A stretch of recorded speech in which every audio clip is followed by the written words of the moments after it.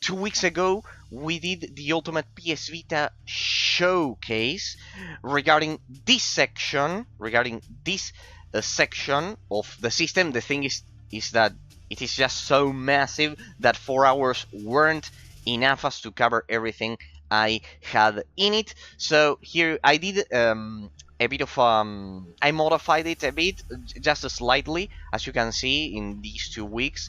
I bet you remember all of this from last week. Then I will reunify both YouTube bots. For example, here I rearranged the icons to further reflect the division between third-person shooters like Uncharted Golden Abyss, Unit 13, Grand Theft Auto, and the first-person shooters, which are Killzone Mercenary, Borderlands 2, Call of Duty Black Ops Declassified, etc., etc., etc. To further separate that division and have them tightly organized, and have them all tidy and organized. Here, no differences. Here I added Luminous Electronic Symphony that I mentioned because at the end of the day I thought about it, and pretty much I deleted some PSP games that were extremely secondary. Some PS1 games, I believe, and a PSP game. And basically with that, I incorporated Luminous Electronic Symphony because it is a pure exclusive, and a lot of people regard that one, this one, as the best entry in the Luminous series, and it's 100% exclusive to the PS Vita. So there I did a slight modification. I moved Grand Kingdom down here and Cladoon down here because basically they I talked about all of this last time. They basically, here I created a single main line. The 4 center bubbles that you see there, they are kind of like RPGs. They are kind of like RPGs that aren't as big as the, let's say, AAA Japanese RPGs of the main Japanese RPGs of the PS Vita system, like the ones that we talked about last time. So there you go, people, as I always say. And for today, I will focus on which is going to be part 2. I feel like Invader Sim in Enter the Florpes. Part 2 of my brilliant plan. No, part 2 of the Ultimate PS Vita showcase. In this case, it'll be the PSP section of the game, of the system. Sorry, I'm so used to analyze games that I say of the analysis system. The PSP portion of it, and then I wanted to show you by the end of the stream some special details that I talked about at the beginning of the Ultimate PS Vita showcase. Like, for example, I want to prove to you that Borderlands 2 can run decently on the system, according to everything that we discussed at the beginning of the previous showcase, that I talked about the thread optimizer profile and the overclocking and everything. A small errata that I did last time when I showcased Need for Speed Most Wanted. The resolution wasn't native. I actually tried to push native resolution and I couldn't. It gets to 20 FPS. So the developers probably had a pretty good reason to downgrade the resolution in this case. So this one, Need for Speed Most Wanted and Uncharted Golden Abyss as well, you cannot run them using. I'm telling you this because it's something that I commented last time at the beginning of the previous part of the showcase. Then I will reunify. They will unify both showcases in a long 8-hour showcase in the future once I have some time. That's a lot of processing for my PCs, because it's mainly a gaming PC and I don't use 32 gigs of RAM. So processing that at 1080p resolution, 60 FPS, will take some. It takes at least some 4 to 5 hours, and I use my PC to work as well, so I generally don't have that time when I'm not streaming. So basically I will show you some extra things by the end. But first, I want you to get into the PSP portion that I have been commenting, people. That I have been commenting. Before we get into it, as you can see here, I have a dedicated, in case you have any questions, I did everything, I covered everything regarding the PS Vita system, the 10 limit wallpaper display that you see here, the distribution of my home screens and everything. I covered all of the technical details in the first part of the of the showcase. Then in the future, as I said, I will unify them and they'll be sticked together, so you won't have that problem. But until then, first I will release them individually. Right. PSP. Today the spotlight, let's put it on the PSP. The PlayStation Portable, the companion, the handheld portable companion of the 7th generation of Sony's consoles. Pretty much the PS3 instead of the PS4 with the PS Vita. The PSP is the equivalent to the PS3. I know we all knew that. We all knew that, Eraser. Get it with the showcase up and running right now. Yes, indeed. Well, as you can see here, I have my dedicated home screen, and that's precisely what we'll do right now. Now, this that you see right here, this Adrenaline 6.61, is basically the it's a homebrew program which allows the PS Vita to enter. Hey, I love how the time is perfectly and correctly synchronized.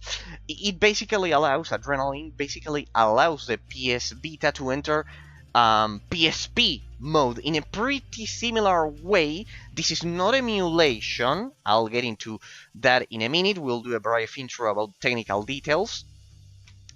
That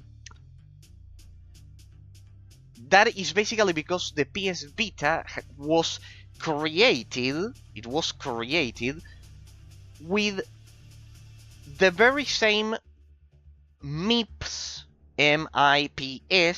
processor of the PSP, which in turn, or at least it has a portion of that technology included within the PS Vita's processor, which is at the end of the day the same of the, well, not the same, it's a much more improved version with a lot of extra fixes and everything of the PS1 MIPS processor.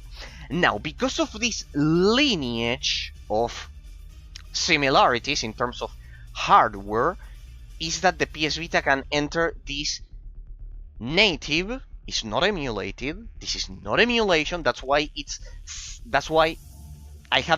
I will always tell you the argument that it's a superior way of playing PSP games and PS1 games when compared to RetroArch or other emulated solutions, because you'll see that this is either native or a hybrid native emulated solution, which is always superior to pure emulation. That's why I would recommend the PS Vita over a GPD Win 4, over an Odin Pro, over all of those fancy, extremely expensive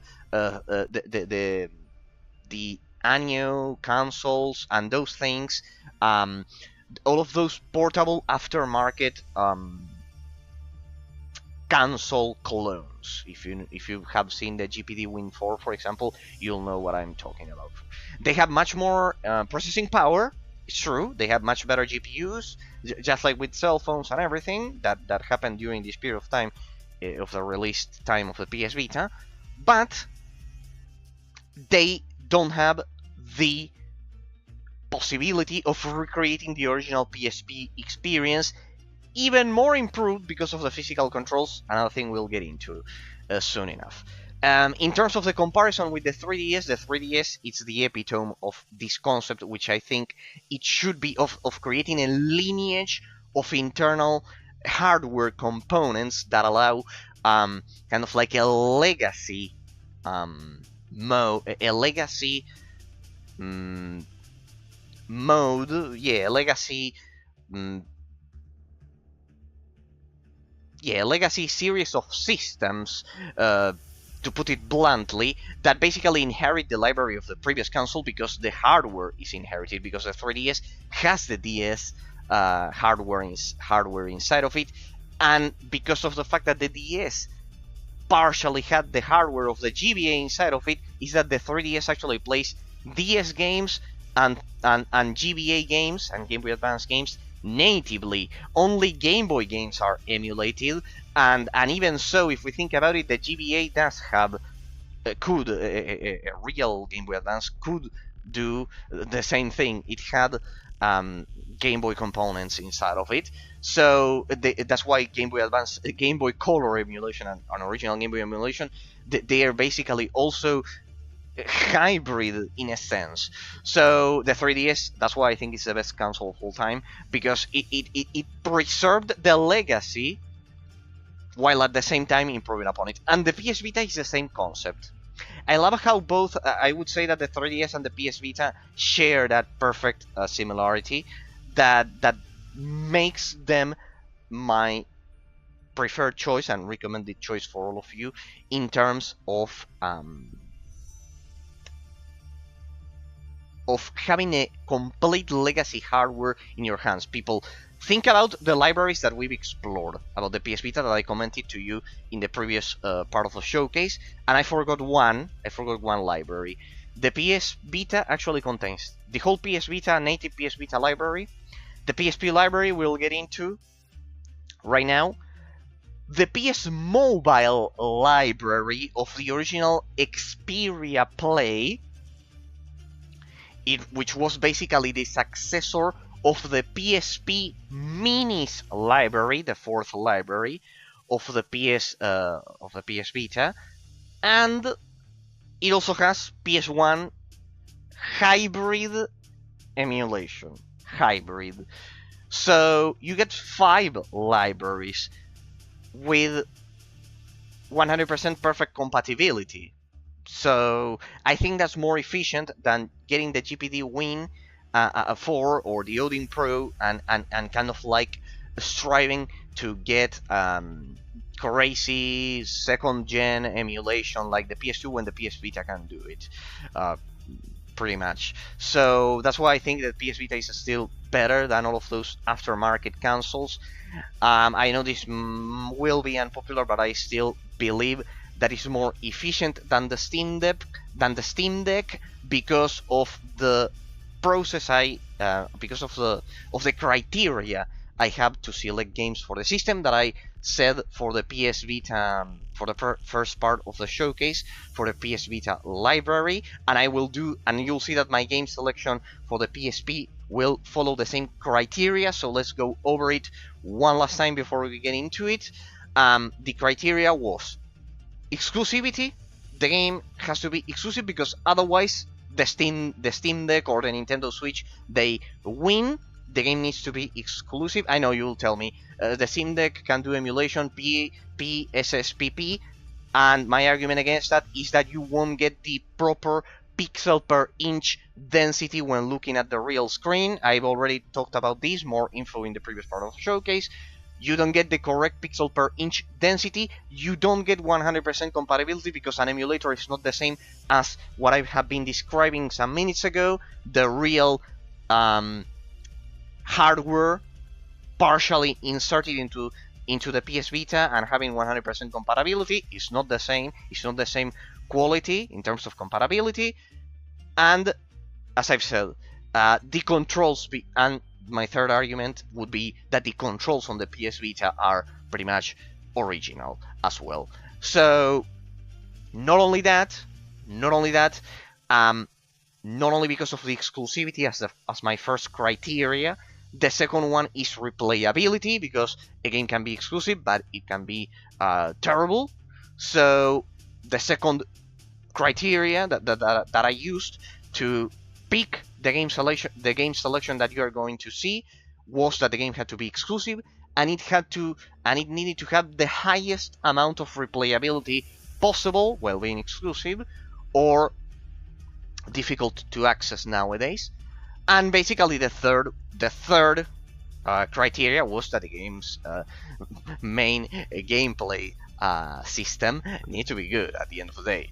Pretty much the gameplay mechanics need to be properly implemented. I analyze games on the channel here on a metaphysical level, so you can imagine that I also care about those things. So pretty much that's the criteria in that order. Pretty much I did the same with the PS Vita library that you just saw in part 1, so we'll do the same for the PSP. Now, first thing, I will remove the scanline filters because the scanline filter that you see, don't worry, the showcase won't be like this, because pretty much it looks gorgeous. I highly recommend it. I'll show it to you. This is the homebrew menu of the game, of the system, sorry, of the system. And as you can see there, you can see that I have sharp bilinear. I highly recommend you use this mode because it looks amazing with the correct pixel per inch density of the real PS Vita hardware. But since this is a YouTube board demonstration, a demonstration in which I'm capturing it, I will use, instead of bilinear, you have I think you have sharp bilinear without scanlines. If you don't like them, I don't recommend this because the scanlines are an inherent part of the PSP system, and they are not as prominent as you see right here on the screen on a real PS Vita. So for now, I will use advanced anti-aliasing, so the scaling with your screen is, this one is the best for showcasing the system because it will ensure that you won't see pixelated edges. And as you can see, this is the best for, I don't like it on the real screen because I think it looks way too blurry for my taste, and I like sharp edges. I rather take kind of like the blocky edges instead of a smooth edges, if that increases the sharpness of the image. But I know that for the showcase, the scan lines are untenable for you. It would be disastrous. Alright, as you can see, it will look pretty much like this. Alright, let's get into it, people. After this brief 20-minute intro, pretty much I'll get into some extra details once we get to the emulated portion in the second part of the showcase. I'm using a 256 micro SD card on the system, plus a 32 GB proprietary Sony card that is pretty much more valuable than the system itself nowadays, because it's the highest capacity that you can get with the proprietary Sony micro SD cards. So it's a dual system. So we'll have dual libraries for the PSP, right? Because this is still what you'll see in this first part. You'll see it's kind of like still part of my 256 GB micro SD, in which the rest of my PS Vita system is stored in. All right. We begin with God of War: Chains of Olympus. This is a classic game, a must-have that you need to have with the system. Pretty much the original release, then this was re-released for the PS3 as part of the HD collection that they did. Granted, on the PS3 this game looks gorgeous because they upscaled the... No, not they didn't upscale. They natively increased the resolution of the textures and everything, but since the availability of this game is so scarce, once again, I'm not going to count PP, SSPP, any kind of emulation for the Steam Deck or the Nintendo Switch or your Android phone or whatever, because this is running natively. You get the original experience with the original controls and everything. One more thing that the PS Vita benefits from, which it's extremely important, and I said I would highlight this immediately. I don't know if you can... no, not that. I bet you cannot see it because it's part of the system. The official settings, let me see if you can see them, if it displays for you. Ah, yeah, it displays for you. Good. Yeah, good. I'll be able to showcase it to you. Good. All right, the operating system doesn't display, but this one does. There you can see that it says right stick, correct? Pay attention to that. Always disabled by linear filtering. It makes it more even. The edge is even more smooth, which I don't like. Pay attention to that right stick. See that I can manipulate the right stick. You know that the original PSP didn't have a second analog stick. It only has one. The left analog stick that would correspond with character movement, right? It only has one. The PS Vita, as you can see physically, it has one and two. There you can see them like that. There you can see them like that. One and two. The one and the second one. Right? This one would be for the character, and this one would be for the camera. So pretty much, that the lack of a second analog stick completely prevented the PSP controls, the original PSP controls, to be perfect pretty much for console gaming on the go. It was a huge limitation of the hardware, correct? Thanks to the fact that the PS Vita has a second analog stick, and thanks to the talented modders behind Adrenaline and the PS Vita homebrew community, as you can see there, I can assign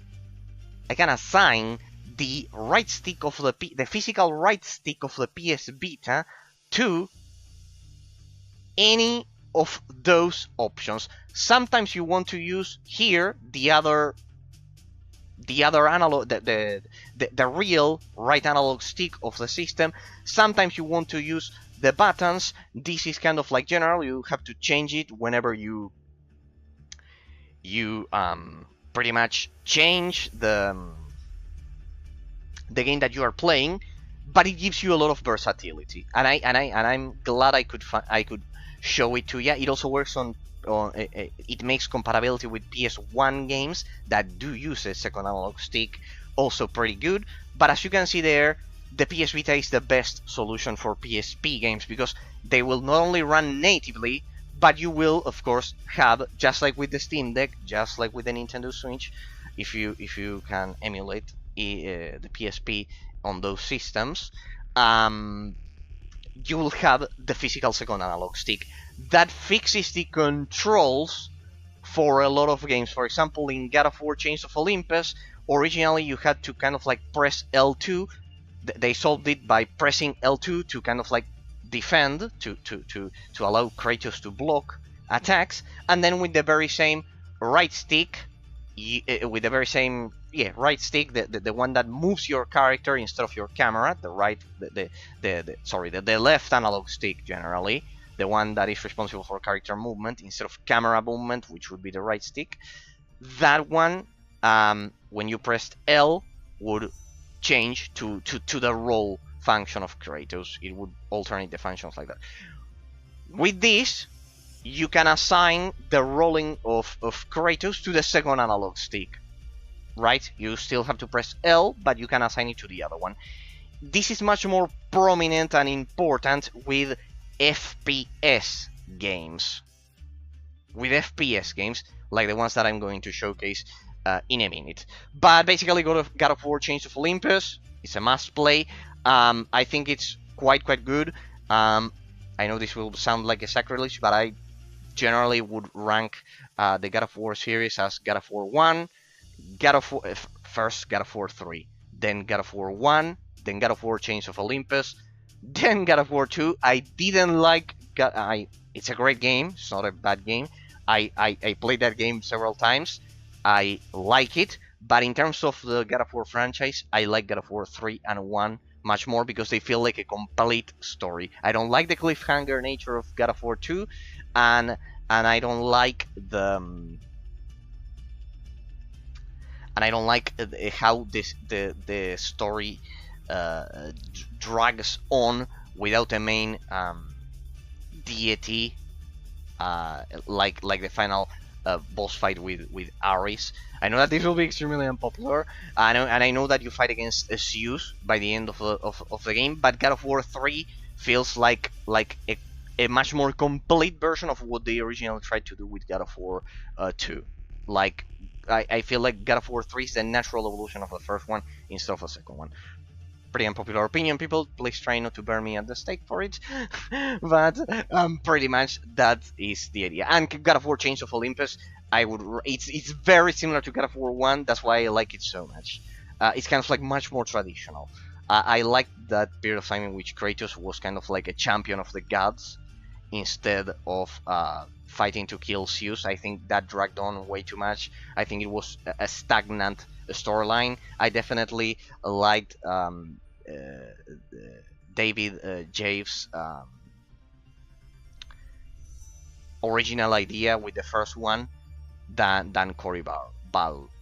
I know this will be extremely unpopular, but it's my take. You know that there was a change in direction in that sense.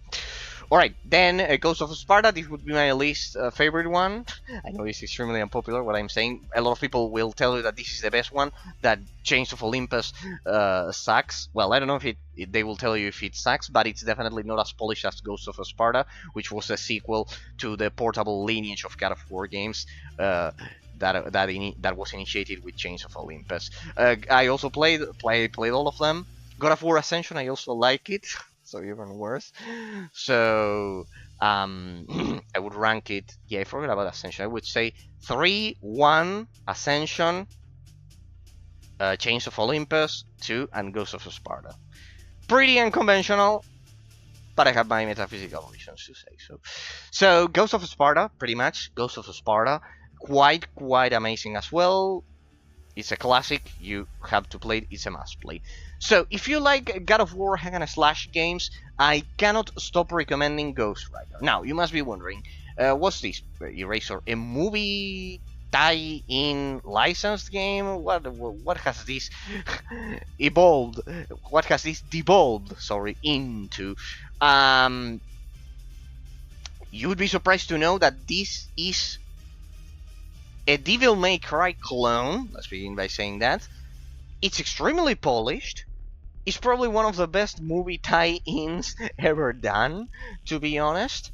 Because pretty much they expanded upon the lore of the movie. It's not that it just follows the movie, which is it's a pretty good indication of its quality. It's a pretty good, a pretty good element to take into account. For example, Star Wars 3 Revenge of the Sith is I think it's one of the best games of all time because it's a God of War clone in terms of the gameplay. It incorporates the deleted scenes from the Star Wars movie, and it's pretty similar to the case of Ghost Rider. It reminds me of Star Wars 3 Revenge of the Sith, the PS2 and original Xbox release, in the sense that it's a hack and slash like Devil May Cry and God of War, and it has a lot of quality. And the in the case of this one, it's exclusive to the PS2 and the PSP, and the PSP version of it has better lighting. So technically, it's the best version. This is technically the best version, and while it's a rather short game, it has pretty good graphics. It feels like Devil May Cry. We never got a Devil May Cry original game on the PSP system, which I don't like. That should have been done. And pretty much as a direct consequence of that, I would say Ghost Rider is pretty good. It has heavy and light attacks, so in that sense it benefits from the evolution that God of War brought to the hack and slash genre, after Devil May Cry. So it's highly positive. Well, what a surprise! What could I tell you about this? This is a 1-to-1. I'll begin with this. This is a 1-to-1 port of Dante's Inferno, created by Visceral Games, an internal development studio of Electronic Arts back when Electronic Arts was a talented game developer. Yeah, I feel so old by saying that. I feel so old by saying that. Challenge everything. Electronic Arts was a good developer back in the day. Those of you old enough to remember some of their games like Need for Speed Underground, all of the sport games and everything, will remember how good the games developed by them were. And if you have played Dante's Inferno, it's another hack and slash games. You'll see that I have grouped my games in terms of the genre, importance, and release date. Those are the three criteria. And through the use of a program that allows me to rearrange them, because the PSP generally has a huge Adrenaline and the PSP, they have a huge, terrible user interface problem, which is the fact that you cannot organize your games, and I hate that. I hate that. You know that I love having things tidily organized, and definitely having Dante's having my games properly organized like this definitely helped with finding them faster. It allows me to find them in a matter of seconds. So I will recommend you a piece of software by the end of this section that will show you how I do it. Going back to the game, Dante's Inferno, it's an amazing game. You're a Christian crusader. Sorry, you're in the middle of a crusade, and basically you go to hell and you experience all of the majestic Christian story that replicates basically the works of Dante Alighieri with the 9 pits of hell and everything. It's a hack and slash game. It's a God of War clone in terms of gameplay mechanics, but it's magnificently executed. One thing I don't like is that the complete skin of the game, which I think it should be the default skin, you can only unlock it after you beat the game once. Then you unlock the ultimate difficulty. I did all of this on the PS3.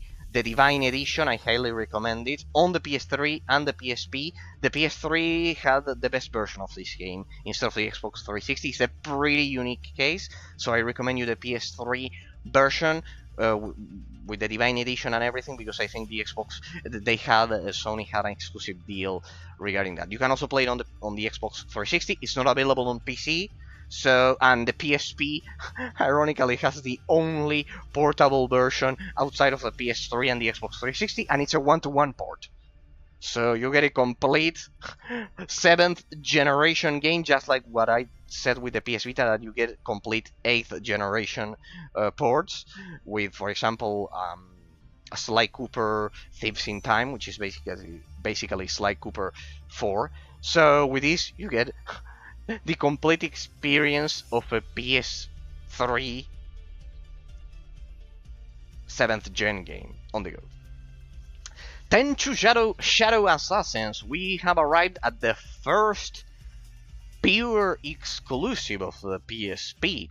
Quite interesting. The Tenchu series is basically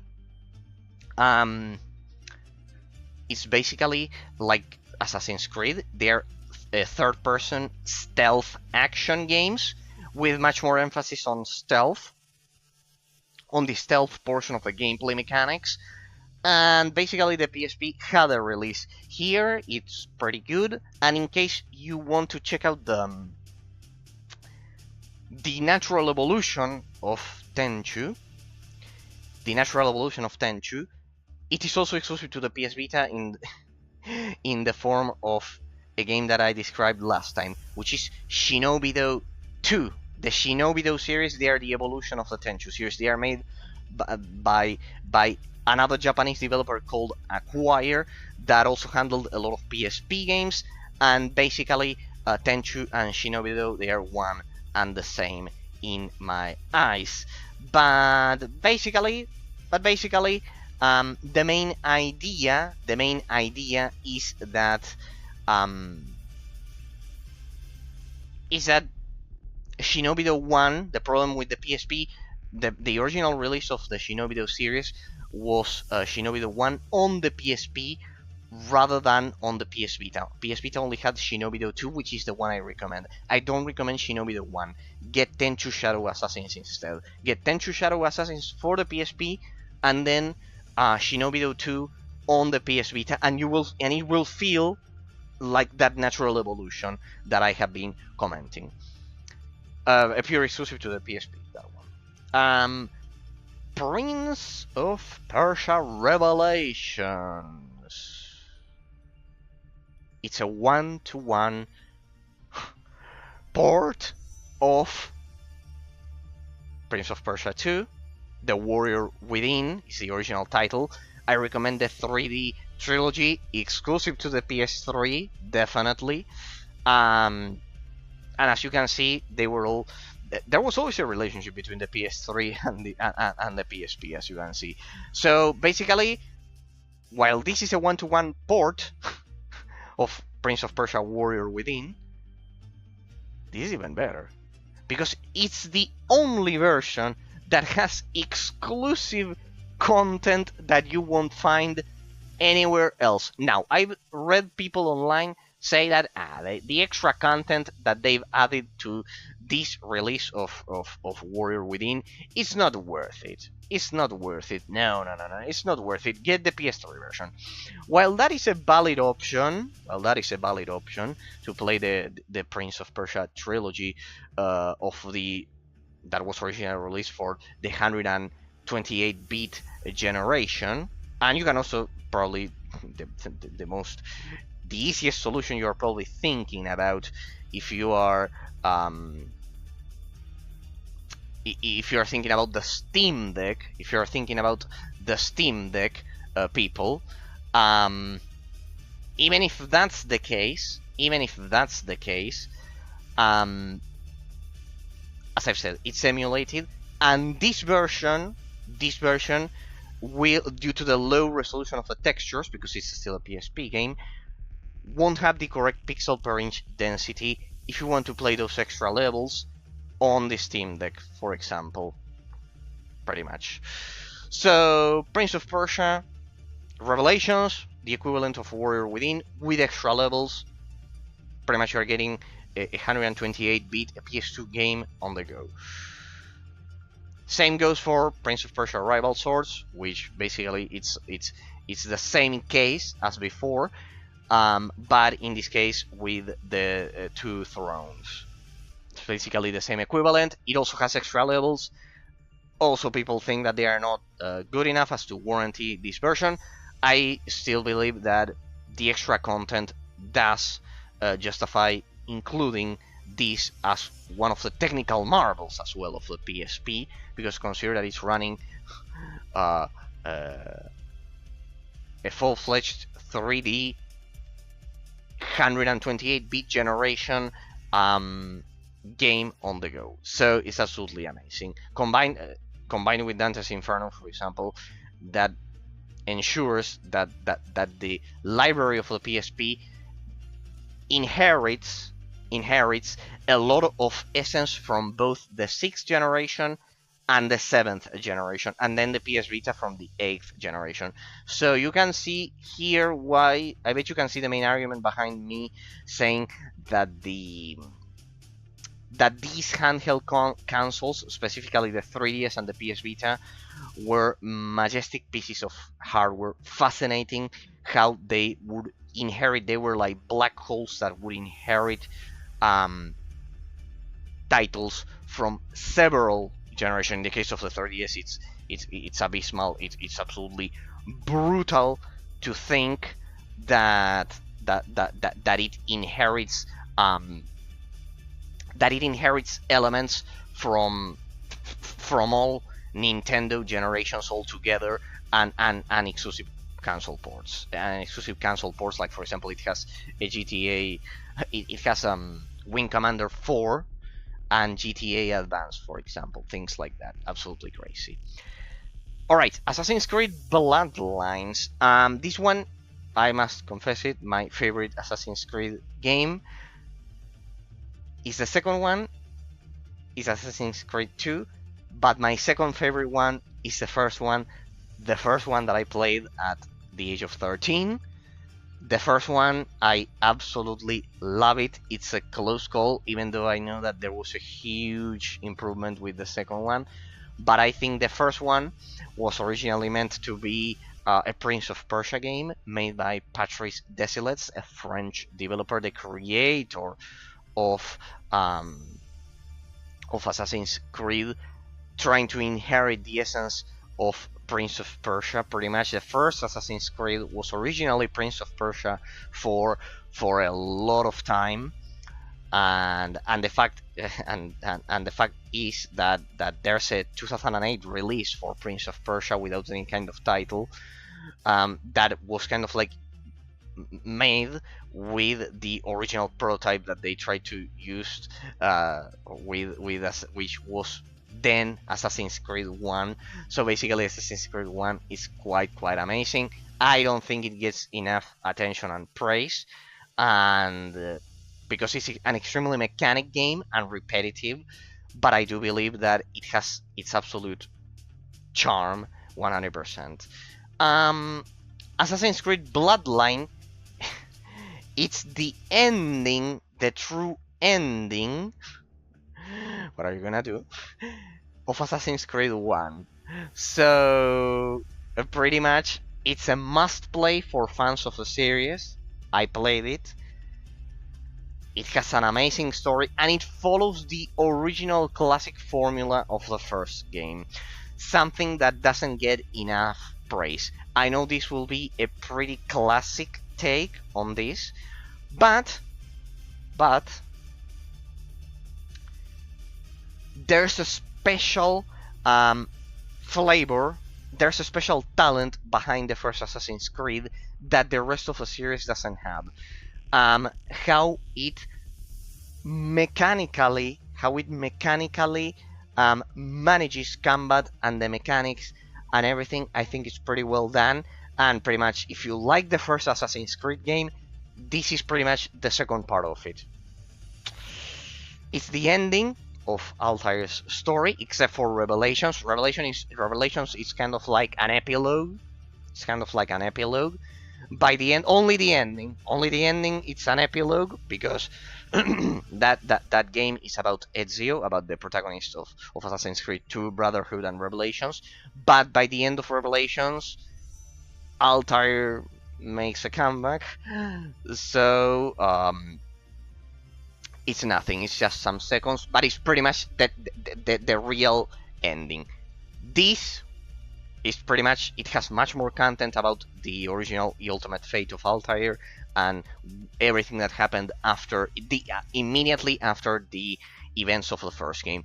So it's extremely valuable from a historical standpoint for the series, and everything. It's a must play. It's 100% exclusive to the system. Oh, Eraser, you're beginning with your shitty quirky games like Yu-Gi-Oh! And those things, with Ben 10 Protector of Earth. No. Regardless of the fact that created by the group Manufaction, the original Ben 10 series was amazing back in 2005. It's an amazing cartoon that I would recommend people to watch, because it's basically an evolution of Green Lantern. If you like Green Lantern, Rise of the Manhunters, for example, Ben 10, you would directly find the similarities. Even though it's not in space, but it is related to it. But well, I'm not here to promote this series. It's an amazing cartoon from 2005. The rest of the incarnations of Ben 10, except for Alien of the original, the first part of Alien Force, are terrible. They completely destroyed the series. It turned into shit. But the original from 2005 had a huge budget behind it. You'd be surprised to know that I was actually named in a competition here in Argentina the kid who most knew about Ben 10 in the country back in 2005, because I answered a national level competition. There was a national level competition of answering 50 questions, and I answered all of them correctly. I was the only one. and pretty much um, you can see why I had to include this game. It was a great series from my childhood. I would still recommend it because it has pretty good moral values. Nowadays they would be frowned upon, like family and responsibility and much and it's about much of coming of age and maturity and I definitely loved it growing up. So in terms of the game, in terms of the game, besides of this beloved franchise from the US. The game, it's a 3D beat 'em up. If you like Streets of Rage, if you like Final Fight, Captain Commando, Cadillac and Dinosaurs, that one is pretty forgotten. Comics, Zone, Teenage Mutant Ninja Turtles, all of the classic arcade 2D beat 'em ups.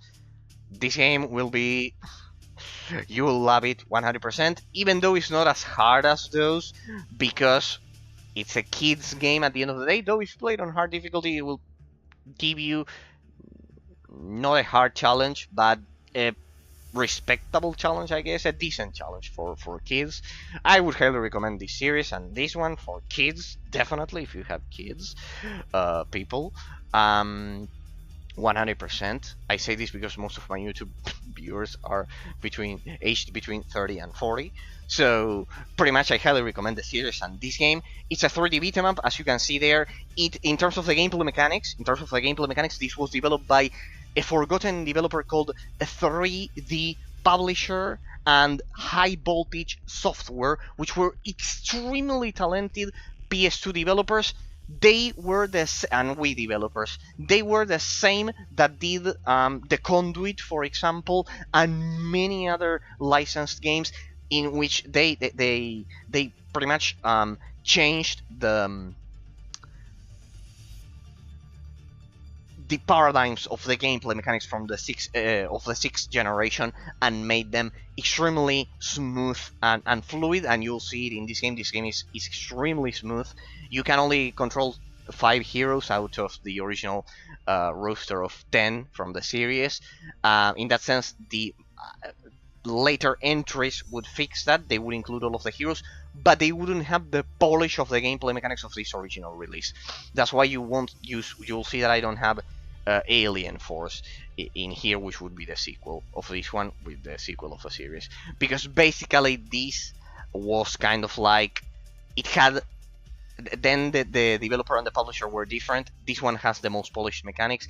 Even if you don't like the series, I would still recommend it because it's pretty much the best beat 'em up of the system. It's a classic game from the PS2. You can have it on PS2, you can have it on Wii, and it's absolutely amazing. It uses a very artistic cell shading style, and it has the original voices from the series, of course. The PSP version doesn't use voices, they are only on the PS2 version, but as for the rest, it does have, it is pretty much the same. The only difference is that it won't have in-game voices. It does have cutscene voices, so it's only a very, very slight downgrade. It looks perfect. It's a 1-to-1 port, and I highly recommend it. Just so you have a reference, the DS version of this is in 2D. It's also good, but this one is a 1-to-1 port of the original PS2 release. Tomb Raider Anniversary, I have a divisive opinion here as well. I don't like the remakes. I don't like the original physics of the original Tomb Raider. Another reason to burn me at the stake, I guess. But yeah, here this one has the updated physics of the PS3, Xbox 360 release, which I think are much more modern and better. They feel more like Uncharted physics, which I think are superior when compared to the original PS1 release of Tomb Raider, because they feel robotic in that game and makes the overall gameplay extremely slow. Here are smooth. This game has an amazing sound. It has an amazing sound. Specifically, I played it. The same goes for Ben 10 and some others. It has an amazing sound quality. absolutely amazing. Of course, I played a lot of Prince of Persia, 6th generation trilogy. People, that's a must play. And my favorite one is it's Sands of Time, and I'm so sad that they didn't release precisely the one that I like the most here. But well, Tomb Raider Anniversary, highly highly recommended. Still one-to-one port of the PS3 and Xbox 360 versions. I would take this any day over the shitty graphics of the remastered version and the clunky movement of Lara Croft, precisely. Also, they have censorship, which I also don't like. I won't get into into why precisely, but you can imagine. I don't like when modern developers pretty much try to eliminate femininity from a person's body. Pretty much, it's absolutely disgusting. So I like that here they respected the legacy of the original developers. I definitely despise it when they add censorship to when they added censorship to the feminine body of the original of the remastered version, and it doesn't have to do with a sheer attractiveness. If you are thinking that it has to do with trying to pretty much destroy and eliminate what makes a feminine body precisely feminine directly, pretty much they eliminate it. All right, it's a biological argument. All right, Spider-Man 3, people. Spider-Man 3. Spider-Man 3. This one, it's a convoluted case. There are so many versions of this. It's a pretty similar case as Star Wars The Force Unleashed. It's a pretty similar case as that game because this one had a cross release between the 7th generation, the whole 7th generation, and the whole 6th generation, and portable releases. This one is the best version. Why? It's a pretty long story, and you'll get into it.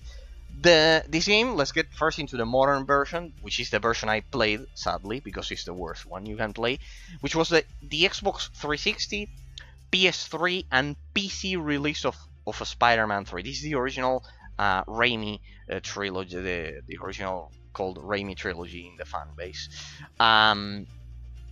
of pretty much Spider-Man 3 of the original trilogy of the early 2000s. Of the movie. It's a movie tie-in. First of all, as a movie tie-in, it doesn't have to. It follows the story of the movie roughly, but it also includes a lot of expanded universe comics, villains, and everything from providing the player with a much more complete experience that I definitely recommend. It has a lot of villains that you simply cannot portray in a 2-hour movie. And as I was saying, the next gen console version, like as I said, PS3, Xbox 360, and PC, I don't recommend it. It's buggy and it's terrible, regardless of the system. It's locked at 30 FPS on PC, I believe, on top of that. It's absolutely terrible. I had it, I played it back in the day on Windows XP. I completed it as a kid. It's not very difficult, and I wouldn't recommend that version. It's terrible. Why is it that this version is the best that I'm mentioning? Then we have the old gen version, which was developed by the original team behind the legendary Spider-Man 2, the prequel of this game. The original Spider-Man 2. The original Spider-Man 2 team. Right? So not only that,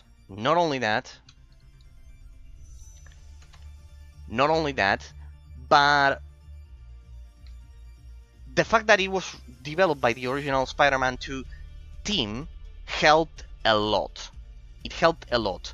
Why? Because they kept the physics, the gameplay mechanics, the combat, everything, the level design and everything of the original Spider-Man 2 release, which is regarded as one of the best Spider-Man games of all time. The web swinging is the same, everything is the same. So the PS2 version of Spider-Man 3 is much more similar to Spider-Man 2. It's a natural continuation, whereas the next gen version, the Xbox 360, PS3 and PC release, has terrible controls, is absolutely different, and it's definitely way worse. So pretty much I highly recommend the PS2 version, and I recommend even more the PSP version. Why? Because the PSP version is the PS2 version with extra modes. It has extra gameplay modes. It has extra gameplay modes that extend replayability to the maximum. So it's an open world. It's a one-to-one open world replica of. It has an one-to-one open world replica of New York, and I think it's far superior when compared to the amazing Spider-Man 1 and 2 releases that then the PS Vita, for example, the PS Vita has the amazing Spider-Man 1, which is open world and etc. But I think the game, I completed that game on the PS3, and it has the shittiest mechanics I've seen. I cannot imagine how someone could possibly defend the amazing Spider-Man 1 over this work of art, over Spider-Man 3 on the PSP and Spider-Man 2 on the PlayStation 2.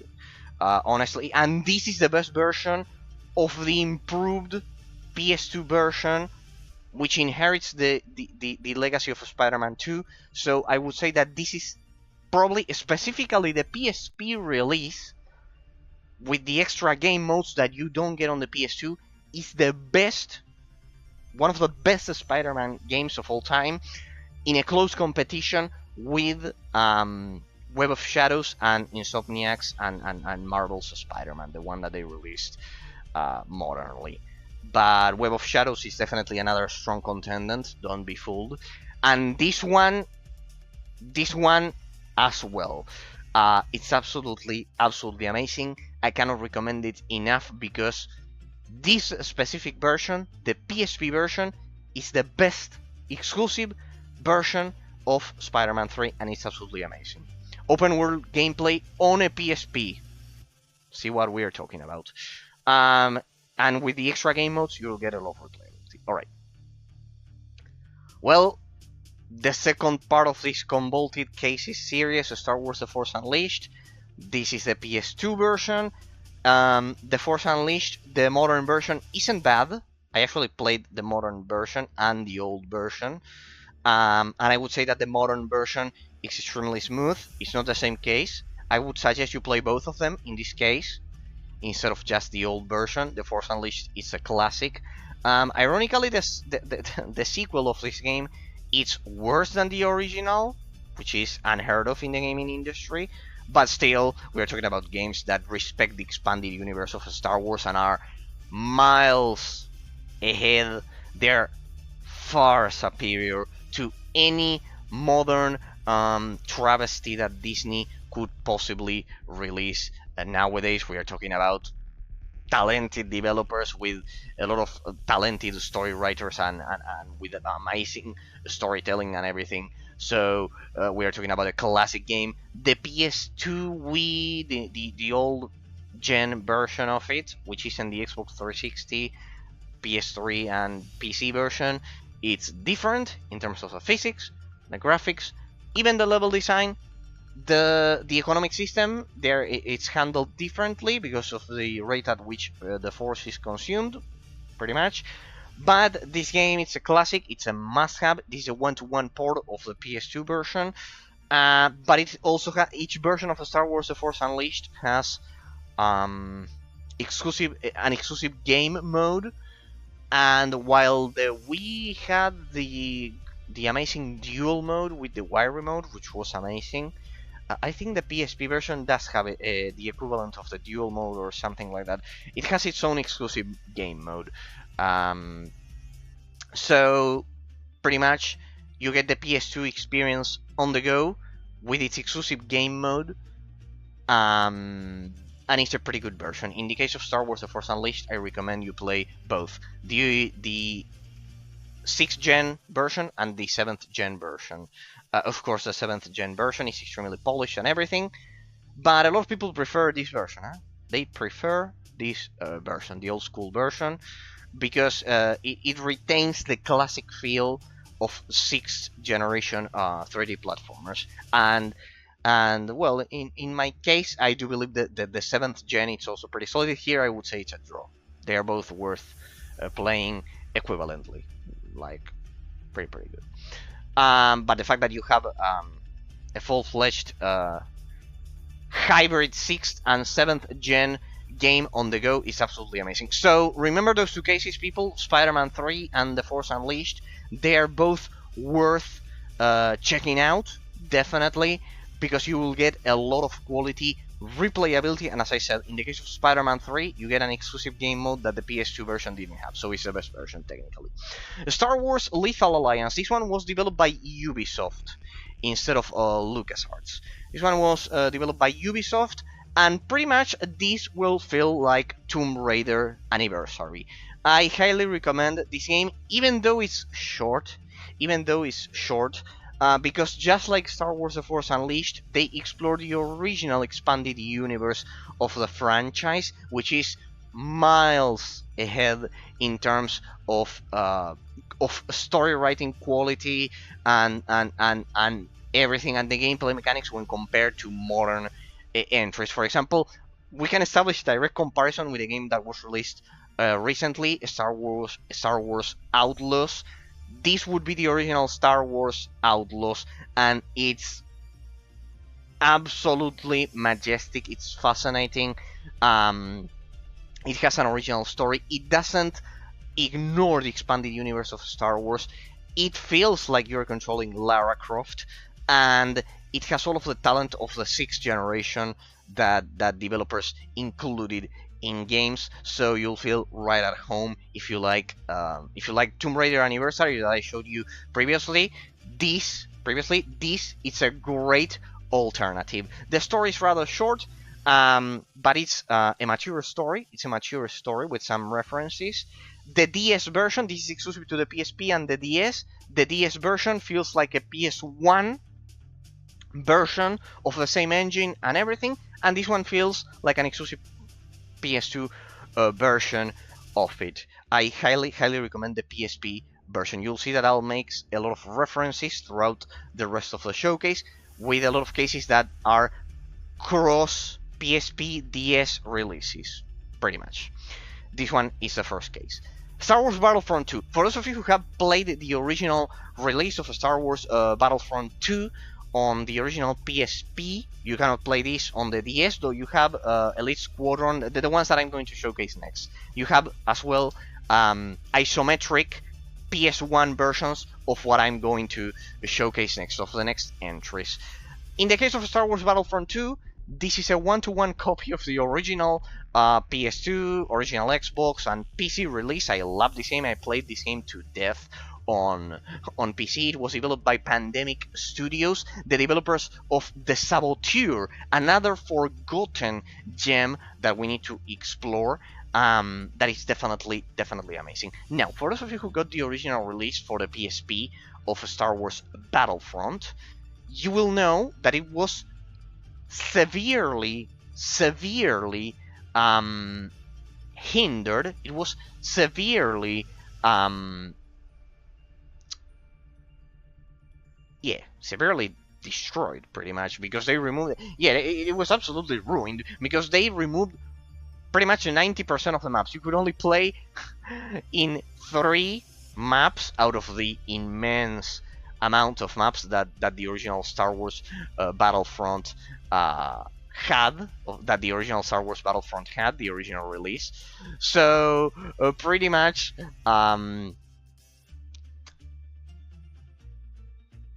the original PSP release was terrible. It was absolutely terrible. But this, you must have noticed it if you knew about the original wallpaper of the original release, which is actually black and this one is red. This is a modded version made by a single modder that basically restored all of the maps of the original PS2, original Xbox, and PC release to the PSP version of a Star Wars Battlefront 2. Absolutely astounding and amazing work. So congratulations to the modder, always thanks from the bottom of my heart, because you created the best portable version of Star Wars Battlefront, a one-to-one copy of it with some extra maps, much better than the Switch release that you get nowadays, and thanks to the fact that I mentioned at the beginning that you have access to the second analog stick, the controls work wonderfully. It works like a console experience on the go as it was originally intended to be. So Star Wars Battlefront, this modded version, highly recommended. You can get it right away. The person patched it 8 times. This is actually version 8.1, and pretty much he's done with the mod so far, because it already has all of the maps and everything you would expect from the other releases. So an absolutely amazing work, this modded version of Star Wars Battlefront that restores the original functionality to the original PSP release. But we could say that with that, the PSP becomes the king of the Star Wars Battlefront series, because you not only get the original release from 2005, not only you get that, you get Star Wars Renegade Squadron, which is an exclusive cross-release, the same as Star Wars Lethal Alliance. You get this cross-release exclusively between the PSP and the Nintendo DS. And as you can imagine, the Nintendo DS, with a much weaker hardware, though it has amazing exclusives that I showcased in my Ultimate 3DS showcase, when you do the updated version. This is the only, let's say, PS2-like, 6th gen-like, 128-bit-like 3D version of it that will feel like the natural, original, exclusive evolution of the original Star Wars Battlefront 2. Pretty much. Absolutely. The only game that got the correct and original sequel of it. I don't remember if this one had an isometric camera or something like that, like the DS version, but I think it was third person. I would need to research it, but pretty much it's the natural evolution of Star Wars Battlefront 2. Then we get to this one. This one is Star Wars Battlefront 3. Yes, few people know that the Star Wars Battlefront series, that the last entry, you'll see another case soon enough of another beloved franchise, another beloved anime franchise. This is Star Wars Battlefront 3. This that you are seeing right here, Elite Squadron, is a Star Wars Battlefront 3. Believe it or not. The one that Electronic Arts never dared to do. It has amazing console-like quality graphics on the PSP, and it's definitely the natural evolution of the franchise, instead of the remakes that Electronic Arts did, which feel much more like Battlefield. This is Star Wars Battlefront 3. I present it to you people, in case you want to take photos or anything. This is Star Wars Battlefront 3. The real one.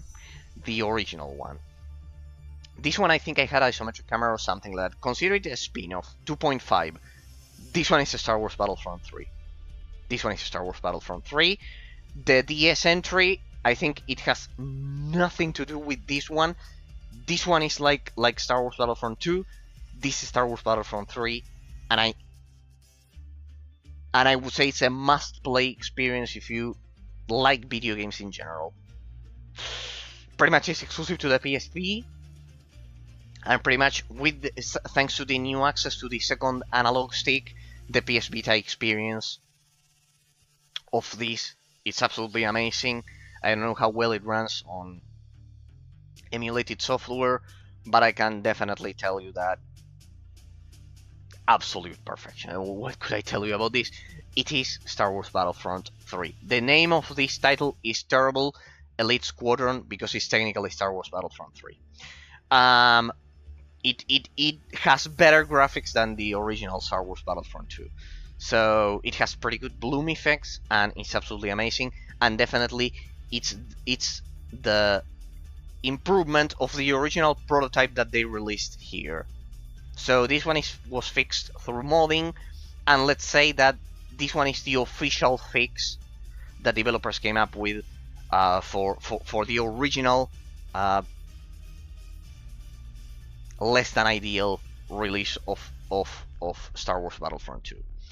Alright, I know that this section will be boring for a lot of people. You know that I love the classic card game from the early 2000s, Yu-Gi-Oh! Duel Monsters, as it was originally translated, and then they stick to the Japanese name. Basically, these are card games with an amazing anime that I would highly recommend to anyone. If it's not my favorite of all time, it's there pretty close with Naruto, which is the other one. And definitely I would say that the third season of and basically this covers all of the seasons. In terms of Yu-Gi, I know that a lot of people will skip this, but if you, for whatever reason, you like the card game, it's like similar to Magic the Gathering, for example. I think it's better. I think it's the best, as you can see here. Though I will include that one in a second. I'll refer to that one in a second, to Magic the Gathering. Basically, this covers the best period of a storytelling of Yu-Gi-Oh! The Tag Force series is widely regarded as the best entry of the franchise. They follow it. They have amazing RPG elements. The series is exclusive to the PSP, except for this first entry, which you can also find it on the PS2. But the rest of them, they are all exclusive. So, due to the principle of attraction, this first entry for me, it belongs here. That I said the principle of attraction of exclusivity. That I say that if all of the franchise, just like Kladoon, it's on the system, I would include a non-exclusive here. So this one is the only non-exclusive because it's also on the PS2. And basically these are the best incarnations that I think we will never get this level of quality ever again from Konami. Ever again. They have RPG elements. You feel like you are getting into Duel Academy in a pretty original way. Anything that I say about these games isn't enough to describe the level of perfection they achieved. They achieved, and it could never be replicated. They used a state-of-the-art, bleeding-edge tech graphics engine. They used a state-of-the-art graphics engine with 3D models. The music was the original Japanese music that we didn't get in the dub, so it's absolutely gorgeous and amazing. And besides that, I think it precisely was released in the moment in which Yu-Gi-Oh! Actually, with the Generation Next, that's what GX means, Generation Next, when Yu-Gi-Oh! Focused on storytelling after the original, which is widely regarded as the best because it's a very traditional franchise, because the first entry is the most original with all of the connections and everything, and a lot of people don't like the modern entries. I agree with them with the latest entries, but Generation Next successfully refreshed that original, all of the original concepts of the IP. Viewers from the early 2000s and even the 90s, because Yu-Gi-Oh! Was originally released in 1999, 98, I believe, with a Japanese exclusive Season 0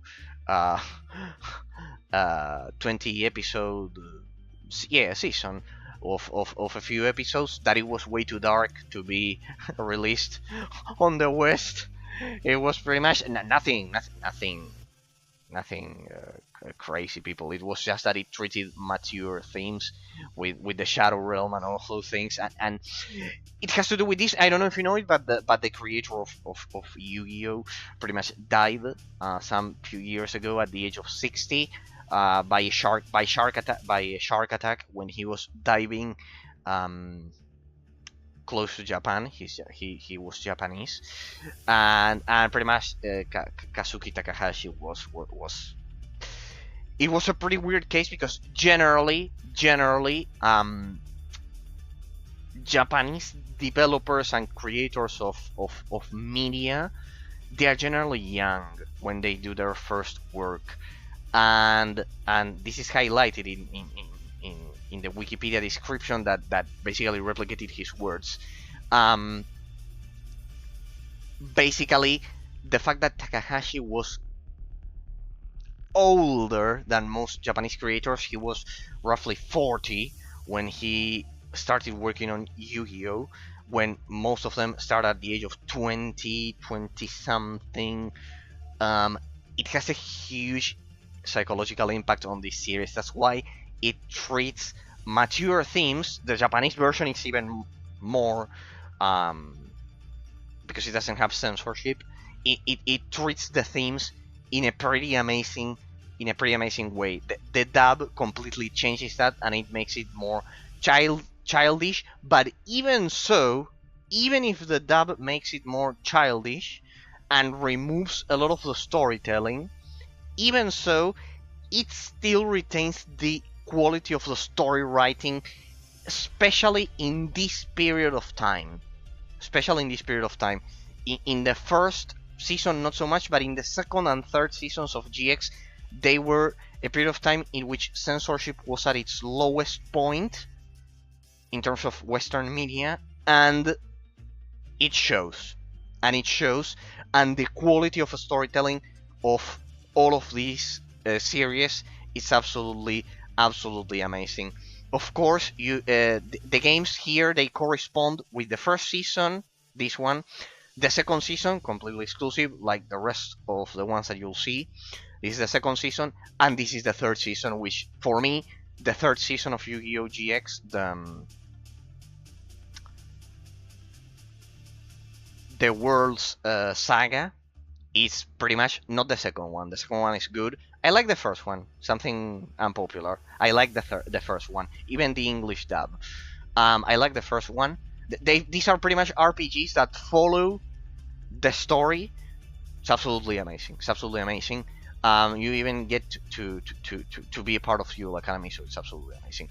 The second one, it was also good. This one is already pure exclusive. And the third one, well, the third season of Yu-Gi-Oh! GX, I deem it as the best storytelling of Japanese animes. Yes, even better than Dragon Ball Z, even better than Naruto, for example. Naruto would be a close one, the original. It would be the original Naruto would be a pretty close one. Inuyasha, for example, was pretty good, and there are many more examples. Even if you watch them with the English dub, the quality of anime has progressively increased in a way that because they don't shy away from mature themes. They're pieces of media that can be watched by the whole family, which was originally the model of Western media over at the US, and you can see it in the quality of a lot of early shows from the early 2000s, like, for example, Ben 10.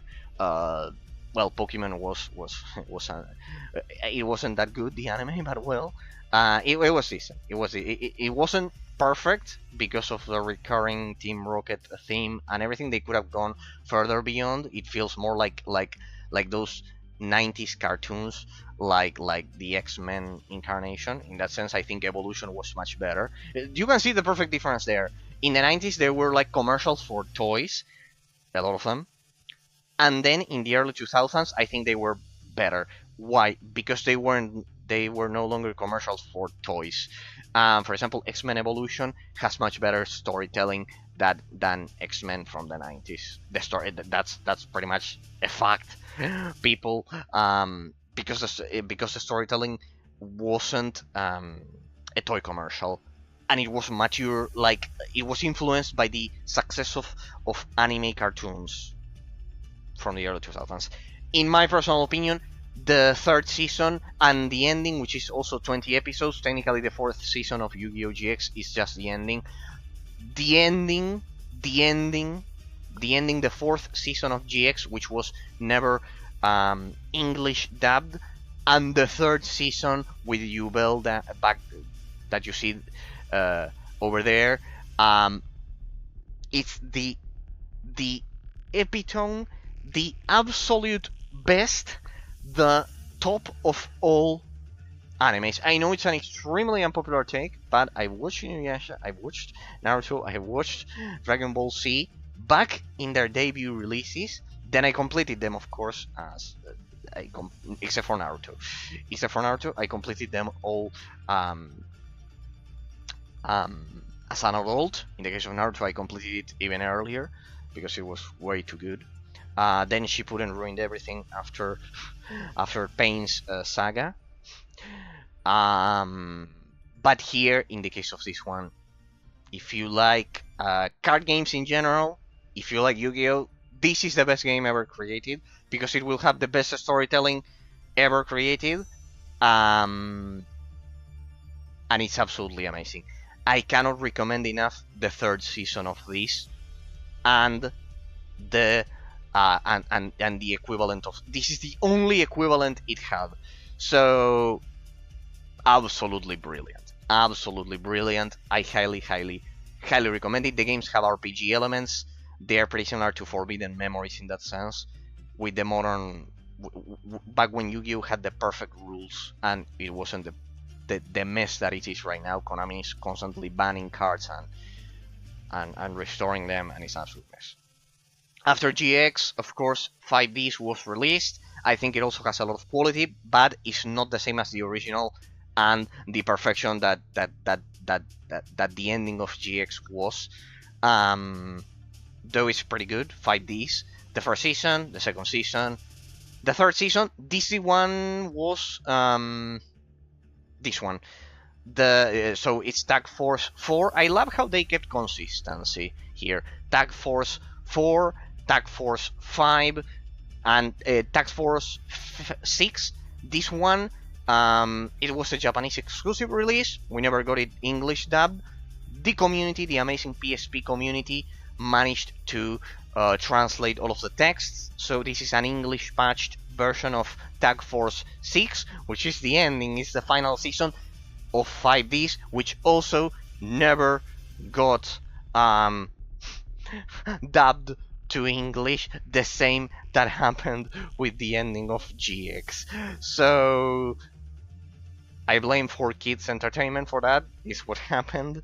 And pretty much here, fortunately, you can watch the last season with English subs, and you can get the ending here, a role-playing simulation of the ending here and everything. Absolutely amazing. The fact that we can finally play this in English. In terms of the artificial intelligence, it's pretty good. The other game that inherited the artificial intelligence of this is Dual Carnival. Dual Carnival, in case you want to go further beyond the 5Ds series, Dual Carnival on the 3DS is the natural evolution of this. It's not as good as the Tag Force series. We'll never get something like the Tag Force series, but still, Dual Carnival on the 3DS, it's pretty good. It's pretty good. It has a pretty good selection of cards, just like this one and everything. And once you play the Dual Carnival on the 3DS, you can come back. You can come back and play the Japanese exclusive ending of the Tag Force series, which is Tag Force 5 Special. Another Japanese exclusive release that was... This one was released so much later, after Dual Carnival for the 3DS, which is pretty much Yu-Gi-Oh! Zixal or Zexal, which is the continuation of 5Ds. And this one, as you can see, it covers up to Arc B, which I think it was a final a moment of brilliance of the franchise in terms of anime. Pretty much, the classic four protagonists were all wrapped up by now. As you can see there, we have Yugi, Jaden, and Yusei, and even Yuma there. And Dual Carnival is about Yuma, the one on the right, and pretty much the XC summon, which I think it broke the game mechanics. Already, synchro summons were already breaking the game, but definitely XYC summons were they destroyed the gameplay mechanics. So yes, Tag Force Special introduced the turtle pendulum summons. But here you can see how amazing the legacy of the PSP and the Tag Force franchise was. 7 entries, one after the other, and this one was released after Dual Carnival, if I'm not mistaken, because it was released so later in the development cycle of the PSP. We were talking about the ending of the PS3 by now.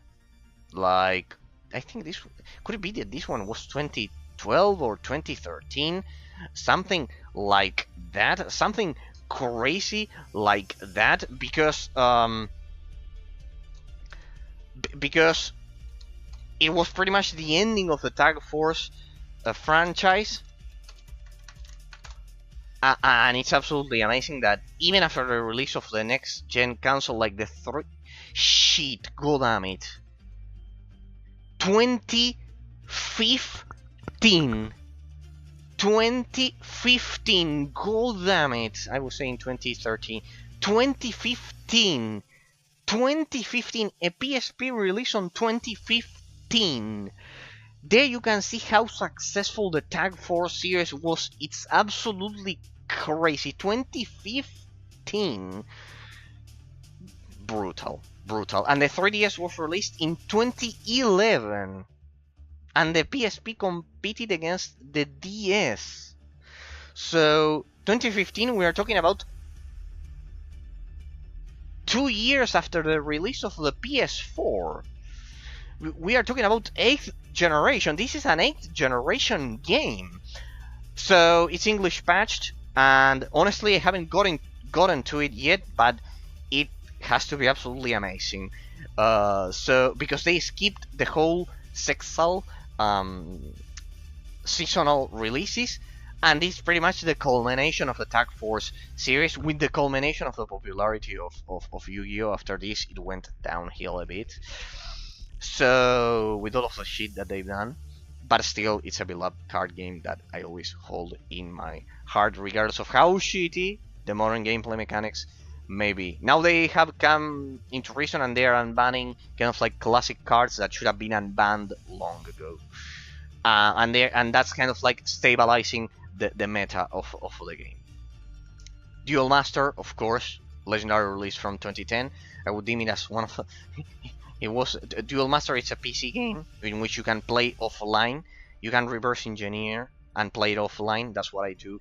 And the artificial intelligence is pretty good. The artificial intelligence of Dual Carnival is pretty good, and the artificial intelligence of the Tag Force series is also amazing.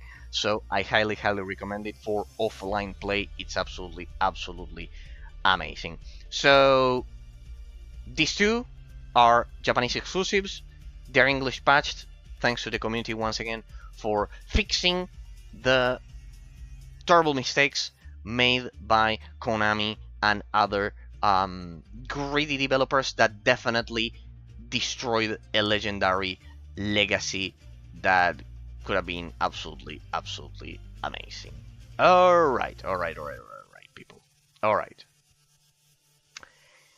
Let's get into the another exclusive. They are all exclusives, those. You just got 6 exclusives out of nowhere. Like 6 exclusives out of nowhere. Battlefront 3, 8, you'll see that they are endlessly replayable, by the way. Of course, they are card games.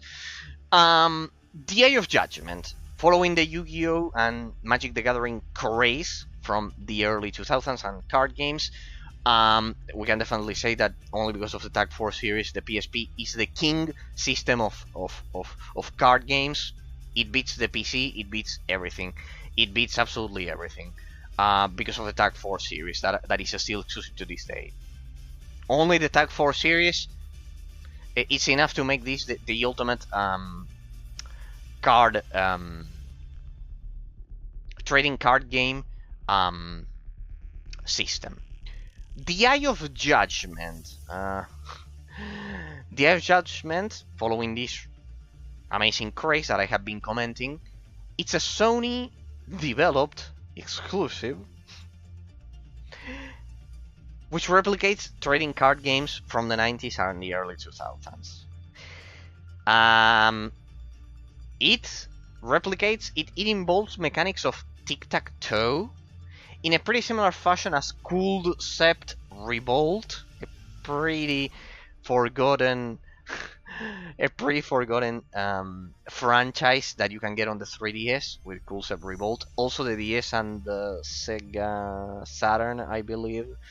The Cool Sept series, it's a famous, it's like Monopoly combined with a trading card game like with Magic the Gathering. Highly recommend Cool Sept Revolt on the 3DS.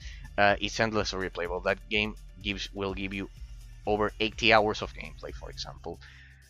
The Eye of Judgment, also released for the PS3, but this is the complete version of it that I would highly recommend. By the way, I don't know if you know it, but and this is the first case of it, and also the Yu-Gi-Oh! The Yu-Gi-Oh! Games. The PSP was the first game that released that incorporated the concept of DLC. That's the negative aspect of it. That's the dark side of it. It was the first system that included that designed the notion of DLC, of downloadable content, instead of expansions for games. And with precisely these card games, I don't know if you knew about this weird origin of the concept of DLC.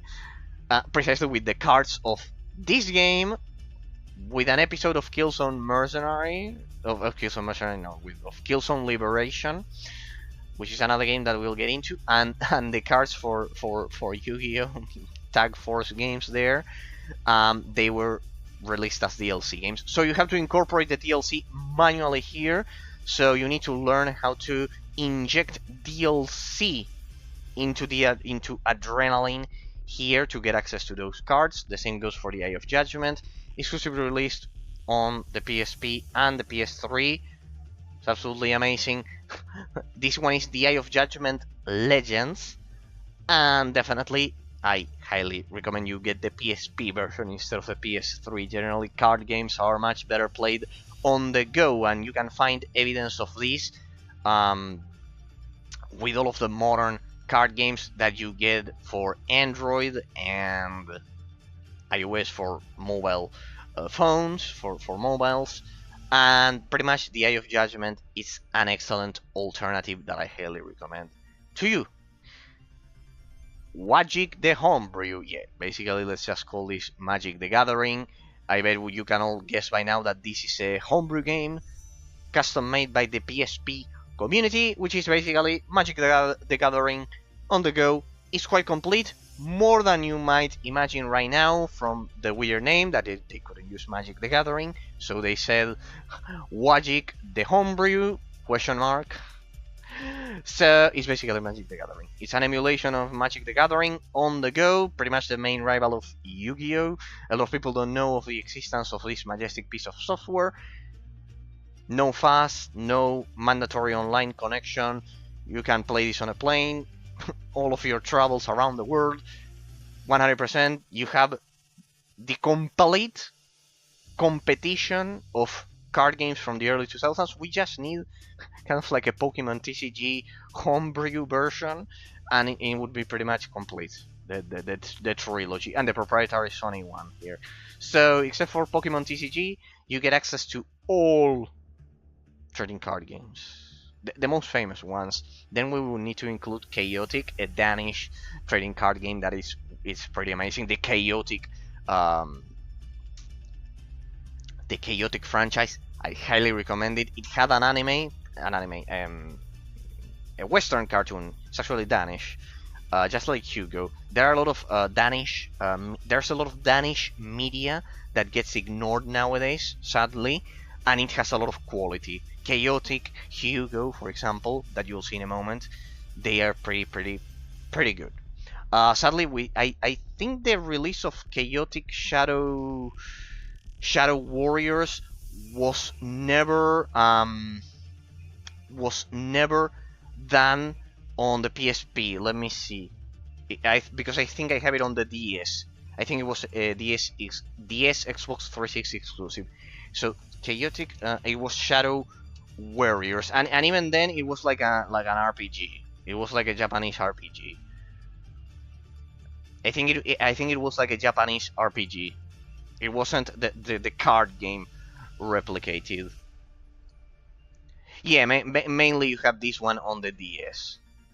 Well, let's say that in terms of card games, it's a close tie between the DS and the PSP, because on the DS you also have the Pokemon TCG. It's a Nintendo proprietary franchise. You have Pokemon TCG 1 and 2 on the Game Boy, and then you have Chaotic Shadow Warriors, but it's more like a... And there's also Pokemon Asoki Bata on the DS, but that one still hasn't been translated. But well, let's leave the wonderful... And with that, we leave the wonderful world and Coolcept. You also have a Coolcept, so well. The PSP has the complete Yu-Gi-Oh! Tag Force franchise. The 3DS has technically Dual Carnival. It has Coolcept Revolt, and it has Pokemon TCG. And this one has Magic the Gathering, the Eye of Judgment, and the complete Tag Force franchise. So you also need a 3DS. Well, people, what are you gonna do? Happiness can never be complete, can never be pure in that sense. All right, let's leave the wonderful world of trading card games, and let's go back to the incredible world of more gamey titles that don't replicate tabletop TCG games. So, going back to it, we continue with the fighting genre. You can see that I have them clearly separated, because a card game somehow is similar to the concept of fighting. Kind of like there's only two players going up against each other, and there's no more level design involved into it. So that's why I grouped them together. Pretty interesting reasons. And we begin with Shin Budokai 2 Another Road. The original Shin Budokai, it's also an option. It's quite small. It's only 200 megabytes, I think. I could have included it here easily. Perhaps I should have. The original Shin Budokai. But basically, Shin Budokai Another Road. You'll see this with a lot of... with another franchise that we're gonna get into soon enough. Pretty much a Dragon Ball Z Shin Budokai Another Road makes everything of the first entry. They kind of like, in a lot of PSP cases that you'll see, the first entry is kind of like the prototype to test the waters, to test if the game works correctly, and if it sells well, then they release the second one. I don't know if... I think the first one does include the original story, and this one has a different story, so I should have included the first Shin Budokai, a mistake on my part, perhaps, but it's the same. For the rest, the gameplay mechanics, everything is the same, the story only changes, so I highly recommend the first one, the Shin Budokai 1 and Shin Budokai Another Road. They have endless mode, just like on the 3DS, the Ultimate Tenkaichi. No, it wasn't Ultimate Tenkaichi. It wasn't Ultimate Tenkaichi. The 3DS entry that is the predecessor of Dragon Ball Z Fighter C.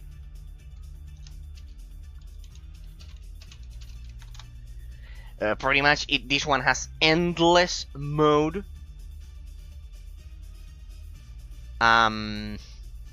Extreme Butoden. Sorry, I didn't remember the name. Extreme Butoden. Just like Extreme Butoden on the 3DS, these entries have endless survival mode, so replayability is assured 100%. Shin Budokai 1 and this one, I'll then get Shin Budokai 1 for here because it has a different story. It's not the same case as the next case that I'm going to say. So endless mode. This is like, as you can see from the images, contrary to Shin, it's crazy to think that the 3DS only cared about 2D fighting, about the 2D fighting formula of Dragon Ball Z. Basically, there's this huge division between 3D fighting style and 2D fighting style in terms of Dragon Ball Z fighting games. Shin Budokai definitely follows the formula of Budokai Tenkaichi, pretty much. So if you like Budokai Tenkaichi 2, Budokai Tenkaichi 3, this one is the natural evolution of it, and it even has Tenkaichi Tag Team, which is the direct successor of Tenkaichi 3. It's technically Tenkaichi 4. Now we'll get Sparkling Zero, which will be technically Tenkaichi 4. It's technical, which will officially be Tenkaichi 4, but it's technically Tenkaichi 5 because this one is the fourth one. And pretty much, yeah, I would highly recommend Shin Budokai 1, 2, and Tag Team and Tenkaichi Tag Team because they are absolutely amazing. Regardless of what you might think, this one also has endless survival mode. They were very complete games back in the day. They cared about offline replayability, so I highly recommend it. In the case of Shin Budokai, I think it was more 2D oriented, if I'm not mistaken. Could be? Though the images are in 3D. But well, you get the Tenkaichi style here, you get the Shin Budokai style here. I think this one was 2D fighting, huh? Even if it... Yeah, because it followed the Shin Budokai series, which were different. Sorry, my bad. Sorry, there are so many Dragon Ball Z games that I get confused. So yeah, pretty much, if you like 2D fighting, I think Shin Budokai it's in 2D and Tenkaichi it's in 3D. I think that's basically the idea. So Shin Budokai 1 and 2 and for 2D and Tenkaichi for 3D for that. So they all have a survival endless mode. They are must plays, and they are definitely you need to have them on your system. Shin Budokai 1 and 2 and Tenkaichi Tag Team. Right, this one is a different case. This is what I was referring to, the natural evolution of Dragon Ball Z, which is Naruto. Don't get the original Ultimate Ninja Heroes 1, because it's actually a prototype of this game. It doesn't tell you a different story. It's not like Shin Budokai 1, so it's not justified at all. Don't get the first one. It will feel like a prototype. Get Ultimate Ninja Heroes 2. These are all in 2D. Here you won't find 3D. Then you'll see the difference. 2D fighting. This one is it's incredible that this is a one-to-one copy of of what game? Of Ultimate Ninja Heroes 3 on the PS2. There were lots of releases. Basically, it's the same division that I said with Dragon Ball Z games. 2D fighting with Shin Budokai, 3D fighting with Tenkaichi Tag Team. Ultimate Ninja Heroes series is 2D fighting. It's similar to Smash Bros. In that sense.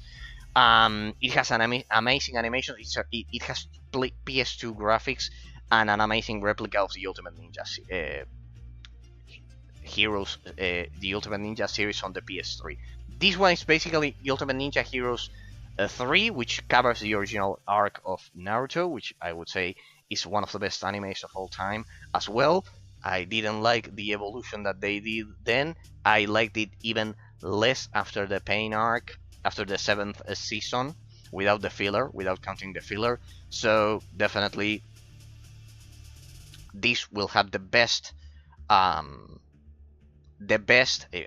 think it's impossible to argue that the original was better than the Shippuden incarnation, than the modern incarnation of this franchise. I don't know how you would justify it. Pretty much. The first one had perfect storytelling. Actually, the original ending is the 3rd season of this. So, absolutely amazing. I highly recommend it. This one is basically Ultimate Ninja 5, an improved version. It's actually Ultimate Ninja 6, which was a Japanese exclusive release. We never got Ultimate Ninja 6 here in the West. It was exclusive to Japan. We just got Ultimate Ninja 5, which, as you can see, it follows the Shippuden arc, which was the evolution of Naruto, pretty similar to the original Ben 10, and then Alien Force, with a grown-up protagonist, pretty much a bit. The transition from kid to teenager, basically. They do that a lot. This one is also 2D fighting, as you can see there. This is extremely important that you have it, just like Ultimate Ninja Heroes 2, which has an original story. Another reason to recommend it. They have survival mode. They possess endless replayability. So pretty much if it's not survival, it's kind of like a roguelite mode, something like that. Oh, sorry. So Ultimate Ninja Heroes, there you can see that it records the last position I was in. That's pretty good of the PSP user interface, which is similar to the PS3 in that sense. So Ultimate Ninja Heroes 3 is Ultimate Ninja 6, which is the most complete version of the formula of the series. It's a tested formula that definitely you will enjoy. It's also highly recommended if you like Super Smash Brothers or PlayStation All Stars Battle Royale, or let's say 2D brawlers. Now, this is the RPG 3D version of the Naruto fighting formula. It has a lot of RPG elements. It has Monster Hunter elements. Remember that Monster Hunter was also a craze back in this period of time. And this one particularly, Akatsuki Rising, Legends Akatsuki Rising, it covers the same story arcs as this one, but in 3D and with RPG elements. This one is a successor. I'll get extremely technical, and if you don't know about this anime franchise, this is probably extremely boring for you, but I need to cover it for those who do enjoy it. This is the successor of a franchise exclusive to the PS2 called the Uzumaki Chronicles. Basically, it's like Naruto Uzumaki. That's the last name. The Uzumaki Chronicles series, which were 3D RPG games that I played on the PS2. Basically, with original stories. These all have original stories that I highly recommend you get, because they were kind of like developed before everything went downhill and to shit. Everything pre-Pain, pre-7th season of Naruto was good. Everything post 7th season was terrible, except for the ending. They had respect for the ending. Except for the 3 episodes of the ending, the rest of all of Shippuden after the 7th season, after Pain, it's undigestible. Disgusting. The original one was the best, no contest about it. But up to the 7th season, this is all pre-7th season, and it's absolutely amazing. This one specifically, I would highly recommend it because it has a lot of replayability. This entry, and it's 3D fighting. It's the equivalent of the Tenkaichi formula of Dragon Ball Z with RPG elements to it. It has a lot of RPG elements. It has open world to explore, everything. I don't recommend this one, except you are a hardcore fan of this one. This one is highly recommended for everyone as an open world 3D game in general. Kizuna Drive was the ending. They tried to implement kind of like a co-op concept to it. You can still play it solo, of course. They exacerbated the Monster Hunter mechanics. It doesn't have a lot of replayability. It has an original story, which is the only redeeming quality when compared to the original Legends Akatsuki Rising, for example. And I recommend it as I don't recommend it, this one. Only if you like this one and you want to experience an extended worse formula of the original.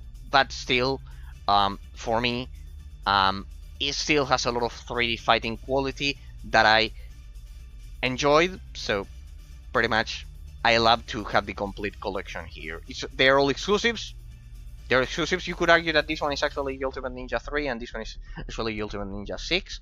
These two are exclusives. They are the evolution of the Uzumaki Chronicles instead of the Ultimate Ninja series. Pretty much. 2D and 3D, just like Dragon Ball Z with Shin Budokai 2D and Tenkaichi 3D. Sorry for the mistake at the beginning.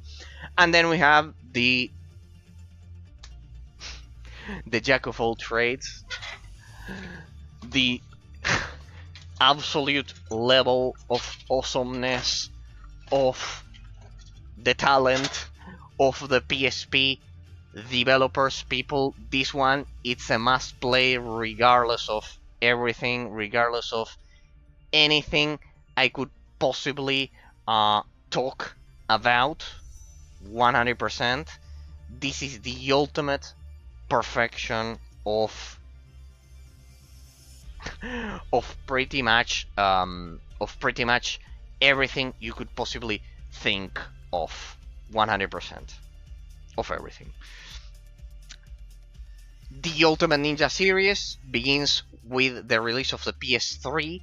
The Ultimate Ninja 1 had a 10-year exclusivity deal with Sony. I am sad to see that the original Ultimate Ninja, which was the best, except for it, well, you could argue that the second one is better in terms of content and gameplay mechanics, but in terms of innovation, in terms of the transition CyberConnect 2 did, the original one, going from 2D fighting of the 2D fighting of Ultimate Ninja 6 exclusive to Japan to the first Ultimate Ninja Storm series, which is the modern incarnation that was so successful. I played the original Ultimate Ninja Storm back in 2008 on the PS3. It was a PS3 exclusive. The transition was absolutely brutal, and just because of the innovation it involved, you can never say that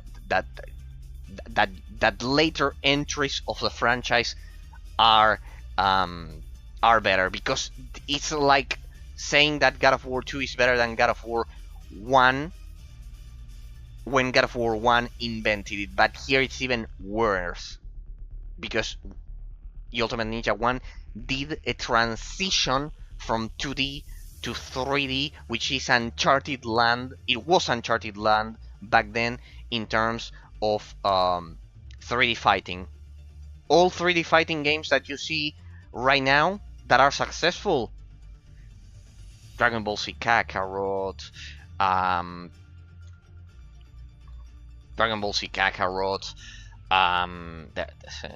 pretty much Xenoverse, the Xenoverse series, and many other, Jump Force, JS All Stars Victory, all of the JS All Stars 3D games that you see, they are all children of Ultimate Ninja Storm 1 on the PS3 exclusive. Now it's not exclusive, you can get it on PC. So Ultimate Ninja Storm 1, Storm 2, and Storm 3 are released. Generations, there were kind of like 2.5 versions of them. Revolution, those things. Of course, I think the best one is Ultimate Ninja Storm 1. Is the only one to have a semi-open world gameplay mechanic that not even Storm 2 had, and an RPG aspect of it that makes it also better, and retains the minigames of the Ultimate Ninja series. It definitely feels it's the only one that successfully retains the Ultimate Ninja series legacy. So the years pass, Ultimate Ninja Storm 1, 2, and then we have Ultimate Ninja Impact. I think it was released before Ultimate Ninja 3 and 4.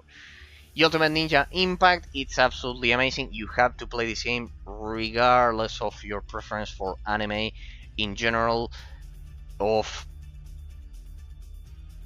everything in general, because this game is basically a transition from a PS3 3D fighting formula to the PSP. It was one of the last games released for the system. It's absolutely amazing. It involves Musou mechanics similar to Hyrule Warriors, which I generally don't like. But here you have the complete story of the Shippuden series until it gets until it becomes shit. It gets exactly to the point of the story arc where it was perfect. So it has all of it has 8 seasons up until the Kage's Summit, which is basically the 8th season. That is the one that, at the same time, it still had some quality, but it's the one that ruined it. In the end, it started pretty good that season. It was the last good season, and then then by the end of it ruined everything pretty much with a specific moment and everything that came after it. It was still decent. But it felt like the series had already ended by then. So Ultimate Ninja Impact gets up until that season, so you'll get all of the good stuff, just like the Tag Force series. You'll get the best storytelling, just as the anime, and you'll have amazing gameplay mechanics. That it's amazing to see a game like this running on a PSP. 3D fighting at its finest. Dissidia 012 Duodecim Final Fantasy. I don't like the Final Fantasy franchise, straight up. I don't like it. I don't like Japanese RPG turn-based, and I think the action-based formula that they have now, it's leagues behind the Western RPG formula in terms of level design, abstract complexity of the gameplay mechanics and everything. This has nothing to do with traditional Final Fantasy RPG games. This is a 3D fighting game, pretty similar to the Ultimate Ninja Storm formula. It's exclusive to the PSP. These are all exclusive to the PSP. All the games that I have been commenting, they are all exclusive to the PSP. 100%. Dissidia Duodecim Final Fantasy. You can play this game endlessly. There was a modern PC release of the Dissidia Duodecim Final Fantasy formula, but it's online oriented. Shitty completely. This one combines a lot of RPG elements. You'll have an endless campaign and then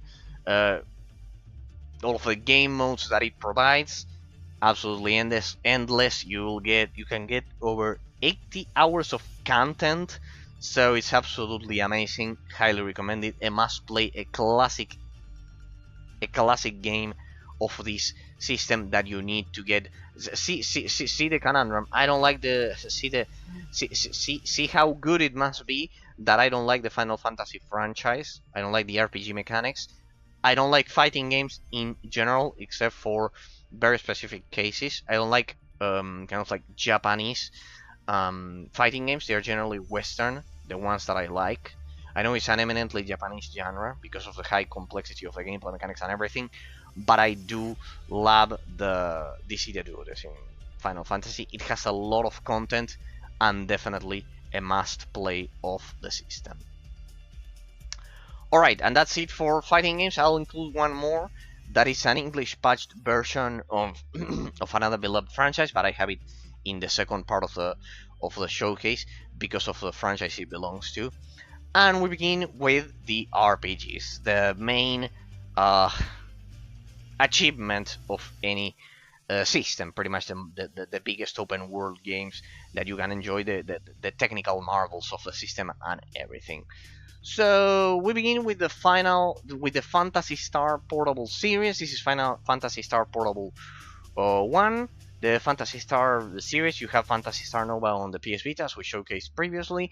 You have the original Dreamcast release and everything. These ones incorporate Monster Hunter elements to them, but still they lean more towards the MMORPG formula. So, massive open world RPG for the PSP. You need to have this version of the franchise in your PSP. On your PSP, sorry, because it's basically an open world RPG. You need to have it. It's the main RPG franchise that is exclusive to the PSP, and you need to definitely you need to get it. There isn't a Phantasy Star portable series for the 3DS, so highly recommended. Phantasy Star Portable to Infinity. Make sure don't make the critical mistake. Don't make the critical mistake of getting Phantasy Star Portable the Western release. either European or American. The because it will be 50% of what this version is. This is an English patched version of the Japanese release of Phantasy Star Portable 2, which is the definitive version to Infinity,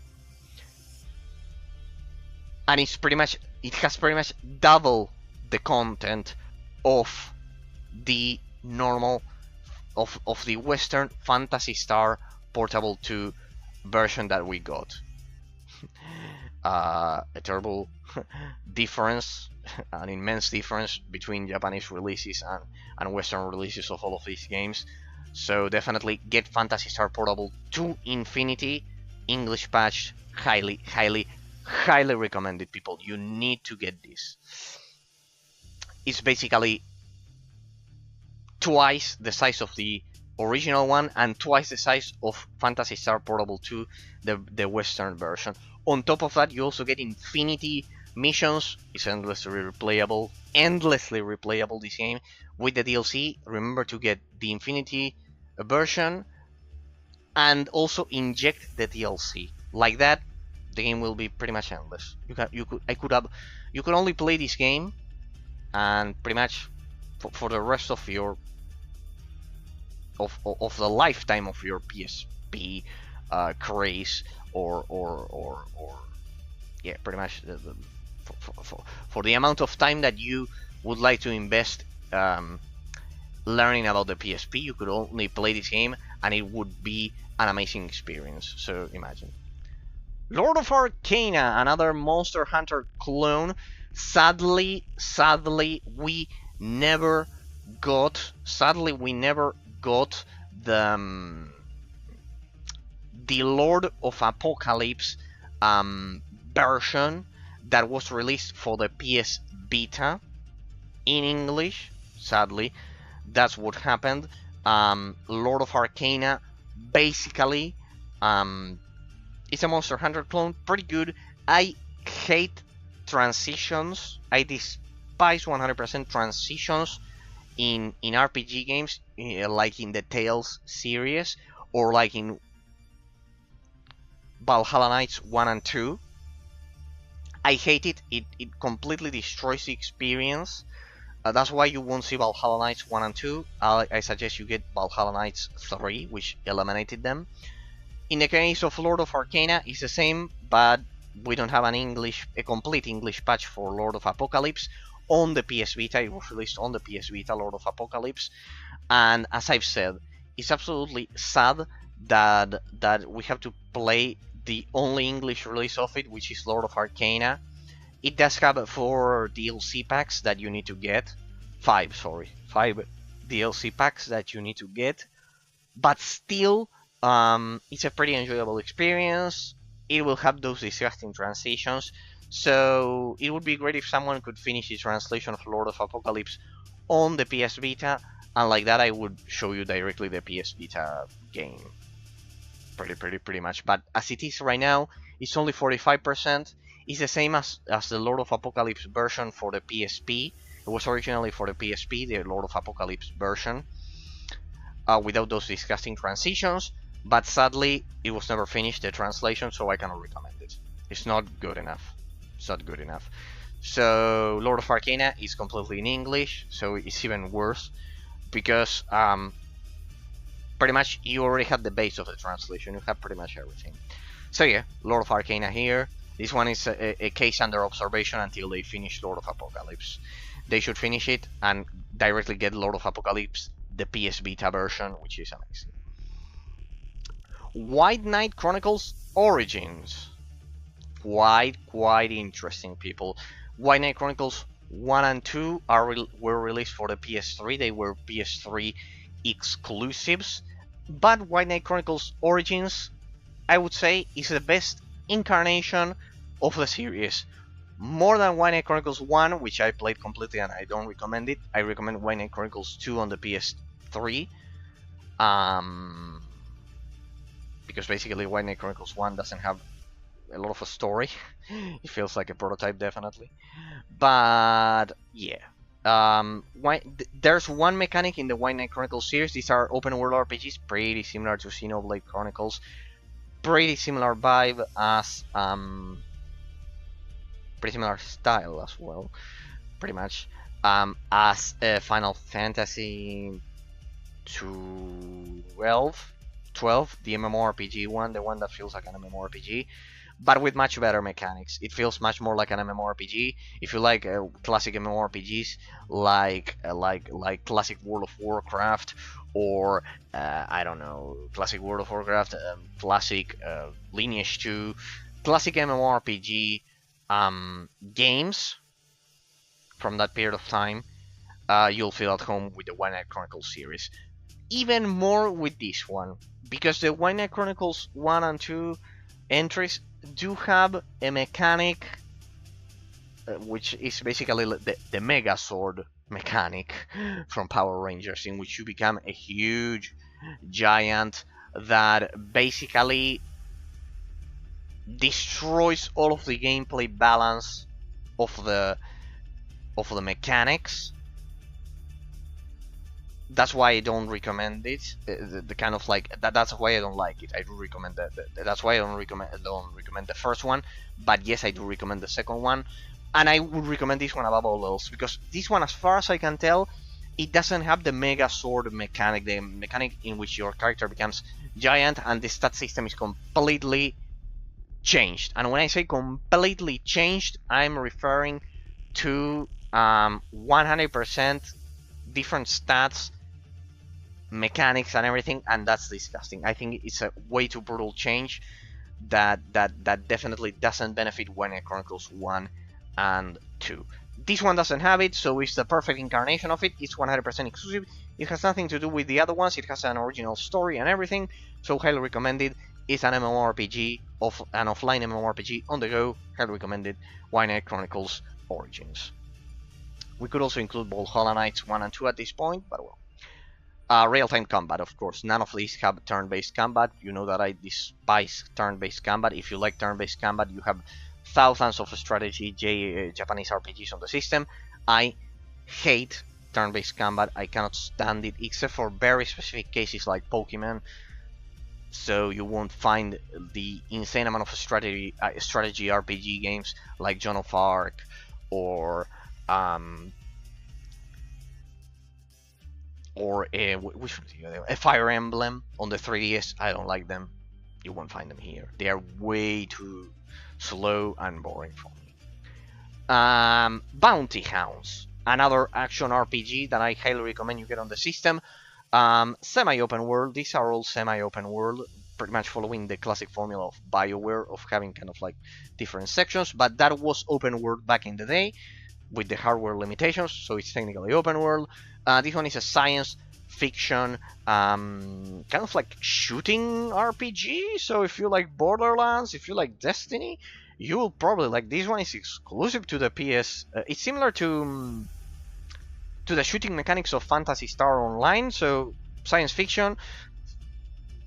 I think it's third-person shooting here, so I highly recommend you get Bounty Hounds. It's 100% exclusive, so pretty much highly recommend it. I haven't played it yet, but I've seen it in a running, and it's absolutely amazing.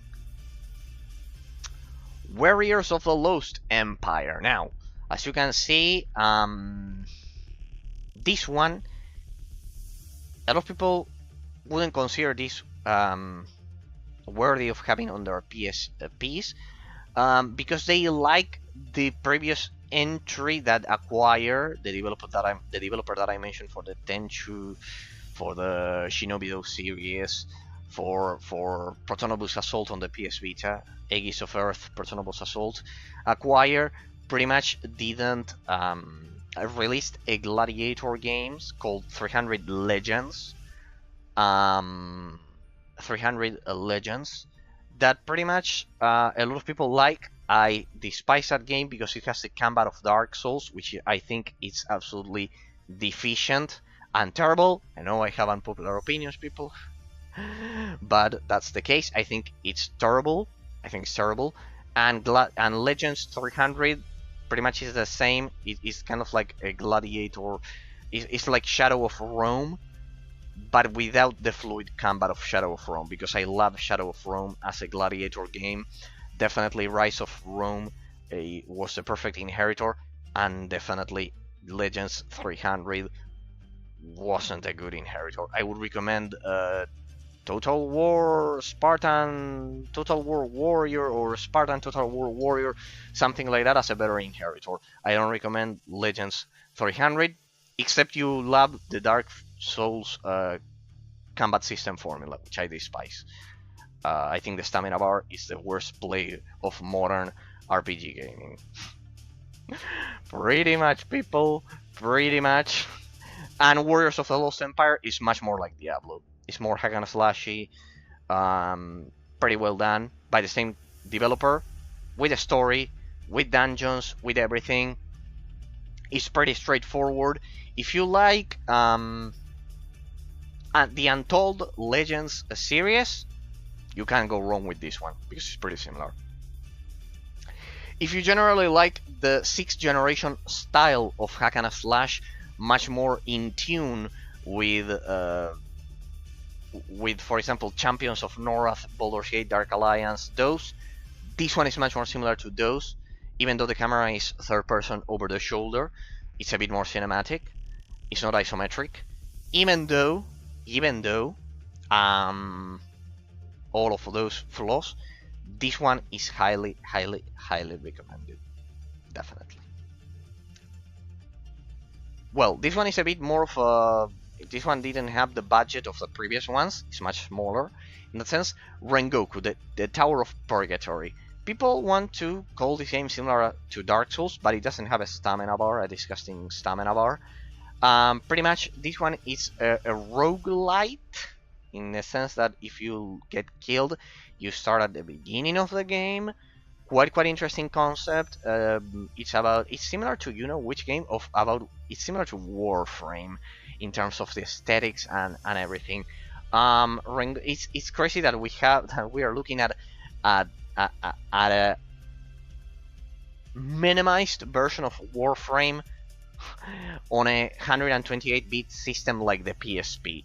Definitely amazing. So if you liked Warframe, this game is for you. It's third-person shooting, pretty similar to Bounty Hounds, coming to think of it.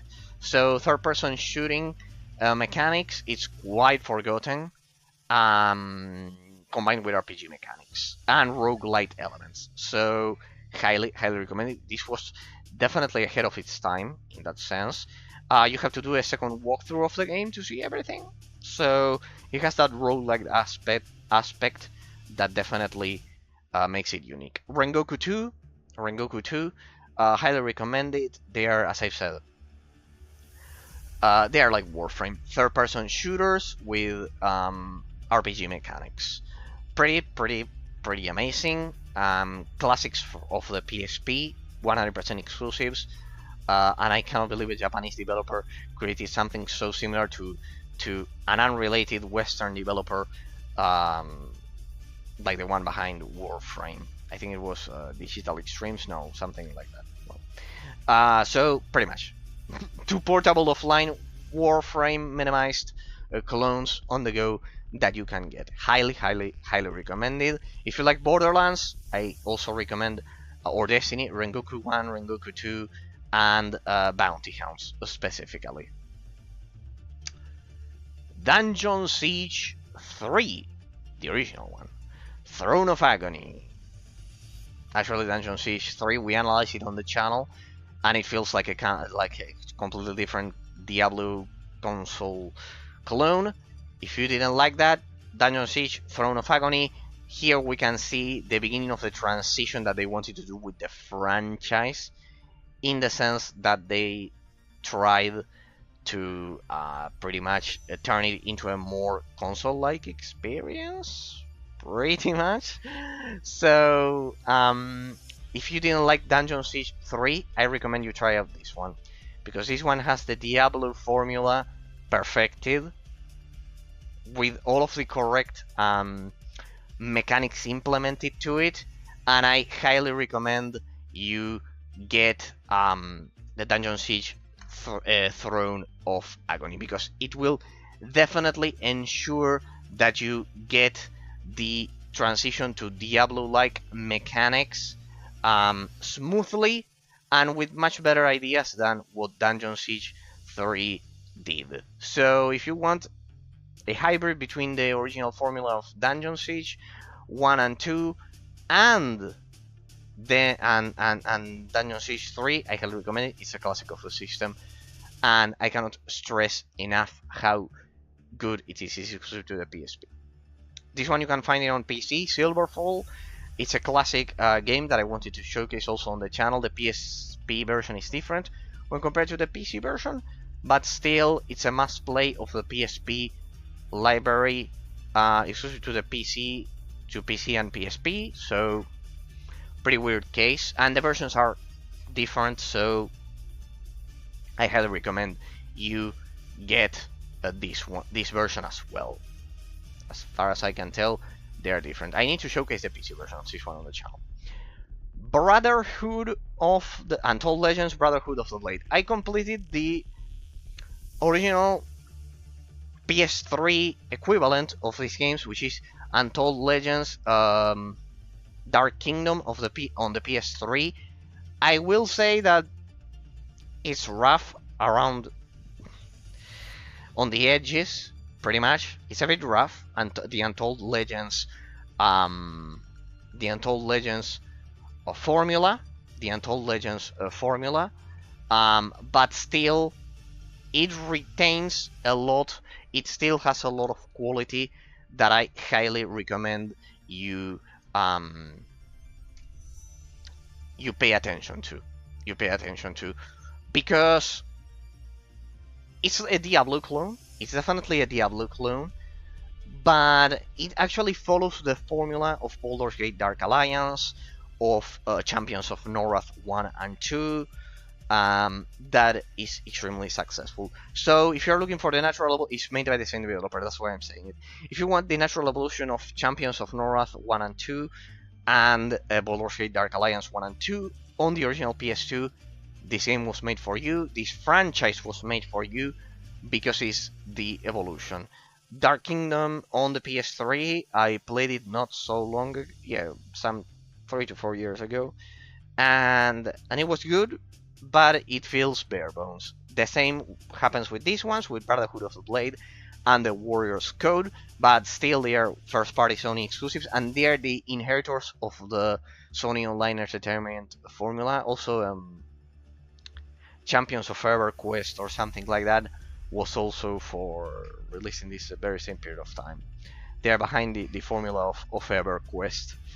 So they continue the legacy of this amazing studio, and that's why I highly recommend them too. Yeah, they are first-party exclusives of Sony Online Entertainment back in the day, and I highly recommend them as Diablo clones, all of them, especially Dungeon Siege Throne of Agony, 04, and the Untold Legends series. Oh well, we changed. Well, yeah, it's logic that I included this one here because it's also a Sony first-party exclusive, similar to the Untold Legends series. This is Fat Princess Fistful of Cake, but this one isn't a Diablo clone. It does have an isometric camera and some RPG mechanics, but this one is like an isometric Battlefront clone. To be specific, this feels like a MOBA. Pretty much, it's incredible that we get a MOBA clone on the system.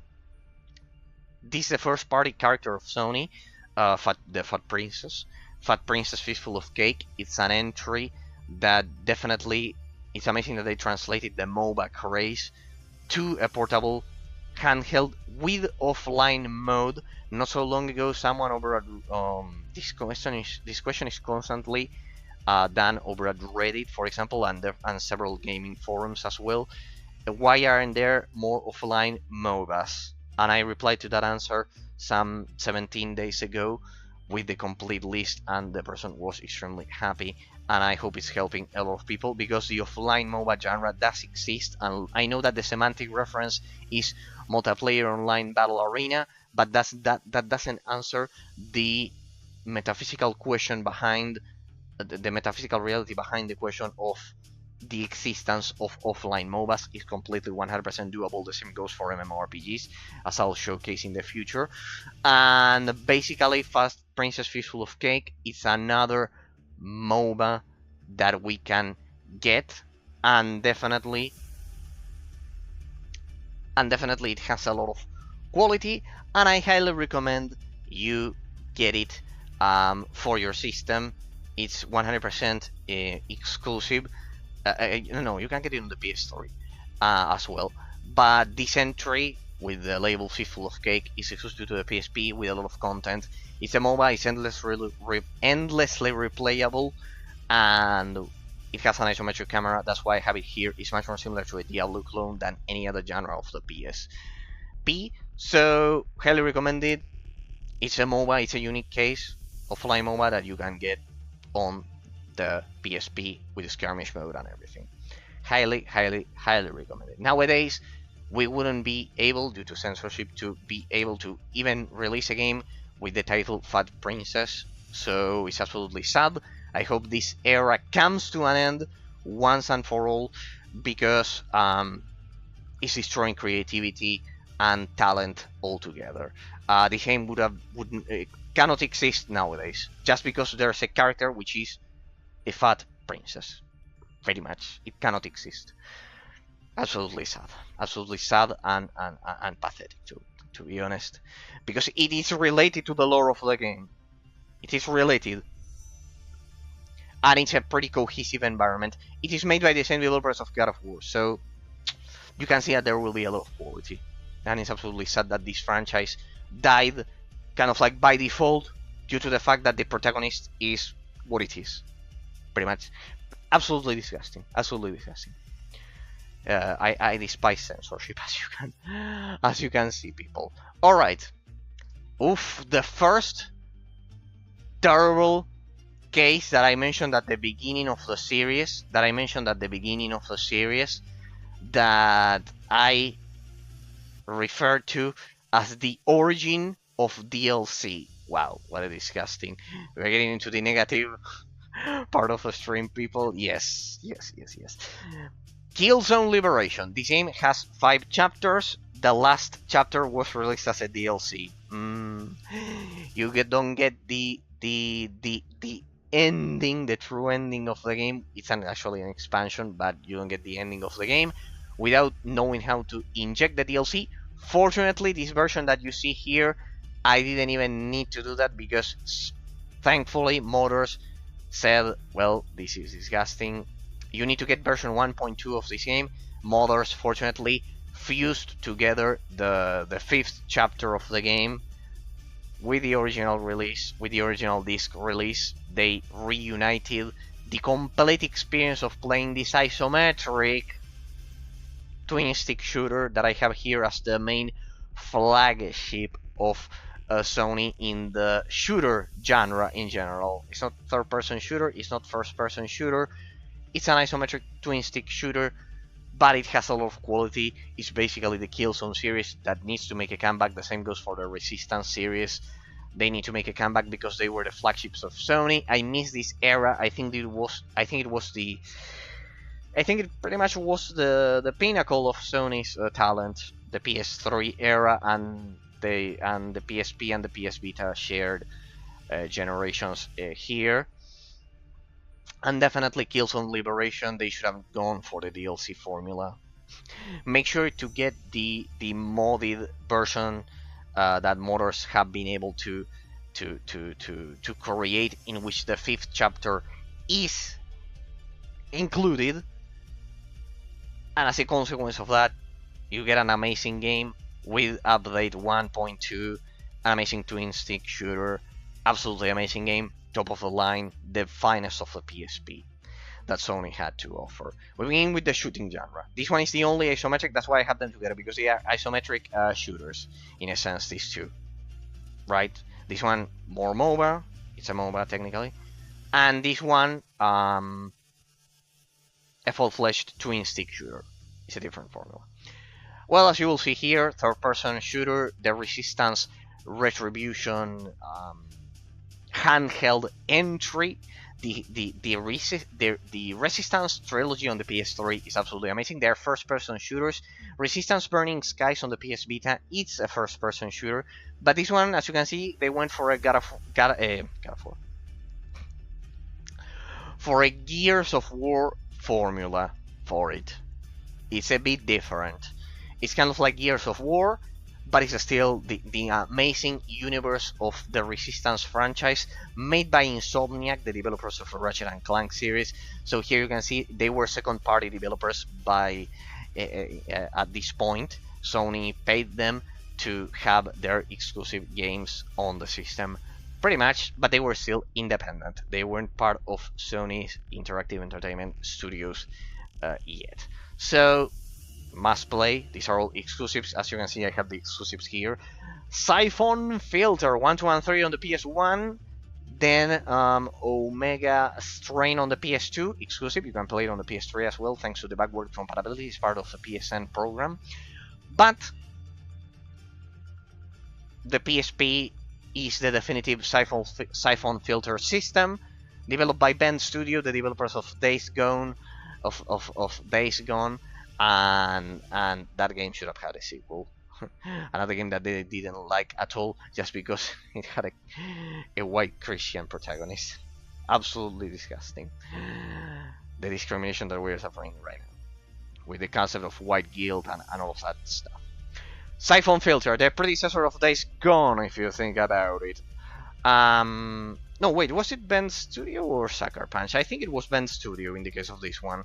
I think this one was Bend Studio, the developer of Days Gone. The legendary, the original franchise Siphon Filter it's pretty much the competition of Metal Gear Solid and other espionage games from the late 2000s as well, like Splinter Cell, for example. I don't want to make a mistake here if it was Bend Studio or Sucker Punch. I think it was Bend Studio. Yeah, Sony Computer Entertainment. But it was John Garvin. John Garvin, the main developer behind Days Gone. It's technically this one is 989 Studios, the original one. But yeah, John Garvin is pretty much Bend Studios, the developers of Days Gone. I highly recommend this if you like Splinter Cell, if you like Metal Gear Solid, and these ones are exclusive to the PSP. They make the PSP the definitive version of the definitive system to play espionage games, because as you can see, it has the complete Siphon Filter PS1 trilogy, and it also has 2 exclusive Siphon Filter games. I think one of these is on the PS2, so you could argue that the PS2 also has them. But basically, you have Dark Mirror and Logan's Shadow. So they're pretty much exclusive by now. I think the PS2 only had the Omega Strain. I don't know if Dark Mirror was released for it, but well. Anyways, they're pretty much Sony exclusive games, first party by Bend Studios. Extremely talented. Here you can see that they have Insomniac, they have Guerrilla, they have Bend Studios, the finest first-party games, first-party development studios that Sony could ever assemble, and now they don't pay attention to them. It's absolutely sad, so highly recommended. SOCOM, US Navy SEALs, Fireteam Bravo 1 would be the first one, pretty much. It would be the first one, people, pretty much. The SOCOM series, the legendary SOCOM series, definitely it's a must play. There were some PS2 releases for the SOCOM series, the original ones. Then you have on the PS3 a different game which isn't part of a SOCOM. It's technically part of a SOCOM franchise, but the gameplay mechanics aren't like that. And here you have a much more faithful continuation of the SOCOM series, that started on the PS2. Tactical third-person shooters that you can enjoy. You have 1, 2, and 3. They gradually increased the budget for this series. It was Super Interactive, I believe, the developer behind the legendary SOCOM series.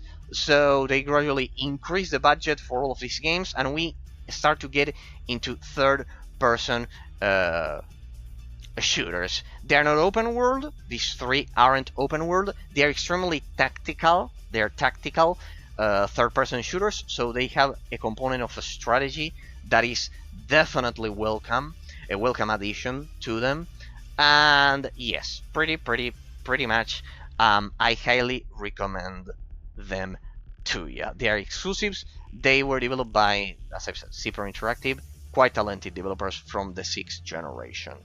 And we now get into open world, massive 3D third-person shooters. Oh, people.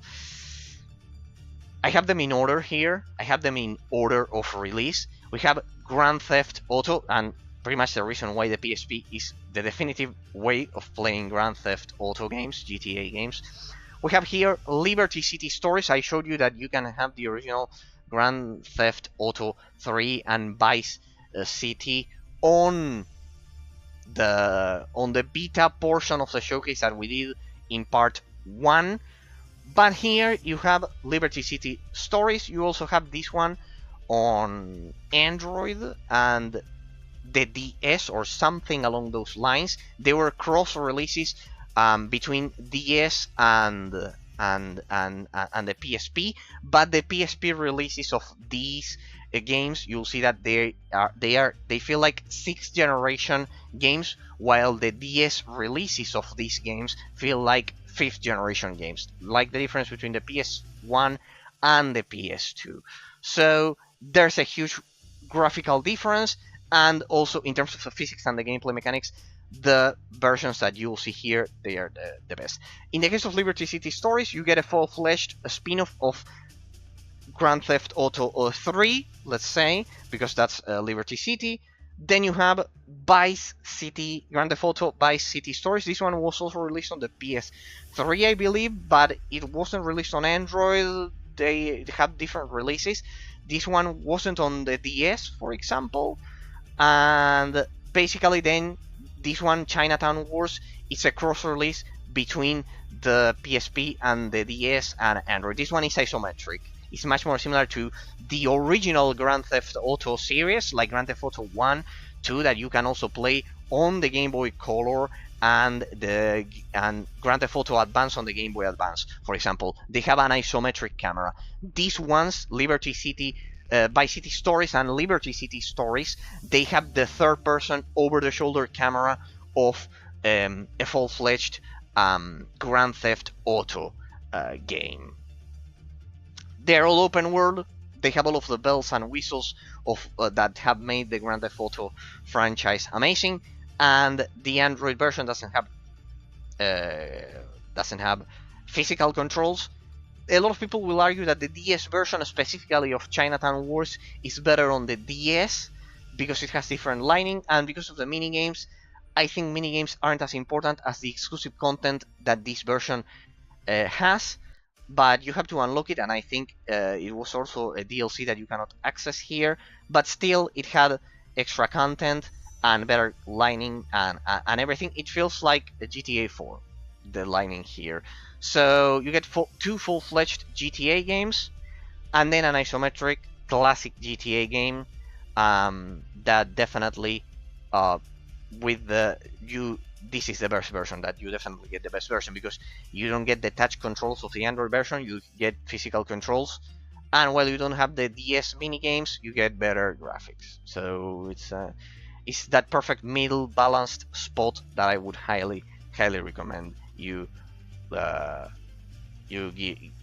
a chance to play this, or you give the chance to play this version. Gangs of London. This was developed by an internal development studio of Sony Interactive Entertainment. which was the same developer as The Getaway on the PS2, so they had a lot of experience. It's a GTA clone. It's blatant about it. A lot of people don't like that it's repetitive. It's an open world game on the system. I think that enough warranties a lot of quality. It was developed by Liverpool Studio, the same developer of the Wipeout series, so I highly recommend it to you. It's open world, it has a lot of mini games, it has a lot of replayability, it has free roam, it has a lot of amazing gameplay mechanics. A lot of people don't like it, but I would say that they don't think that it gets to the quality of GTA. I do believe that in the context of a PSP, of an open world game on such a tiny 128-bit system, because the PS Vita is basically emulating the hardware of the PSP, it's the same. So the fact that this runs on the PSP, it's absolutely amazing, mind-boggling, fascinating, and the game isn't bad at all. I will defy that terrible notion that Gangs of London basically it's a watered down GTA clone. I will defy that 100%. Because it's pretty good, and it's an open world game on the system made by Sony Liverpool Studio. Pretty much, that's a lot of quality. It has a pretty nice story. There was a TV series recently released about this game. That's absolutely sad that a TV series gets a lot of attention, released 20 years after this game, and the original game was sadly ignored when it's absolutely amazing. Gun Showdown exclusive is 100% exclusive. Gun Showdown, it's an improved version of the original Gun, which was the original Red Dead Redemption. Before Red Dead Redemption was a thing, because originally Red Dead Redemption was Red Dead Revolver, which was an open world, and Gun was open world. You have the Xbox 360 version of Gun that you can play, pretty good, also on the PS2 I believe. So you cannot play it on PC at all, and this version is exclusive. This isn't Gun, this is Gun Showdown. Yes, people, yes. What's the fucking difference, Eraser? Well, this is an improved version, because this version has offline skirmish against the AI. It has basically offline multiplayer. Amazing. Ironically, you have to activate the Wi-Fi function of your PSP or your PS Vita for a second for it to activate it, but after that you can turn off the Wi-Fi and it will work perfectly. It just has a minimum check that you connect the Wi-Fi for a second, you disconnect it, and you already can get into a lobby. So, and you can play against bots, against the EA. So endless replayability, open world campaign, and it's absolutely amazing. And this is an exclusive version of it, and it's the best one, Gun Showdown instead of Gun, for the PSP. So it's the best version of the original Gun, which is an offline portable Red Dead Redemption clone. I wouldn't even call it a clone, because it was released even before the Red Dead Redemption, because Red Dead Redemption was actually Red Dead Revolver at this point on the PS2. It was exclusive to the PS2. And Red Dead Revolver, if you take a look at it, it didn't have the open world of Gun. This one was developed by Activision and Neversoft, the developers of the legendary Tony Hawk Pro Skater series, so it's an open world. Red Dead Redemption before it was even a thing. Chile con Carnage, pretty similar. Con means with in Spanish. Chile with Carnage. Pretty much this is a portable version without the open world mechanics of another game called Overdose, exclusive for the PS2 I believe, and definitely it shows. It doesn't have the open world, it has the slowdown mechanic of Max Payne.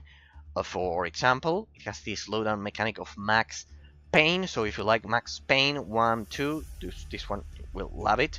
100%, you will love it. So Chili with Carnage, or Con Carnage, that's in Spanish. Con means with.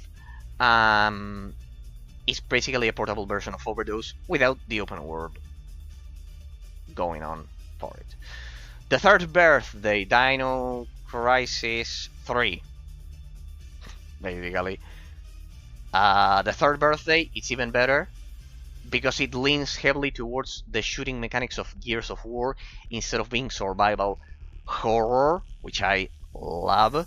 It's a must play of the system. It's a timeless classic that you need to play. It's not open world. By now, as you can see, from this one onwards, they are not open world.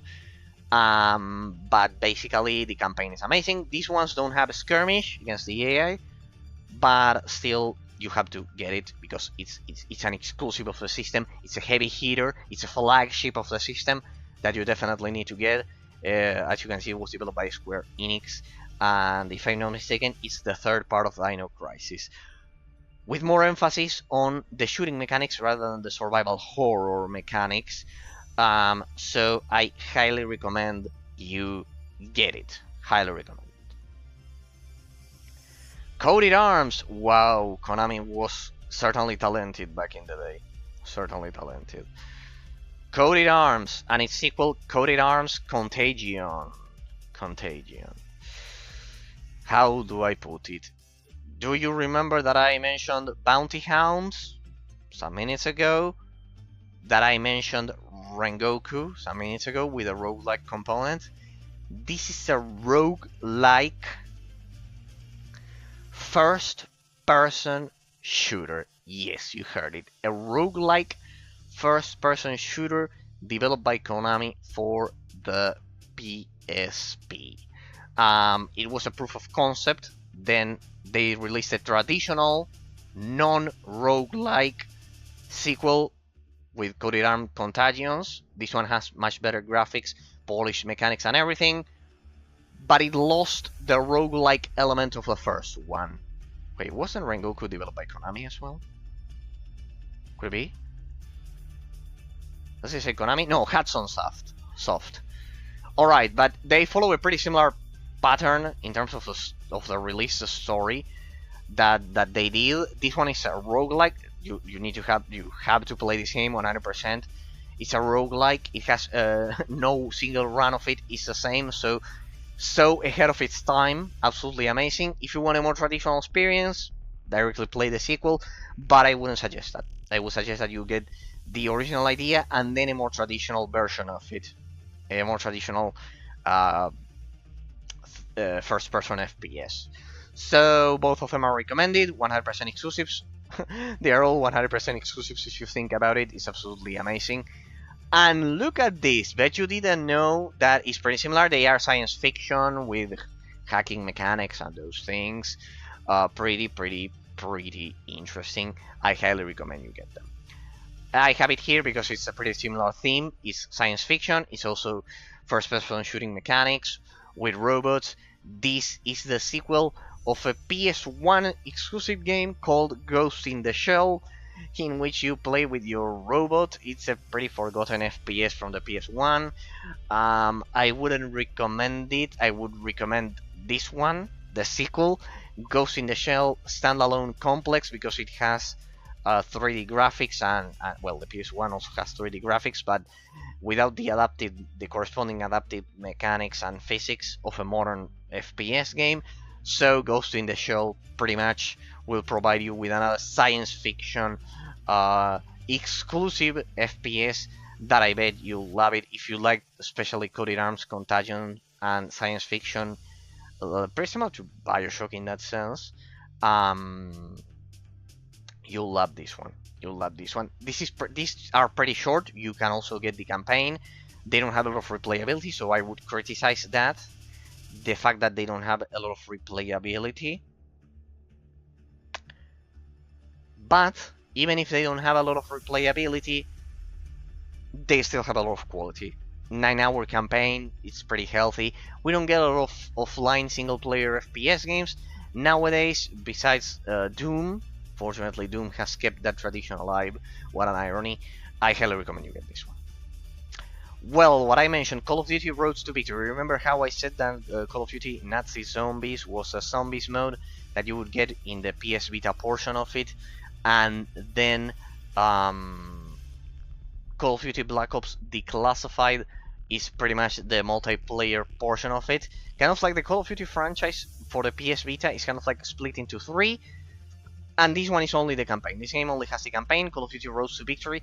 There's a reason why in my physical copy of Call of Duty Black Ops Declassified, it came with a code to get this game digitally from the PSN store for the PS Vita. So yes, they basically split the Call of Duty portable PlayStation experience into three. I have to go back to this, I told it. So Call of Duty Roads to Victory that you see here is the campaign, PSP release. You would get the code for the PSN adaptation for the PS Vita physically if you got Black Ops Declassified. Black Ops Declassified, it's basically the second, it's a multiplayer if you want to play multiplayer against bots, against real players, basically that, or a survival mode as well. And then you get the Nazi zombies, the zombies portion of the gameplay mechanics in the form of the homebrew that I showcased last time. Check out the first part of the stream, of the showcase. And this is the campaign. It's basically a classic Call of Duty campaign. It's similar to Call of Duty 3. They used assets of Call of Duty 3, which wasn't released on PC. It was only released for the PS3, the Xbox 360. Pretty much, it was a console exclusive. Call of Duty 3 is very similar to Call of Duty 2. A lot of quality, classic World War II campaign. So it has a lot of quality that I highly recommend to you all people. Medal of Honor Heroes. Now, I won't praise this game because of the campaign, because it's quite short. They are just scenarios, one after the other, pretty similar to Star Wars Battlefront.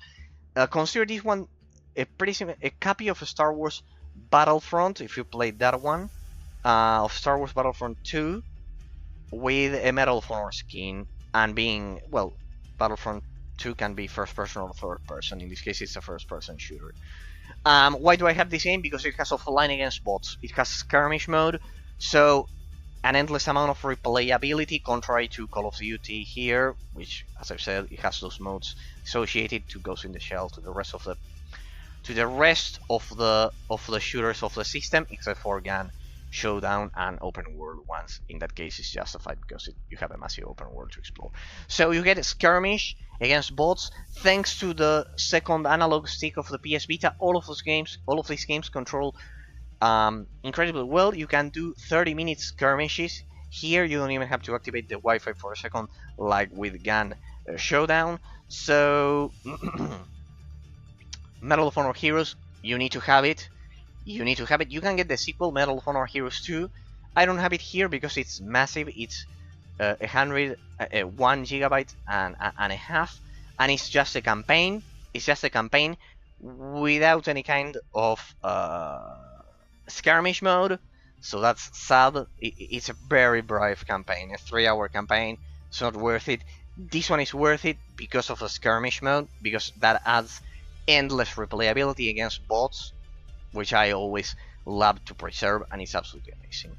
Speaking about that, Rainbow Six Vegas 2 was a legendary PC game. It was a precursor of the Call of Duty formula. It's made by Ubisoft, in a sense, of the modern Call of Duty formula, of the modern warfare formula. So it has an endless mode called Terrorist Hunt, in which you get random scenarios from the campaign. Again, think of it like Battlefront 2, but instead of a skirmish mode, here you get kind of like a randomized scenario mode in which you can keep playing the original formula of the campaign. Highly recommended. The second, Ubisoft was extremely talented in this generation, certainly. The second, they are all part of the Tom Clancy's series, the Rainbow Six series, Vegas in this case, the Ghost Recon series. I have to showcase the game. In this period of time, they were pretty similar to the Gears of War series, which I think it was highly positive for the franchise. The Ghost Recon series here with Predator. This one is a first-person shooter. It's pretty similar to Warfighter 2. You also have Warfighter 2 on the system. Then the third person one, which was here I have it, Tom Clancy Ghost Recon Future Soldier. I have to showcase it because I finished that game and it's not what most people believe. It's like Gears of War and it's absolutely amazing. This one is first person, but it retains that tactical gameplay of the previous entry, not of Future Soldier, of Advanced Warfighter 2.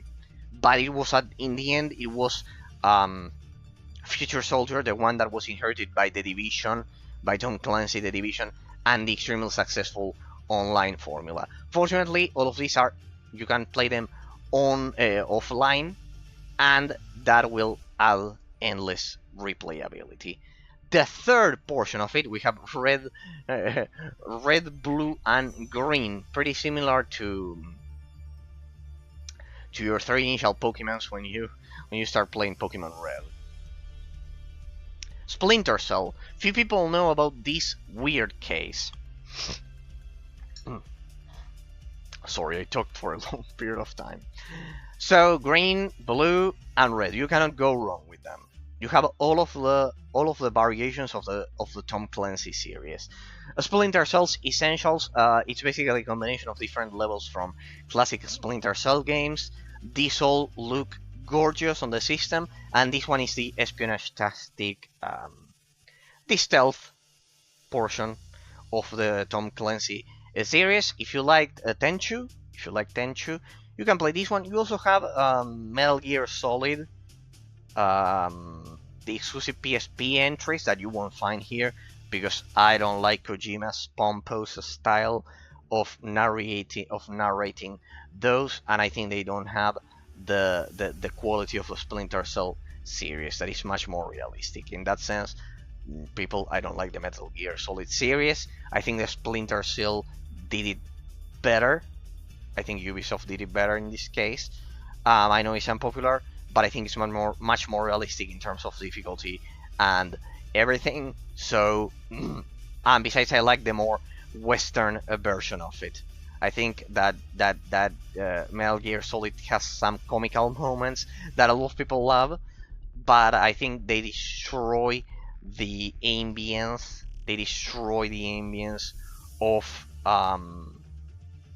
Of the franchise. I would have gone for a much more serious tone in that sense. That's why I love Splinter Cell much more.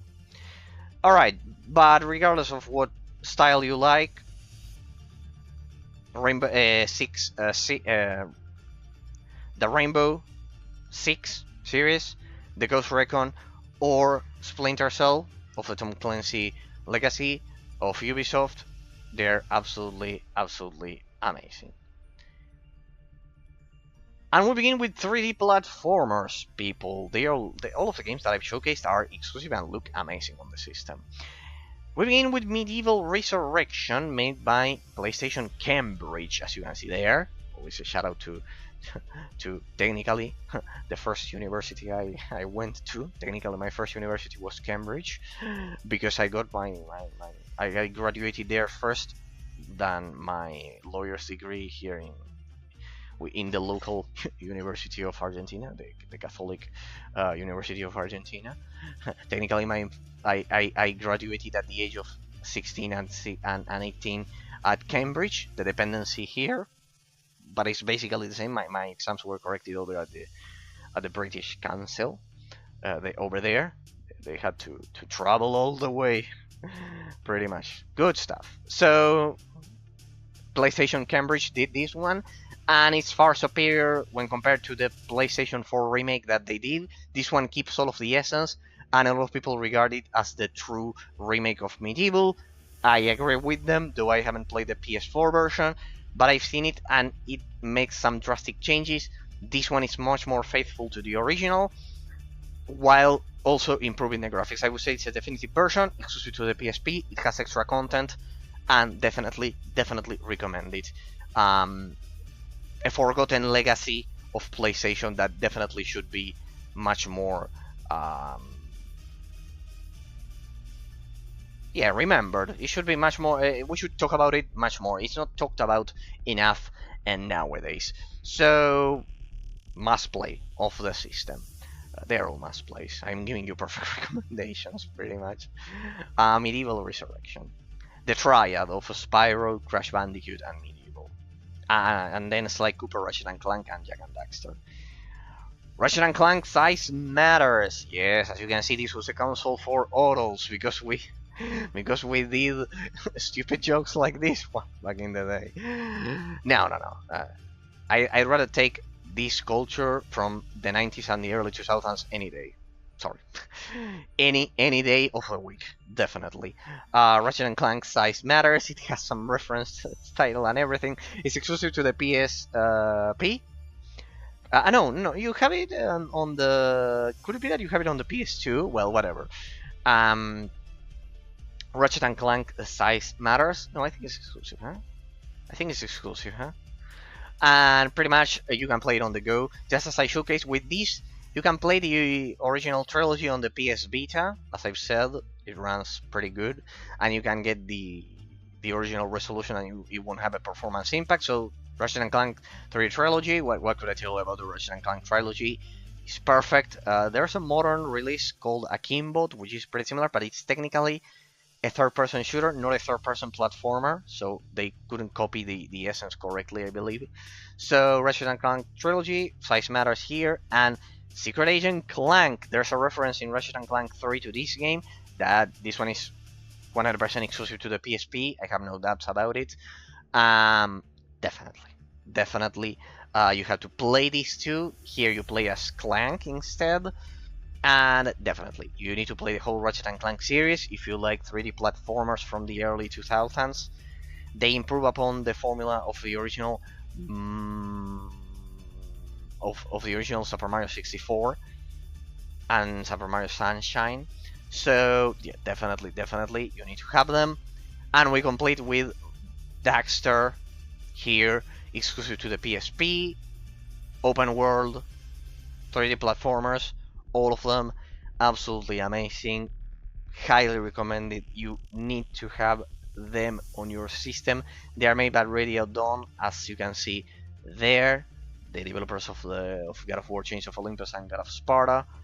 And then Jak and Daxter, Lost Frontier. I showcased them in order 100% of release. First, size matters, then Secret Agent Clank, then Daxter, and then Lost Frontier. You play them in that order and you'll get, well, Jak and Daxter, the first one I didn't like it. I have to play the second one and the third one. It's a terrible scene of the past that I couldn't finish. The HD version on the PS3. I could also get the trilogy on the Vita, but well, we'll see. We'll see, because the Jak 2 runs terribly, apparently. Well, but maybe with overclocking you can fix it. Alright, and I didn't like the first one that much. I like maybe I'll like the second one. I didn't like the first one. Alright, I finished it on the PS3. So Ratchet and Clank, it's incredible how it's a combination of Medieval, which is kind of like from the PS1, then Ratchet and Clank and Daxter, which are from the PS2, and then on the PS Vita you can kind of like play Sly Cooper. You can play Sly Cooper like Thieves in Time, which is from the PS3, and also they completed the trilogy with Sly Cooper on the PS Vita. Alright, the D3 publisher, the same developer as Ben 10, Protector of Earth, and Vicious Cycle. As you can see, I had reasons as to say that Ben 10 Protector of Earth was developed by a very talented developer, and definitely Deadhead Fred should deserve much more attention. It's a third person, as you can see there, platformer slash I don't know if it has shooting mechanics or those, but they are not as prominent. It's like a 3D platformer more. As you can see, the charisma of this was actually made by a famous comic company or something like that. I don't remember correctly, but by a storyboard artist or something like that. It has a lot of talent. It deserves a spotlight. Deadhead Fred, it's absolutely amazing, and it evokes that feeling of maturity that the PSP tries to always go for. Konami, exclusive, by the way, exclusive to the PSP. Death Junior, exclusive to the PSP. Only 17 levels, as you can see. I cannot recommend this due to replayability, because of its replayability.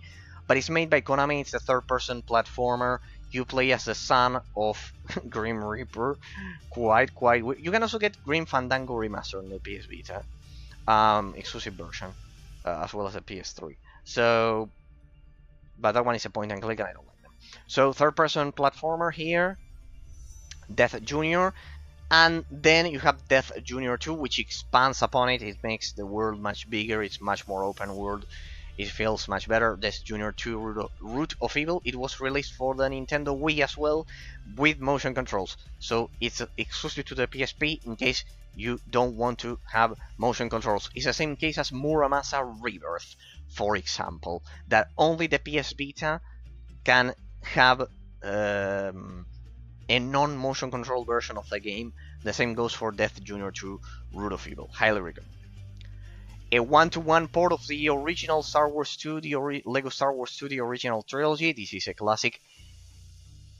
It is better than the PS2 version. It is better than the original release because it has an exclusive challenge mode that was never again included in any other version of the original port, of subsequent entries of the franchise at all.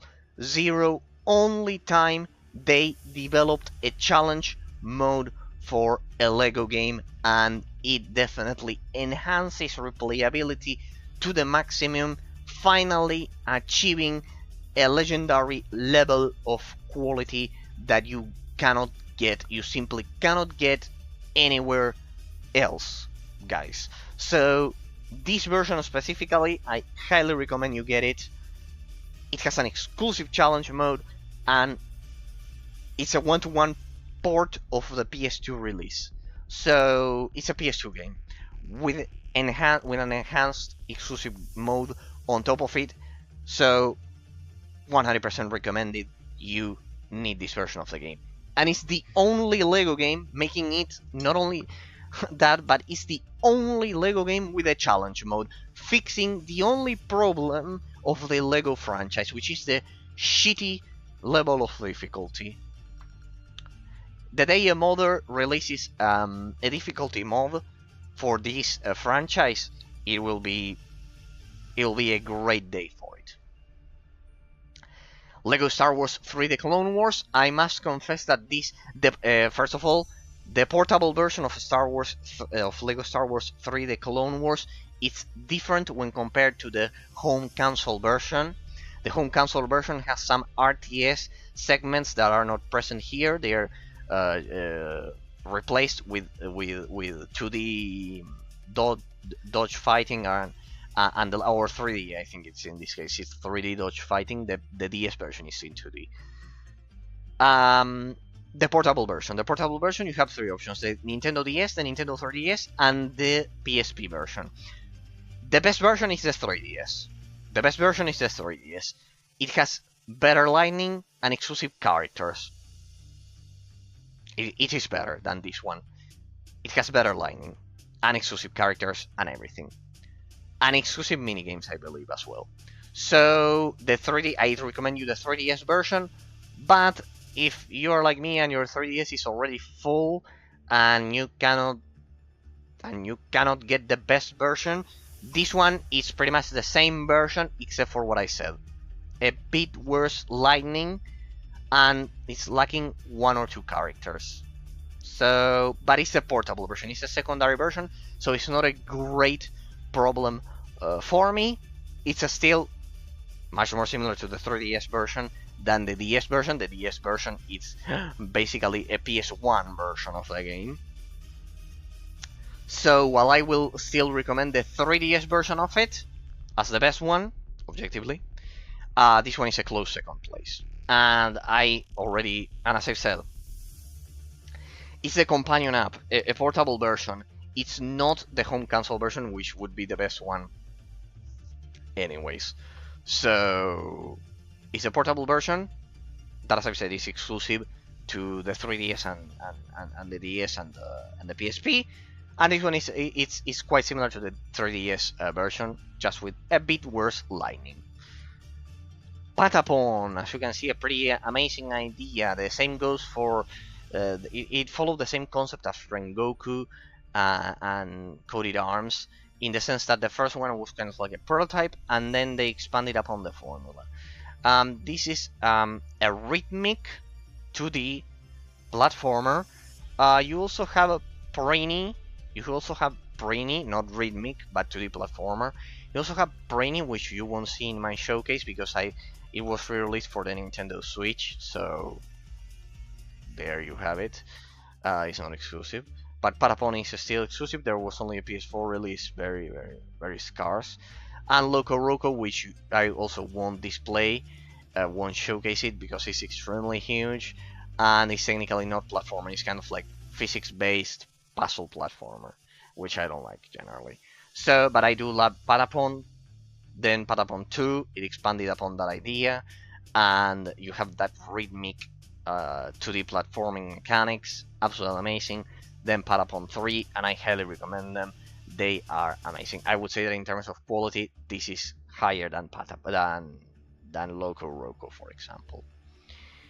You also have Little Big Planet on the PSP and Mod Nation Racers, and Invisimals, a lot of franchises that I didn't include here because the PS Vita versions of them, I think they're quite comprehensive and include them, but you can still go further beyond. Then maybe I can include them, especially the second entry of Invisimals. But well, Gran Turismo, get the Platinum Edition, which had all of the updates and corrected a lot of problems.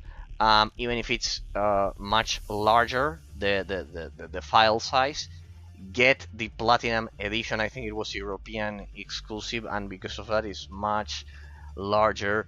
But the Platinum Edition, the updated one by the community, includes the DLC and everything, the DLC cars and everything.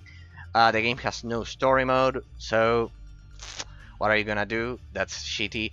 But still, it's Gran Turismo on the PSP exclusive entry, and it's absolutely amazing. It's absolutely amazing. It's a flagship of racing games, of simulation racing games, not only for Sony but for a long period of time before Forza took off. It definitely was the flagship of a whole genre. So definitely worthy of being here 100%. Get the Platinum Edition with all of the fixes and improvements, the 2.01. MotorStorm Arctic Edge, just like I talked about the radio-controlled version that is MotorStorm, precisely, MotorStorm RC on the PS Vita in part 1. This one isn't a radio-controlled version. Here they had all of the budget of Evolution Studios, had all of the budget from Sony, and definitely they took advantage of it, and they created a full-fledged MotorStorm experience on the go. The classic trilogy on the PSP, MotorStorm 1, Pacific Rim, and Apocalypse, they are all amazing, and this one is the same with Snow, basically, Arctic Edge. It's absolutely amazing. It also has DLC cars, and make sure you inject the DLC to it 100%, and just like Gran Turismo, you'll have the complete experience. Pretty much, and highly recommend. The same goes for this one. Just like Gran Turismo, please pay attention to what I've been saying. Just like I said with Gran Turismo, get the 2.0 version. Platinum is European exclusive, I believe. Get it. The same goes for Wipeout Pure. Wipeout Pure had a lot of DLC. And updates. So get the I don't remember how it was called, but here you can see, if you compare this with the original icon, this one is different. This one is kind of like the Ultimate Edition. It's the Wipeout Pure Ultimate Edition that includes all of the updates, all of the extra vehicles, all of the extra tracks, and pretty much everything. You'll get the complete experience, and the game is absolutely amazing, jam-packed with content. Thanks to this, jam-packed with content, you get the Omega tracks, everything is a very complete package that, as I said, you can only get if you get the, I don't know if it was definitive edition or it was a homebrew slash modded version by the community that included all of the DLC basically and made it the complete game that it should have been right from the very beginning. So Wipeout Pure, and then as a marginal expansion, Wipeout Pulse. Definitely Wipeout Pure is the main entry of this portable franchise. I highly recommend the Wipeout series made by Sony Liverpool Studios, the same developer as Gangs of London. And definitely I recommend them. This British developer is extremely talented, and it's made. It was formed, Sony Studio Liverpool, with former employees of Psygnosis, the original developers of Wipeout, the same people that when they were independent, when they released the original Wipeout games like Wipeout XL and the like. I highly recommend above all else Wipeout Pure, the definitive modded version that the community assembled. You don't need to, it's the same case as Killzone. You need to get the or Gran Turismo. You need to get the version already with all of the bells and whistles attached to it. Need for Speed Underground Rivals. For someone who deems the first Underground game as the best Need for Speed ever created because of its amazing soundtrack and gameplay mechanics, this one is an exclusive version that you cannot find anywhere else, 100%. So it's basically Need for Speed on the go, in case you're wondering. But the DS also got a lot of releases that are worth checking out as well, because they are different in some cases. There were a lot of version differences. This one is basically Need for Speed Underground on the go. It looks amazing, it plays amazing. It's absolutely fascinating that they could do this. And this is probably one of the best entries. Need for Speed Most Wanted 510, the same, exclusive, highly recommended. See how we can have racing games with a decent story, people, attached to them. It was a period of time in which Fast and Furious ensured that it was a possibility to release racing games with decent stories. So it's absolutely amazing, and I highly recommend you all to play the complete Need for Speed franchise on the PS Vita. It will feel amazing with the thumbstick of it, and they are 100% exclusives. This one is one of the best racing games of all time. Straight up. Arguably better than the original Need for Speed Carbon. Need for Speed Carbon on the City has its own story, which is different from the home console game. It's definitely the best Need for Speed game on the system and one of the best racing games of all time.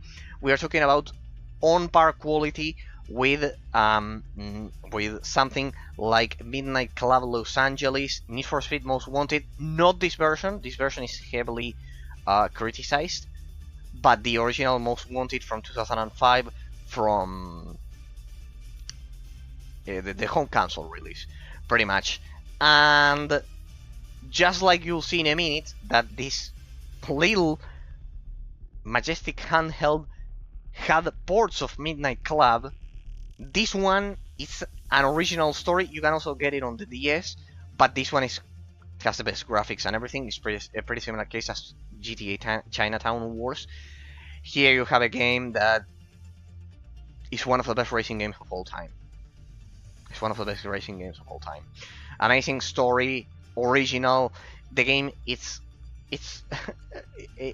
has a lot of it has semi-open world gameplay, open world technically, and it definitely shows it's absolutely amazing with an original story and everything. Brilliant. Developers of modern racing games should look back at this game at Midnight Club Los Angeles, and Need for Speed Most Wanted 2005, definitely, to finally break through that stupid barrier of not having a story and not caring about it. That's why I like Need for Speed The Run. Need for Speed The Run is exclusive to the 3DS and the Wii, the mobile port. Ironically, the Wii port of Need for Speed The Run is actually the 3DS port without with worse visuals and worse controls. So the 3DS version of Need for Speed The Run is quite good as well. It reminds me of Need for Speed on the City in a lot of things, but it doesn't have an open world. It doesn't have the length of this game, so it's not as good. Need for Speed Undercover. Need for Speed Undercover, people. Yes, from here onwards, we get we get a downgrade in quality for Undercover, Pro Street, and Shift. If you like more arcade, instead of arcade, kind of like street racing settings, and you want a more competitive, kind of like similar to Forza Motorsport than street racing, get Pro Street and get Shift here. They are not the same as the home console versions. They're exclusive to the PSP. Also Undercover with a pretty decent story. It doesn't have an open world like Carbon on the City. They were running out of development budget, but still retains the story and everything. And these ones are simply like Forza Motorsport. If you like Forza Motorsport, you'll probably love these two. They still retain the street racing tuning capabilities of the cars, but they're the classic. They are much more similar to kind of like Forza Motorsport. So it's absolutely incredible that we start with Need for Speed Underground from the 6th generation, GameCube, original Xbox, and then we end up with Need for Speed Shift, clearly 7th generation. This is the Dark Souls of the Battletoads of racing games in terms of difficulty. At the home console version, not this one. I finished it, and it's absolutely amazing. Need for Speed Shift, the original one, is brutal. It's the Dark Souls of racing games, 100%. The home console version, and here you have a minimized version of it, exclusive to the PSP. So, incredible, the legacy of Need for Speed.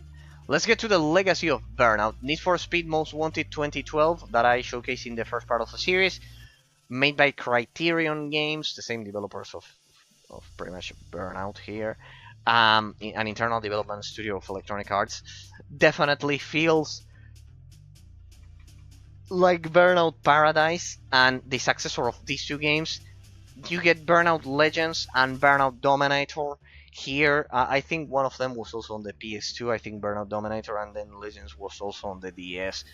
Pretty much similar to that. It was a cross portable release on the DS, but here this is the best version of it. The physics of racing games on the Nintendo DS are terrible generally, except for few exceptions. For example, the version of Pro Street over at the Nintendo DS, it's quite solid, arguably better than this one, but the rest are not that good. The physics engine wasn't developed enough. The same goes for Burnout Legends. Here there's no discussion. The PSP versions of Burnout Legends and Dominator, they are the best. They are pretty much exclusives to the system, especially on the go. And I highly recommend the Burnout series. You need to play. It's absolutely needed to play Burnout 1, to play Burnout 2, 3, and these modern entries. I think it's on the Xbox 360 Dominator as well. I think it's on the Xbox 360. I remember having one of them. So yeah. Anyways, it's worth having them here, even if you can get them on the Xbox 360 or something like that. Burnout Legends and Dominator. Right. Wow, I remember this. Midnight Club 3 Dub Edition. You get a full-fledged PS2 open world game. The Midnight Club series, originally developed by Angel Studios, and also in a collaboration with Ensemble Studios, the creators of that they had to do with Age of Empires 2. Between Ensemble Studios and Angel Studios, they developed something called Midtown Madness, my second ever game of all time. The first one was Scars, the second one was Midtown Madness 2. They developed Midtown Madness 1, Midtown Madness 2, Midtown Madness Motocross, and then Midtown Madness 3 sadly it's exclusive to the original Xbox and it's not backwards compatible with the Xbox in the Xbox 360. So it's a complete 100% exclusive to the PS to the original Xbox. I need to. That one definitely deserves to be emulated because Midtown Madness 2 was my second game of all time. I cannot play it on PC right now. I need to find a way to solve the problems of the resolution, and it's absolutely amazing. That game is amazing, but it still feels like a prototype of the Midnight Club series, of Midnight Club 2, and this one, Midnight Club 3 Dub Edition, also on PS2, and definitely the most. These are open world racing games that are absolutely amazing, and definitely the franchise ended with the legendary Midnight Club Los Angeles that I finished 100% by Rockstar North and Rockstar developers. Basically, when Midtown Madness made the transition to Midnight Club, it changed from Angel Studios turned into Rockstar San Diego, and they released and they turned the franchise from Midtown Madness into Midnight Club. So there's actually Midtown Madness 1, 2, and 3, and Motocross, and then Midnight Club 1, 2, and 3, and Los Angeles. So Midnight Club 1 is exclusive to the PS2. You can play it backwards compatible with the PS3, but I don't recommend you do that because you can fry your PS3 because the emulation heated the processor of the PS3. I don't recommend you do that. Better to grab a PS2 emulator or something like that. And it's absolutely crazy that we get Midnight Club 4, Midnight Club Los Angeles. It's a one-to-one copy of the Xbox 360 and PS3 release. This is a PS3 game, a 7th gen game, an HD game, open world. Here, one-to-one copy is absolutely mind-boggling, fascinating that they did this. Another clear example of this of the incredible developers of the PSP era during the 7th generation is Test Drive Unlimited. This is a one-to-one copy of the original Test Drive, which was an open world game that replicated the whole, I think it was a Honolulu Beach from Hawaii, something like that. It replicated the whole island, absolutely crazy, and they somehow replicated the whole Honolulu Island from Hawaii here because it's a one-to-one copy of the game, just like Midnight Club Los Angeles, that is based on, I think it was California or something like that. Los Angeles, sorry, I'm stupid. Los Angeles, pretty much. Los Angeles and Test Drive Unlimited, the whole island of Honolulu, the whole capital of Hawaii. Absolutely crazy. These two are absolutely crazy cases. Rush Los Angeles, or LA Rush, as it's stylized in the PS2 version. I have this game here because it's a case of exclusivity due to cheat port.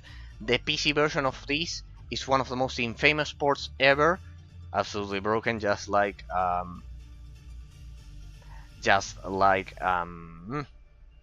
Saints Row 2, for example. And this is the best version of it. The most complete version is the PS2 version with extra content in it and everything. It's actually called LA Rush, this game. It was released as LA Rush in European territories. It's open world. Los Angeles the same. Sadly, they chose the same city as this one, as Midnight Club, so it's the same. But it's pretty much, they are all copies of Fast and Furious in terms of the storyline, and even so, I highly recommend them. This one is a bit more similar to Need for Speed in that sense, but well, the Midnight Club is also it was also influenced by the Need for Speed series. It definitely lost the Midtown Madness influence that it had. So Rush, I highly recommend it. Open world, a massive open world on the PSP, and you can do the incredible exercise of comparing the replica of Los Angeles here and in Midnight Club by Rockstar San Diego here. LA Remix. One thing I forgot to say, this is the definitive version of of Midnight Club Los Angeles. Why? Because it wasn't released on PC, only PS3, Xbox 360. The original Midnight Club, I finished it there. This one you can see that it says Remix. It has extra cars, so it has extra content. So LA Remix, Los Angeles Remix. So it has extra content when compared to the 7th gen release. Ooh, so good. Then you have Rush, and look who's here, people. Split Second. Yes, it's a one-to-one copy of a Split Second with worse textures, but it's a one-to-one copy. With everything that you saw, it's the only portable version of a Split Second besides the lost iOS version that it was also released, but it wasn't as good as this one. It was kind of like a preview of the PSP version. That mobile version. The same happened with Bioshock. Sadly, there's a lost version of Bioshock that was ditched, and pretty much Bioshock was released for iOS. This was a period of time in which the first iPhone was going to take over the world, and then fortunately console gaming recovered ground, but for a period of time there they fucked us over. they ruined a lot of ports, like as I said, Bioshock on the Vita. Was a port that was being developed, and then it was released for iOS. It was released for the iOS. So fortunately, Split Second and Dante's Inferno remained true to their legacy, to their console legacy, and here you have a Split Second, pretty much on the go. We have been playing the game. You have our full metaphysical review over at Twitch and also over at YouTube. Once I upload it in the future, I probably have already updated it before, uploaded it before this one, before this build. So you get a Split Second. What could I tell you? We played this game on Tuesday. We finished the final analysis, not on Tuesday, last week, and we finished the final analysis on Tuesday. And basically, Split Second is amazing, and because it fuses pretty much the environmental hazards with the weaponry system of the game. It's like a Mario Kart, but much different. Because of watch my final analysis. It's a long game to analyze because it has unique mechanics. Basically with the power play mechanic that replaces the weaponry system. Driver 76, the legendary driver series from Ubisoft. You had Driver Renegade on the 3DS, that is also exclusive. I highly recommend Driver San Francisco. Driver San Francisco on the PS3, Xbox 360 and PC. I will actually showcase that game as an underrated game because you can transfer the soul from your driver to others and you have a massive open world game. Here it is somehow open world, but it's not as amazing as what we got with Driver San Francisco, which was the best entry, I believe, of the franchise. This franchise always had a problem of not finding its identity when compared to Grand Theft Auto. Sometimes it tried to be more similar to Grand Theft Auto, allowing you to get off your car and just walk with your character, and other times it was just more like Midtown Madness. It was much more similar to that one. Just Eliminator, it's an alternative version of Just 1. They are basically made by THQ. They are Need for Speed clones, not much to say. Just Eliminator is exclusive to the PSP technically because it's not Just 1 and it has differences, but we can say that it's an alternative version. Then Just 2, they are like Need for Speed. They are not open world. These are not open world. The last open world game I talked about was this one, was Rush. Split Second is not open world. Driver 76 would be a hybrid, but I wouldn't technically classify it as open world, and definitely Just and Just 2. This one is not exclusive, but it's amazing that we got a one-to-one port from the 6th generation console release. One thing to take into account here is that, as I've said, these games didn't have censorship, and as a direct relationship or as a direct consequence of that, these games do include the a pretty similar philosophy as Duke Nukem with the babes and those things. And well, it was a period of time in which censorship wasn't a thing. Freedom was absolutely unleashed, and that's always a positive thing for developers. And well, pretty much Street Racing Syndicate did something similar to this, and pretty much you could have the rewards of this game's system are a bit questionable. The reward system of this game, they're quite controversial. Nowadays it would be, back then it was fortunately natural, and there was a healthy relationship with those things. Asphalt 2, Urban GT. In case you're wondering, why don't you have Asphalt 2, Asphalt or Urban GT 1? Because it wasn't released for the system. It wasn't released for the system. This was a crossover release between Symbian, iOS, DS. Pretty weird. The first one was released for the Nintendo DS. This is basically, I think it's a middle version between Asphalt 4 Elite Racing. No, between Asphalt 3 and Asphalt 4, something like that. It's definitely previous to Asphalt 4 Elite Racing, which you can get exclusively on the Nintendo DSi. The 3DS can do that. So a lot of people don't like the Asphalt series, and I highly disagree. I think they translated a more they usually compare it to Need for Speed because of the street racing, but actually the racing mechanics are much more arcade. They feel more like Cruise and Blast. The problem is that we don't get a lot of Cruise and Blast modern releases. There was one for the Switch, but it feels more like Cruise and Blast in terms of the handling. And definitely, I think they have a lot of quality. Nowadays, it's true that Asphalt 9 and modern releases are just greedy intense by Game Love to completely ruin the series, but Asphalt Urban GT definitely had a lot of quality. Ubisoft had a lot of quality back then. Ridge Racer 2, don't get Ridge Racer 1. Don't get it. It's the same case as Ultimate Ninja 1. It's basically the same game, same story, same everything. It feels like a prototype. In the case of Shin Budokai, at least it wasn't. It had a different story, even if it's the same game. But in the case of Ultimate Ninja, as I've said, 1 and Ridge Racer 1, it's the same case. It's a prototype for the second release to see how it worked. It's much better, this one, and pretty much it's the best Ridge Racer entry, because then on the Vita we had Ridge Racer, PS Vita, and definitely that one was lacking in content. Though I still showcase it because it's exclusive, but I would recommend this one as the best one. Completely exclusive, Ridge Racer 2 is what I would recommend.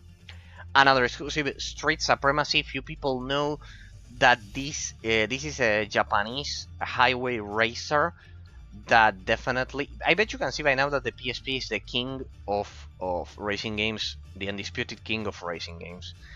Only the Xbox 360 comes close, but even so, I would say the PSP beats the Xbox 360 in terms of variety. The Street Supremacy is like, I don't know if you know this series, the Import Tuner entry is on the Xbox 360. They are kind of like, and which in turn it's a port of classic Japanese highway racers that are generally the Extreme Tokyo Racer series, for example. Those things, they are kind of like highway Japanese gang wars street racing games. I know it sounds weird, but it's a subgenre pretty much of a street racing that we generally don't see nowadays. But back then, thanks to the popularity of Fast and Furious, we could get all of this incredible culture. You can see that here, all of the games that I have been showcasing, you can breathe you can breathe in the essence of the early 2000s and the 90s with Fast and Furious and those things, and only because of that, the PSP. I love how the PSP reflects a cultural time that was much um, original than what we are living in nowadays. Much healthier as well, but in terms of creativity, the the early 2000s and the 90s felt healthy, and not only that, they felt original and creative. So in this case, Japanese street. If you like Tokyo Stream Racer, this one is for you. If you like classic arcade Japanese racing games, this one for you. Is completely in English, and it's sad that this one, alongside Import Tuner Challenge by Ubisoft, were the last entries of this franchise. There was another one that I don't remember. There was another one. Yeah, the initial stage series. The initial stage, for example, on the PS3. There's an initial stage game for the PSP, but the translation is quite difficult to implement. Not even I could do it, because I remember it works only on the SSPP emulator. It's for emulators. It's not for native hardware. So the modder wasn't very talented, sadly, and couldn't translate initial D stage for the. It translated it only for emulators, not for original hardware. So I'm waiting until someone does that. But initial D stage is also a pretty good case of being translated, and an amazing Japanese racer. Pursuit Force, or as we would, it's also the alternative pronunciation would be Pursuit. Hot Pursuit. I say Pursuit. The original old pronunciation, the old pronunciation. Pursuit instead of Pursuit. Pursuit, just like lieutenant and lieutenant. I usually say lieutenant.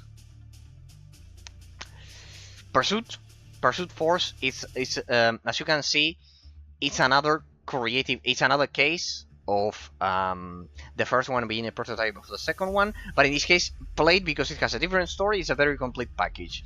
This one would be much more similar to Shin Budokai 1 in that sense. Original story, and that warranties that it's worth checking out as the prequel of the more polished and complete product that they needed the money to do so. So Pursuit Force, as you can see, developed by big studios that also developed Little Deviants on the PS Vita, which I don't recommend because it's a technical demo.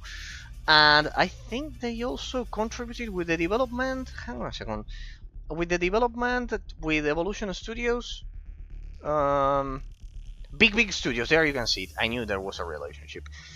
Big studios helped did this release instead of Evolution Studios, because pretty much the MotorStorm franchise IP was part of Evolution Studios, part of Sony Interactive Entertainment, and Evolution Studios developed Drive Club. Then, besides the home console ports of the Motorsport series, but big studios developed MotorStorm Arctic Edge, and then Pursuit Force 1 and Pursuit Force 2. These are kind of like, they have a story. They combine the mechanics, as you can see, of third-person shooters with vehicular combat racing. So it's like a Spy Hunter, but as you could see, you couldn't get down for some seconds, and it turns into a third-person shooter. It has a lot of creativity going on, a unique franchise that I think it's Sony Computer Entertainment. Yeah, it's a proprietary Sony brand that should definitely could have received much more. It should have received much more love and a spotlight, definitely. So Pursuit Force Extreme Justice is much better than the first entry, but the vehicular combat system, and as you can see, the third-person shooter mechanics, they're absolutely amazing. And as you can see, you can jump from one car to the other one. The cars explode. It's absolutely incredible. And it's one of the few examples of vehicular combat systems similar to Spy Hunter that I showcased in the first part of the stream, in the first part of the showcase of the series, in the PS Vita portion of it, and pretty much this one is an extension of the Spy Hunter that feels much more complete and polished, so I highly recommend it to you. Street Riders by Ubisoft pretty much has the same formula as Pursuit Force, that is a Japanese release. No, it's not Japanese, but because Big Studios was Europe, there it says Europe. But Street Riders pretty much is a Ubisoft copy of those. Pretty well done. This one incorporates, in terms of replayability, the first one doesn't have a lot, but in terms of replayability, I think this one has an extra mode that allows you that adds replayability to the gameplay mechanics, to the level design as well. So Pursuit Force Extreme Justice, especially recommended. And then you have Street Riders. You have pretty much race against AI. All of the games that I showcased have race against the artificial intelligence, so the racing genre is eminently replayable by itself. That's why I criticize the Split Second so much for not having a tournament mode. These games don't have a lot of them a tournament mode, but at least they are portable. So in terms of a portable release, the fact that they have quick race, it's still quite good at the same time. So Street Riders, another variation, a unique variation of Pursuit Force and Spy Hunter that I would definitely recommend people highly. As you can see, the PSP is pretty much the best console ever created for racing games. NASCAR 07, exclusive to the PSP. This that you see here is probably, besides Midnight Club Los Angeles and the massive crazy open world cases, it's the most incredible. A lot of people praise NASCAR Thunder, and they say it's the best one. No, this that you see right here, well, NASCAR 2002 and Thunder and those, they are amazing. This that you see right here, 07, is the only modern NASCAR game for the PSP and for portable consoles, because Unleashed on the 3DS is not good. This is so complete that can go toe to toe with NASCAR Thunder and NASCAR 2002 and those classics. This is absolutely amazing. This game is incredible, absolutely incredible. You have no idea how amazing this game is. I highly recommend you play it 100%. It's absolutely amazing. It's absolutely bonkers. It's absolutely crazy what they achieved here. NASCAR 07, it's a work of art. It's a work of art. It has so many game modes. It handles 100 laps with hundreds of cars. It replicates the original experience. It has an amazing difficulty. It feels like a home console release, and I cannot recommend it enough. It's one of the best racing games of all time. It's jam-packed with content to the point you won't feel a difference between these and home console NASCAR games. Highly recommend it. If you like Daytona USA, here you'll have an amazing competitor. Yes, I'm not exaggerating. The game is amazing, and you can play it on the go with amazing graphics and everything. Highly recommend it. Outrun 2. Actually, this is the enhanced version, Outrun 2006. I played this game on stream. It's amazing. It's an arcade racer by Sega, so you can't go wrong with Outrun.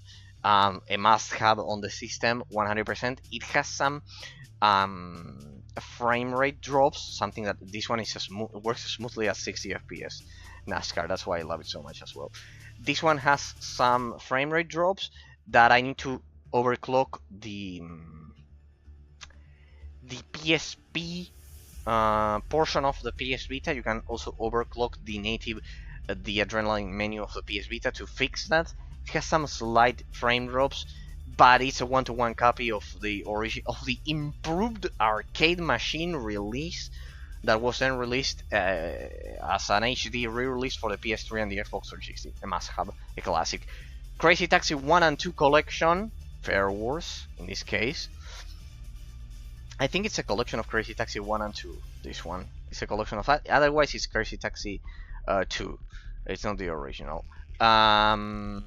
So pretty much, it's pretty difficult to get Crazy Taxi 2 up and running on any modern system. So here you have it with extra content. Few people know about this, and I highly recommend you get text. As the direct solution of playing Crazy Taxi, it would be my first suggestion would be Fair Wars. Then you can play 3 on PC. It works on PC and the port is quite decent. It has a 30 FPS cap, Crazy Taxi 3, but on PC. But if you want to play 1 and 2, I think this is the second one. The second one here, and then the HD. You can find the HD release pretty much everywhere on the Xbox 360. The original is always being re-released. By the second one, you can find it here with extra content. Sega Rally Rebo, highly recommend you get this one. It's pretty much Sega Rally, and like this, I have the trinity of Sega arcade racers at the end of it.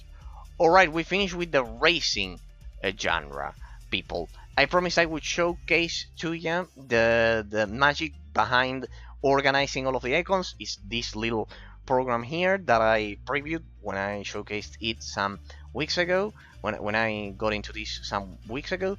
This is the homebrew sorter software. This allows you to surgically organize your games, and I highly recommend it because otherwise it will be extremely difficult to find your PSP games, and it's absolutely it's an absolute disgrace the fact that pretty much you cannot organize your PSP games appropriately without it. So it's absolutely needed for the system. It's absolutely needed for the system. I highly recommend to you the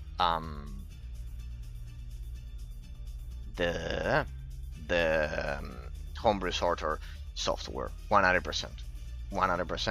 The homebrew sorter software is absolutely needed for the system. It's absolutely needed.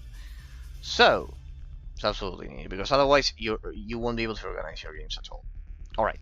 And with that, all of these that you have seen up until now, we're done, right?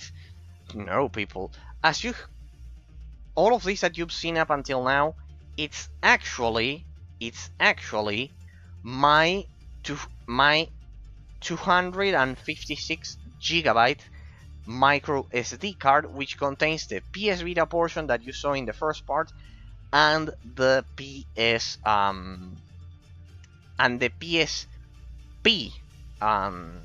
and this initial PSP, my main PSP portion that you could see right now.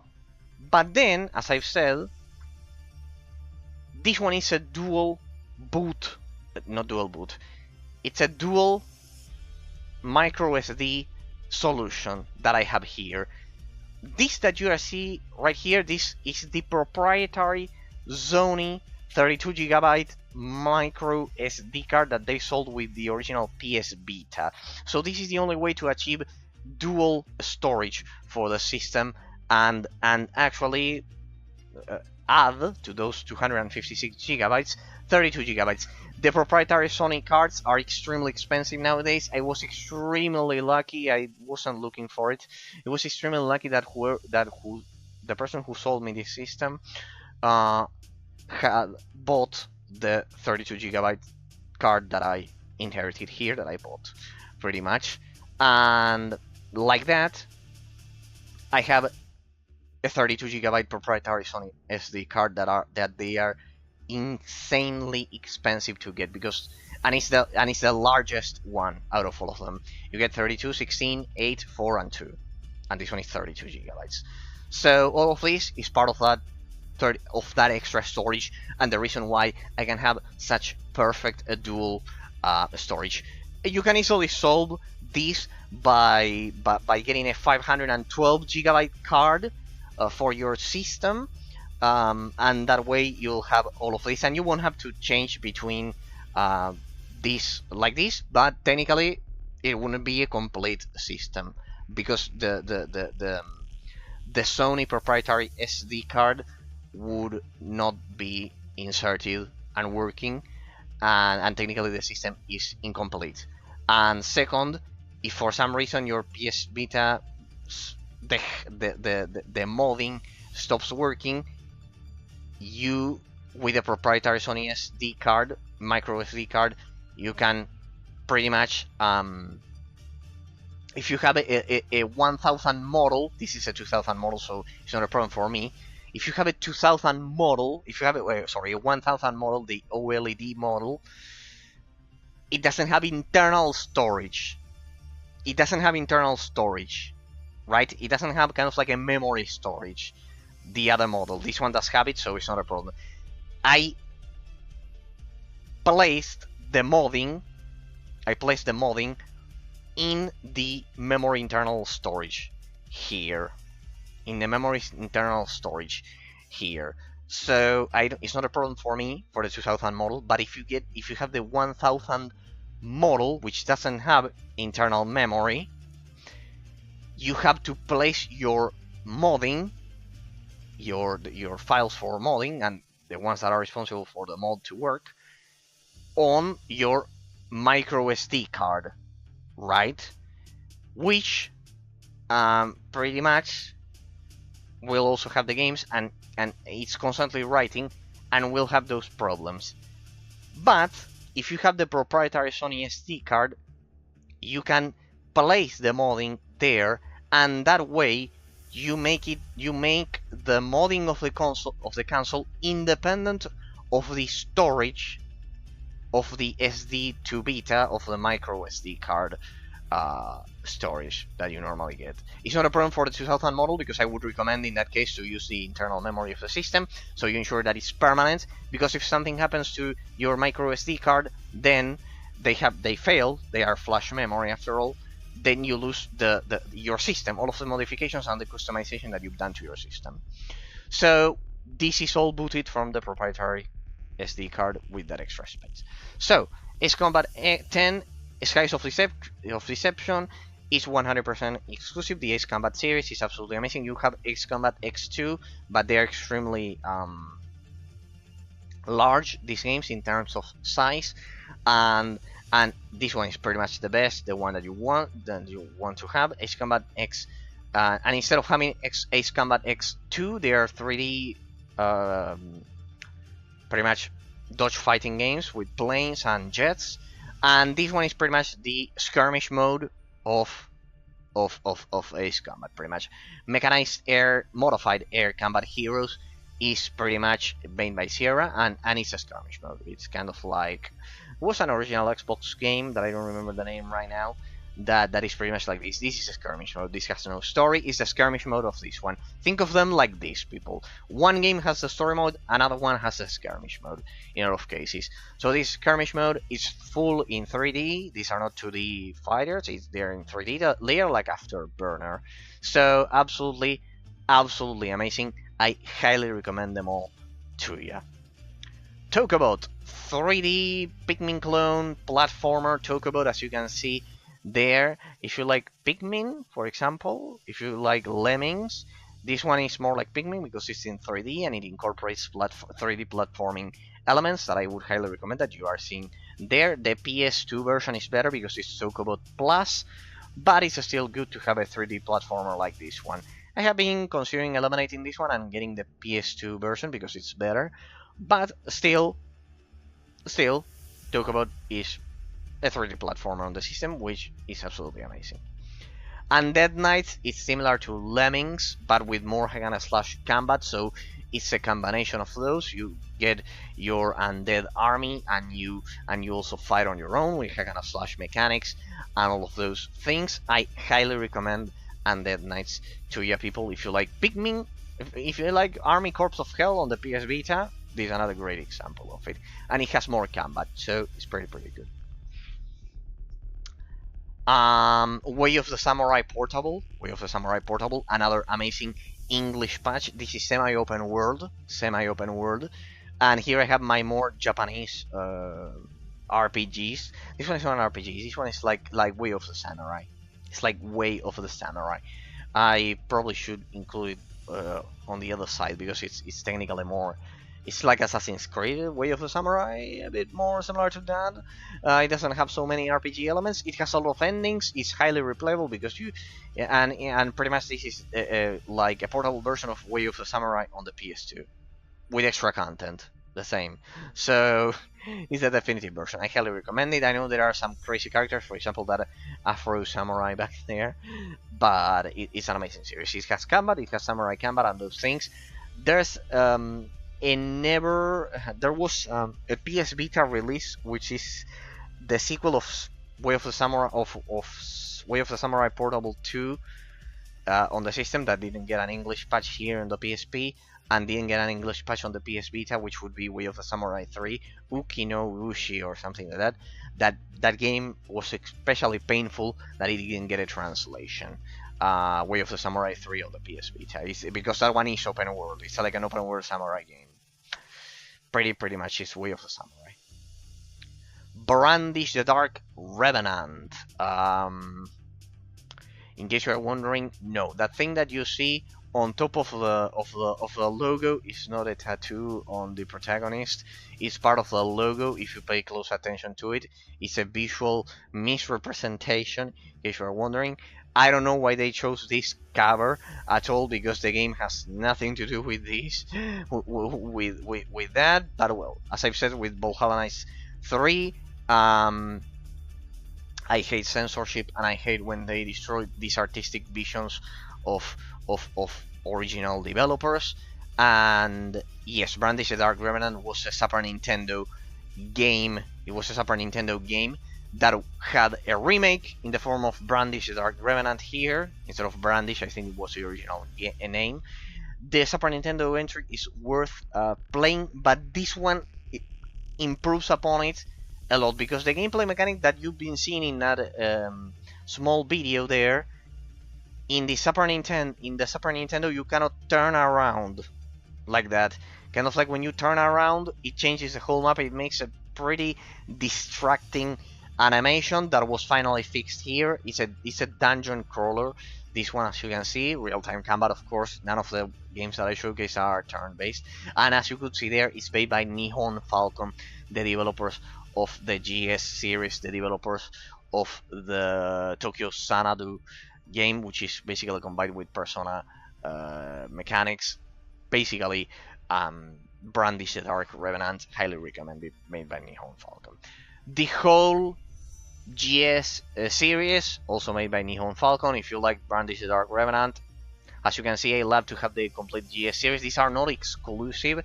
You can play them on PC, on a lot of places, but the correct pixel per inch proportion, as I said last time with the PS Vita entries, the same goes for these ones. I don't like how the pixels look on bigger screens because they didn't scale them correctly.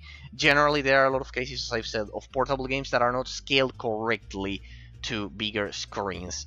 And the GS series is a blatant example of that. And as you can see here, I have the whole collection. All of the GS series, they are like Diablo clones, just so you have a quick reference. And here we have the exclusive fighting game that I didn't include in my previous part of the PSP showcase. GS versus Trails of the Sky. The Trails of the Sky series has gone multi-platform, just like GS. They are turn-based, so I don't have any Trails of the Sky game here on my PSP. They are not exclusive, and they are turn-based. I don't like turn-based games at all. And this one is an English patched version of this fighting game. This is a crossover fighting game between the two legendary Japanese franchises, and pretty much it's a 2D fighting game. It's like Smash Brothers. Another option in case PlayStation All Stars Battle Royale wasn't enough, so here you have another option. Prince of Persia Forgotten Sands. This version is exclusive to the PSP. All versions of this game are exclusive, pretty similar to what happened with Star Wars The Force Unleashed. As you can see, it's a 2D platformer. That's why I have here a 2D fighting game. 2D platformer, pretty much.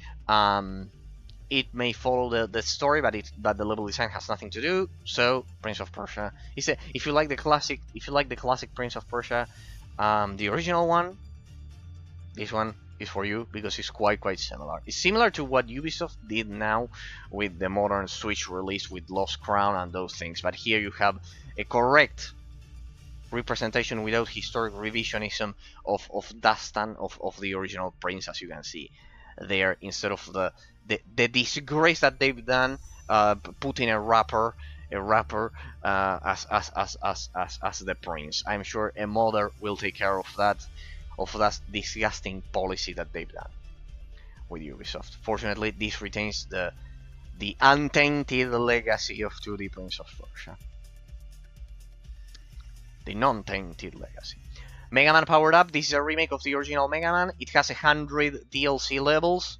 It's the game that pretty much kicked off DLC on a huge scale. 100 DLC levels, absolutely crazy.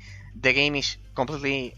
Don't get it if you are not willing to get the deal to learn how to inject DLCs for your games. As you can see, it's a remake. You also have Castlevania Dracula X Chronicles, but this one is more important because I cannot tolerate the original Mega Man games. I know they are classics, but I like the style of Mega Man X. I grew up with Mega Man X on the PlayStation 1, so I think the mechanics are better. The Super Nintendo did the PlayStation 1 and the Super Nintendo did it did a much better translation. At least the pixel art of the PlayStation 1 did a much better translation, but this one is a remake of the original. For those of you who, like me, don't like the style of the NES series, but you do like Mega Man X, which it would be quite weird. I think I'm alone here, but in case that happens to you, this is a 3D remake with 3D graphics, and it's absolutely amazing. It has 100 challenge levels, all of them part of the DLC.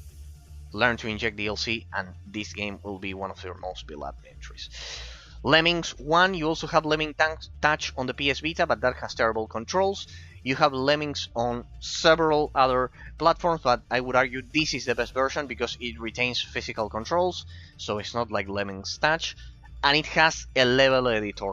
This is the only version that has that is portable and has a level editor on the go. So it's like Mario Maker in that sense. It has a level editor, and it doesn't have the terrible clunky controls of the PS Vita. So it's better than Lemmings Touch. Lemmings Touch, I would recommend this 100%. Cladoon, this is an RPG. This is exclusive to the PSP. Cladoon 2, you can find it on PC. So it's what I said, the principle of exclusivity due to attraction. I don't know how technically Cladoon 2 and Cladoon 3 that I showcased in the previous part of the PS Vita showcase are. I honestly don't know how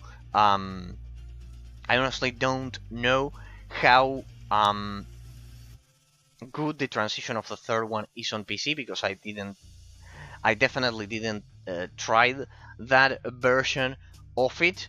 But without a doubt, Cladoon 2 is 100% exclusive to the PSP. Cladoon 2 you can find it on PC, and Cladoon 3 you can find it on the PS Vita and PC.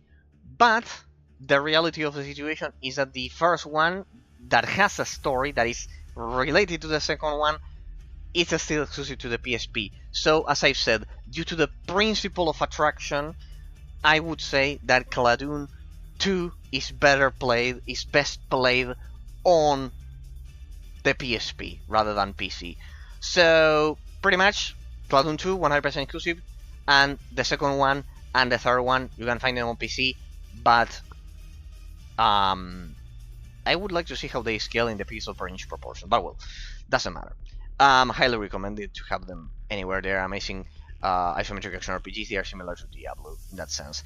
Dungeon Maker, a pretty amazing idea if you played the original dungeons on PC. For example, it has had Calypso has made modern releases of these games. In these games, you create your own dungeon so you can attract the demons to your town, pretty similar to the Dungeons series. Same concept, But not only that, this one, instead of being a watered down strategy simulation game like the Dungeon series could be classified as, this is an isometric action RPG like Diablo. So you get the quality of Mario Maker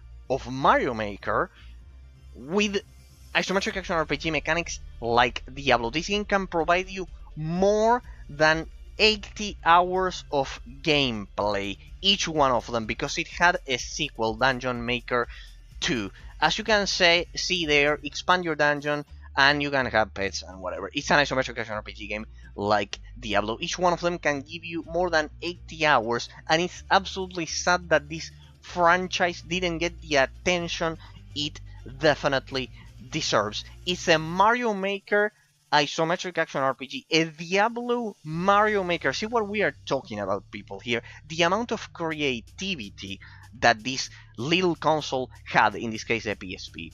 So we don't get ideas like this one anymore, and it's absolutely sad.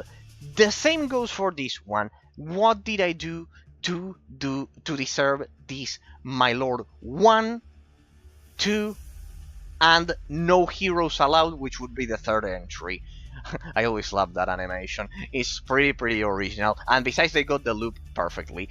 These ones are again the same. That's why I have them grouped here with Dungeon Maker. They're like Mario Maker in the sense that you edit and create your own levels, but if you want a more strategic approach rather than isometric action RPG, what did I do to deserve this, my lord? 1, 2, and no heroes allowed will provide you with that. It has a strategic gameplay mechanics. It has DLC as well. Sadly, it was plagued by the creation of DLC that the PSP did, the same that I mentioned with Killzone, Liberation, with Phantasy Star, Portable, all of the cases that we have reviewed in these 4 hours, people. What did I do to deserve this, my lord? Also has DLC levels, so you need to learn how to inject DLC into your PS Vita, which is the same as your PSP, because it's the same file structure. So then we have no heroes allowed, which is they couldn't use the name because they lost the license for the franchise, but it's few people know about this game. A lot of people know about this one, about the second one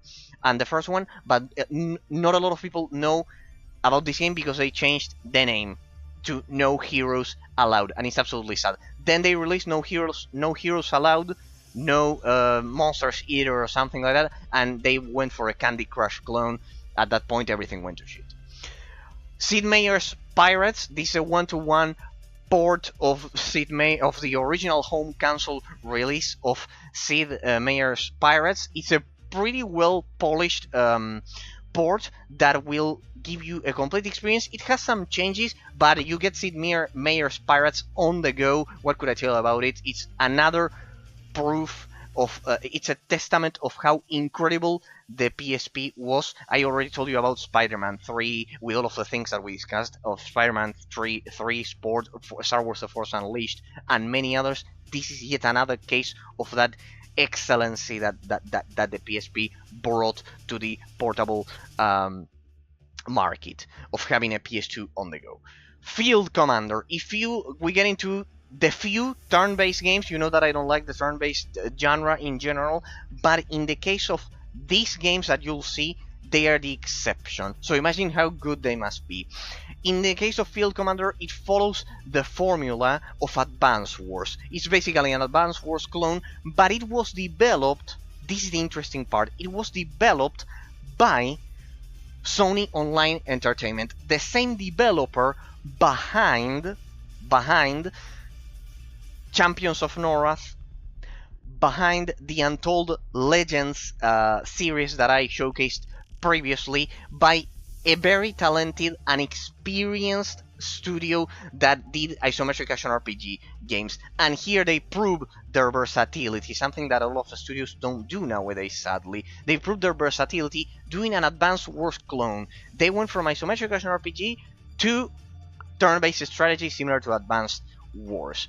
The same goes for this one. This one wasn't developed by Sony Online Entertainment. If you like Age of Empires DS, Age of Kings, and Age of Empires Mythology DS that were Advanced Wars clones and are amazing games, I highly recommend especially Field Commander and this one, Mitran Wars. They are absolutely incredible. They incorporate base building, which I think is the defining gameplay element that adds the abstract complexity required for this turn-based to be better, to be like civilization, but inside of the framework of an Age of Empires skirmish. So I would recommend these two especially. This one doesn't have base building mechanics, so it's much more similar to Fire Emblem, something that I generally don't like. I generally don't like Japanese RPGs. I generally don't like them. But in the case of this one, it's not a Japanese RPG, but it has a lot of strategic play. It follows, if you like Space Hulk, if you like a lot of the Warhammer turn-based games, which lean more towards strategy rather than the RPG inherited genetic of Fire Emblem, which I don't like because I think they over-exaggerated in Japanese releases and those things, and I think the complexity of the mathematics behind the Japanese RPGs are much lower than in this one, because here there's a concept of a space. There's a concept of a space, of positioning your troops, that there isn't in those games. For example, I know that there's a strategy involved, but here, for example, it's not with the defined tabletop quadrants, for example. It's kind of like free. You don't have quadrants, so that's a huge difference in terms of the strategic depth that it offers. They are all exclusives, by the way, of course, not Sid Meier's Pirates, but they are all exclusives, the ones that I have been commenting, from Field Commander to Mitran Wars, and What Did I Do to Deserve This, My Lord, and all of those. Dungeons & Dragons Tactics. This is a copy of the 3.5 rulebook of Dungeons & Dragons that we all love so much and appreciate it. For example, Knights of the Old Republic and a lot of the best Dungeons & Dragons incarnations of PC games are under the rule set of this game, and this one is even more faithful because it's turn-based instead of the real-time combat that I love so much with POS of Baldur's Gate, for example, or the classic BioWare lineage of Knights of the Old Republic. But this one is a much more faithful experience to the tabletop game, in case you are looking for that, retaining the 3.5 rulebook. The 3.5 rulebook that was much more balanced and perfect. The most negative aspect of this game is that it can get tedious in between fights because it doesn't remove the turn-based movement. You still have to move in a turn-based with a turn-based formula and concept of time, even when you are not fighting. That's the huge flaw of that game, but if you like tabletop games, it won't be a difference for you. And I love Dungeons & Dragons, and this is a very faithful representation of the 3.5 rulebook with the turn-based mechanics on the go, offline, for you to enjoy. The series was definitely successful because then they released what you are seeing right here. It's ironic that the Lord of the Rings inspired Dungeons & Dragons, and now, after Dungeons & Dragons Tactics, they released the Lord of the Rings Tactics. Another option that you have is, this one will sound extremely weird, people. We're getting into Abandonware at this point. R-Type Tactics was an exclusive. Yes, the 2D horizontal scrolling shooter was the third release of the Tactics trilogy here, with turn-based combat. It was recently, you are in luck if you are watching this as a YouTube video in the future, because R-Type Tactics was recently re-released with a multi-platform release, so you can enjoy that one. You still cannot enjoy the Lord of the Rings Tactics and the original Dungeons & Dragons Tactics, but you can get R-Type Tactics on the on PC and modern systems. Pretty much, it's a modern release. So highly recommended. Highly recommended. They behave like Dungeons & Dragons 3.5 in a sense. They incorporate those RPG elements. Battle Royale. This is a European exclusive game. I think it's a unique case. Pretty forgotten. It's the evolution of the Ford Commander PSP Minis. We'll get into that in a moment. It's the natural evolution. It's basically what we call the inverted tower defense genre. A pretty unique genre that we have seldom seen in the modern age of gaming. The inverted tower defense genre. It's absolutely fascinating, people. Did you know that there's an Android Total War game that is the perfect example of this, besides Anomaly, which is an inverted tower defense game? It's Total War Battles Shogun, if my memory serves me right. I highly recommend you get that on your Android phone, regardless of when you're watching this. That game is an inverted tower defense game. It's like an RTS. It's in real time, the same as this one. This one is in real time, in which not only the main idea of the inverted tower defense genre is that not only you have to defend against the waves of enemies, but you have to counterattack. It's an evolution of the genre that hasn't been explored enough in modern times, but it's quite important because we have some references in some scarce examples like Battle Royale that I highly recommend. You can send your troops and the enemy sends his troops. For example, Demon King box on the Nintendo 3DS, it's another great example of this. I need to highlight that game again. Inverted tower defense genre. Savage Moon, the Hera campaign, this one was also released for the PS3. People, it's basically a proprietary Sony developed exclusive tower defense series. Savage Moon, the original, and then you have the Hera campaign here, as you can see. It's an improved version, just like what I said with the Eye of Judgment Legends for trading card games that we did at the beginning. The Hera campaign is amazing. It's one of the best tower defense games you can get portably. Definitely the best one on the PSP. And the natural evolution of this, which is Final Horizon, that we reviewed in the first part of the PS Vita showcase, it's a direct evolution, a direct sequel of this. It's a direct sequel of this, so actually this is a second entry. Creature Defense, also developed by Hudson Soft, the same developers, as I said, as Rengoku 1 and 2, the one that was a Warframe clone that I mentioned at the beginning of the PSP showcase. They not only did a Warframe offline clone for the PSP with Rengoku and roguelike mechanics that make the game so incredibly amazing, but they also did a tower defense game in the form of Creature Defense here. They are all exclusives. The Hera campaign is exclusive here because the PS3 is a prequel. Battle Royale is exclusive, European exclusive and more, and Creature Defense is 100% exclusive, for example. Alien Syndrome. This is the exclusivity of this one is shared with the Nintendo Wii. It's the same case as Death Junior 2 Root of Evil, and it's the same case as Muramasa Rebirth and the original Muramasa on the Wii.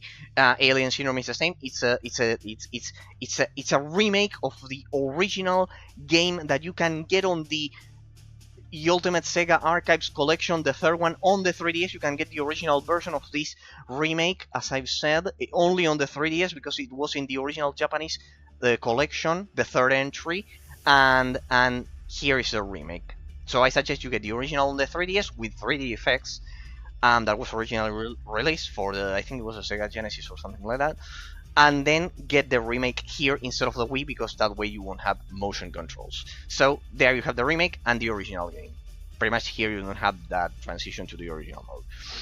Well, I bet you didn't expect to see a Freelancer clone, a space simulation game in the same vein as the X series by Egosoft, another great German development, for example, just like Sacred 2. Bet you didn't expect a copy of Freelancer.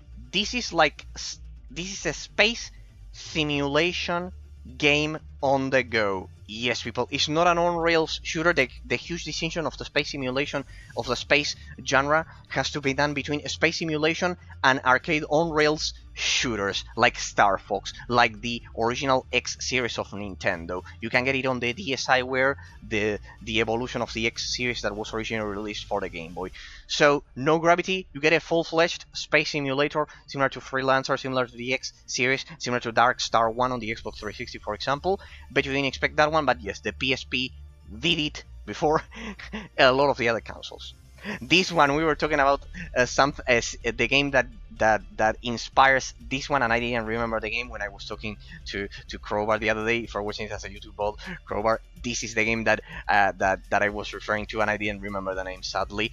This is a clone of Roll Cage. I believe it was the name. A PS1, a racing game that involved gravity attachment to not only the floor but also the ceiling of the track. It's absolutely incredible. It's absolutely lightweight here, and they replicated the experience. It's basically Roll Cage for the PSP. Stage Shift. A few people know about this game because it was a digital only download that basically was originally part of the PSP Minis program, but the project grew, and it's not a PSP Mini. It's an original PSP release that I highly recommend. Oof, people. Oof. EA Replay. This is a compilation. But you have no idea the insane amount of quality that it has. This has Ultima. In it. Pretty much the only portable version, and it's pretty much the best version because it has the correct pixel per inch density. It won't look pixelated on this screen. It will look fantastic. It will work flawlessly. It also has the first Wing Commander on the go that I highly recommend. And for example, it has the other one that one of you mentioned when we started playing a split second, the Road Rush. It has Road Rush 1 and 2. It has everything. It's absolutely... I think it was Scarlet Dragon. Now I remember. Road Rush. I highly recommend you get this EA Replay. It's absolutely amazing, and it shows you that Electronic Arts did good things back in the day before they went to the dark side. Let's say Neo Geo Ultimate Heroes Ultimate Shooting. This is a compilation only of horizontal 2D shooters and side-scrolling shooters, or vertical or horizontal 2D shooters. I highly recommend it to you. It has a lot of quality. It's exclusive to the PSP. It hasn't been released anywhere else yet, and I don't think it will. It's absolutely amazing. It has original gameplay. It's not just a compilation. It is endlessly replayable because it has different game modes like challenge and etc. It's not just your typical vertical scroll that you get done if you master the gameplay mechanics in an hour or so. No, it has a roguelike system that I highly recommend. I remember that I said that the criteria was going to be exclusivity and replayability. This is a clear example of it. Alright, people. Remember that I said the PS Vita has 5 distinct libraries once you mod it. The original PS Vita library, the PSP library, the PS1 library, the PSP Minis library that you will see here, and the PS Mobile library from the original Xperia X-Play, the phone, that then was translated into the PS Vita. This game, a lot of people would argue that you see here, a lot of people would argue that isn't a PSP Mini. The PSP Mini is kind of like the digital download service that was for the PSP, that gave you kind of like bite-sized, small-sized arcade-like games that harken back to that era of game. This one is a very specific exception. This one could easily pass as a normal PSP game.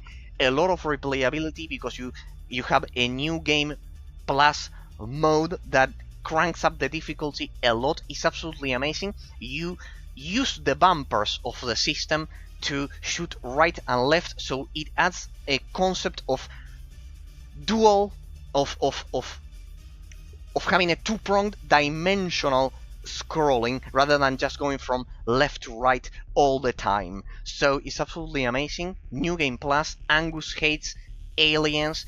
It's absolutely amazing. You can guess by the title that it is very American. It's very American. Like it's about a patriot of the United States, and it definitely has a lot of amazing gameplay elements about it. And he fights the terrible alien invasion from outer space, and it's absolutely amazing. This one is the best PSP Mini. With a high degree, I can tell you that, with a high degree of probability that it will also be like that for you. Remember that I said the tower defense genre wasn't explored enough? This is another clear example. You have this game on PC and it works smoothly. You can get it on Steam. It's amazing.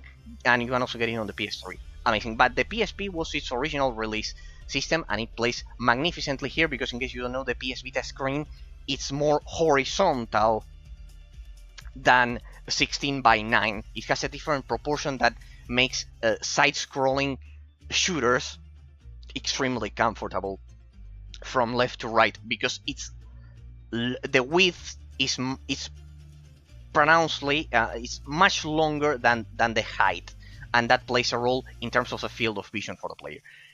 Who's that flying? WTF? No, it's not what the fuck. No, it's not that. It's who's that flying?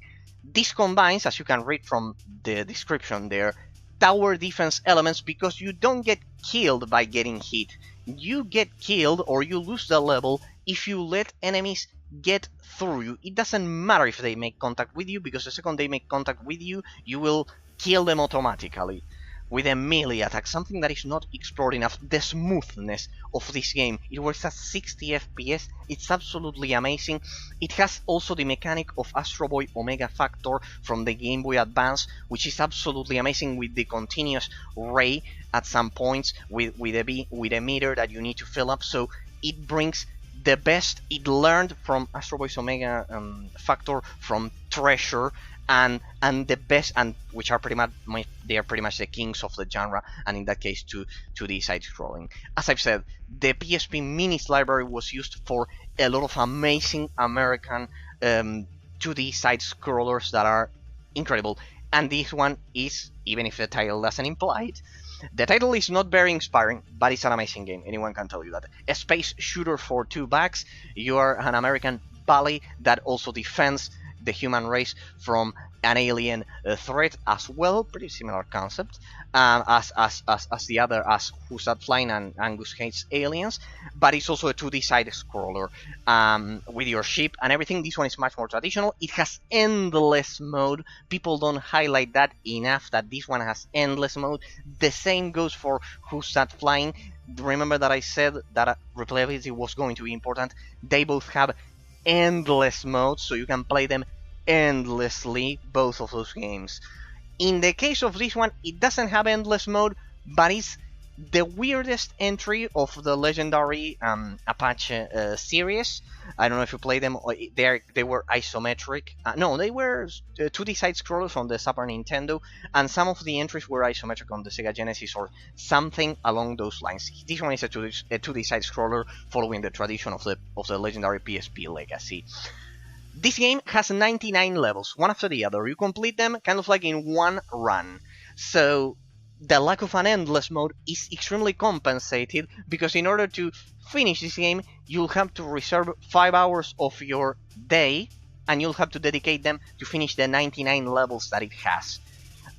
So pretty much what it doesn't have in terms of an endless mode, it compensates it with the 99 levels that you see there, with the level design that was perfectly executed. I highly recommend it. Smooth mechanics, and it's absolutely amazing, exclusive to the PSP. The best PSP Minis exclusive twin stick shooter. This one is an isometric twin stick shooter called Dracula Undead Awakening. It's absolutely amazing. This one is one of those titles that get the huge benefit of the second physical analog stick that the PS Vita homebrew community could create for the system. I don't recommend this on original hardware on the PSP, but you can get this on the PS Vita and you will be able to make use of the second analog stick, and that will allow you to get the best experience possible. It's an endless twin stick shooter in which you have to survive against a lot of mythological creatures, and it's definitely worth it. It's in 2D. You also have a variation of this same engine in Terminator. There's a game called Terminator PSP Minis, a twin stick shooter. It's just called Terminator, which uses the same engine, but I would say that this is the original idea and the best. It has the best level design out of both of them. It's extremely smooth and it's amazing. Pix and Love Rush. This game was also released for the iOS. Originally, just like I said, with the cancelled port of Bioshock for the PS Vita. This also saw an iOS release, but right now, the only way to play this game is with a modded PS Vita or a modded PSP, because it wasn't released anywhere else. It's absolutely amazing because it has an endless mode that is basically not like your typical endless mode, because it combines roguelike elements in which the stages will be random and you can play it endlessly. It also has a normal arcade mode. This game was praised by reviewers back in the day a lot. It's absolutely amazing. It's a 2D platformer with a lot of quality that I highly recommend you get it. It was also released for the PS3 apparently, because there you can see the symbol, but I would say it plays best like this because it was meant for iOS phones and portable systems. Monsters probably stole my princess. This is a very short game. This one definitely would score extremely low in terms of replayability, though I think it does have an endless mode or something like that. It has an end game mode. I don't know if it's endless. It does have that. Basically, in this game, what you do is jump, just jump, like Jump King. If you played that modern game, Jump King, that is extremely famous and viral, this does that formula much better because it incorporates a scoring system much better with smooth flash mechanics that look incredibly amazing. And not only that, it works at 60 FPS, of course. It's extremely smooth. Highly recommend it.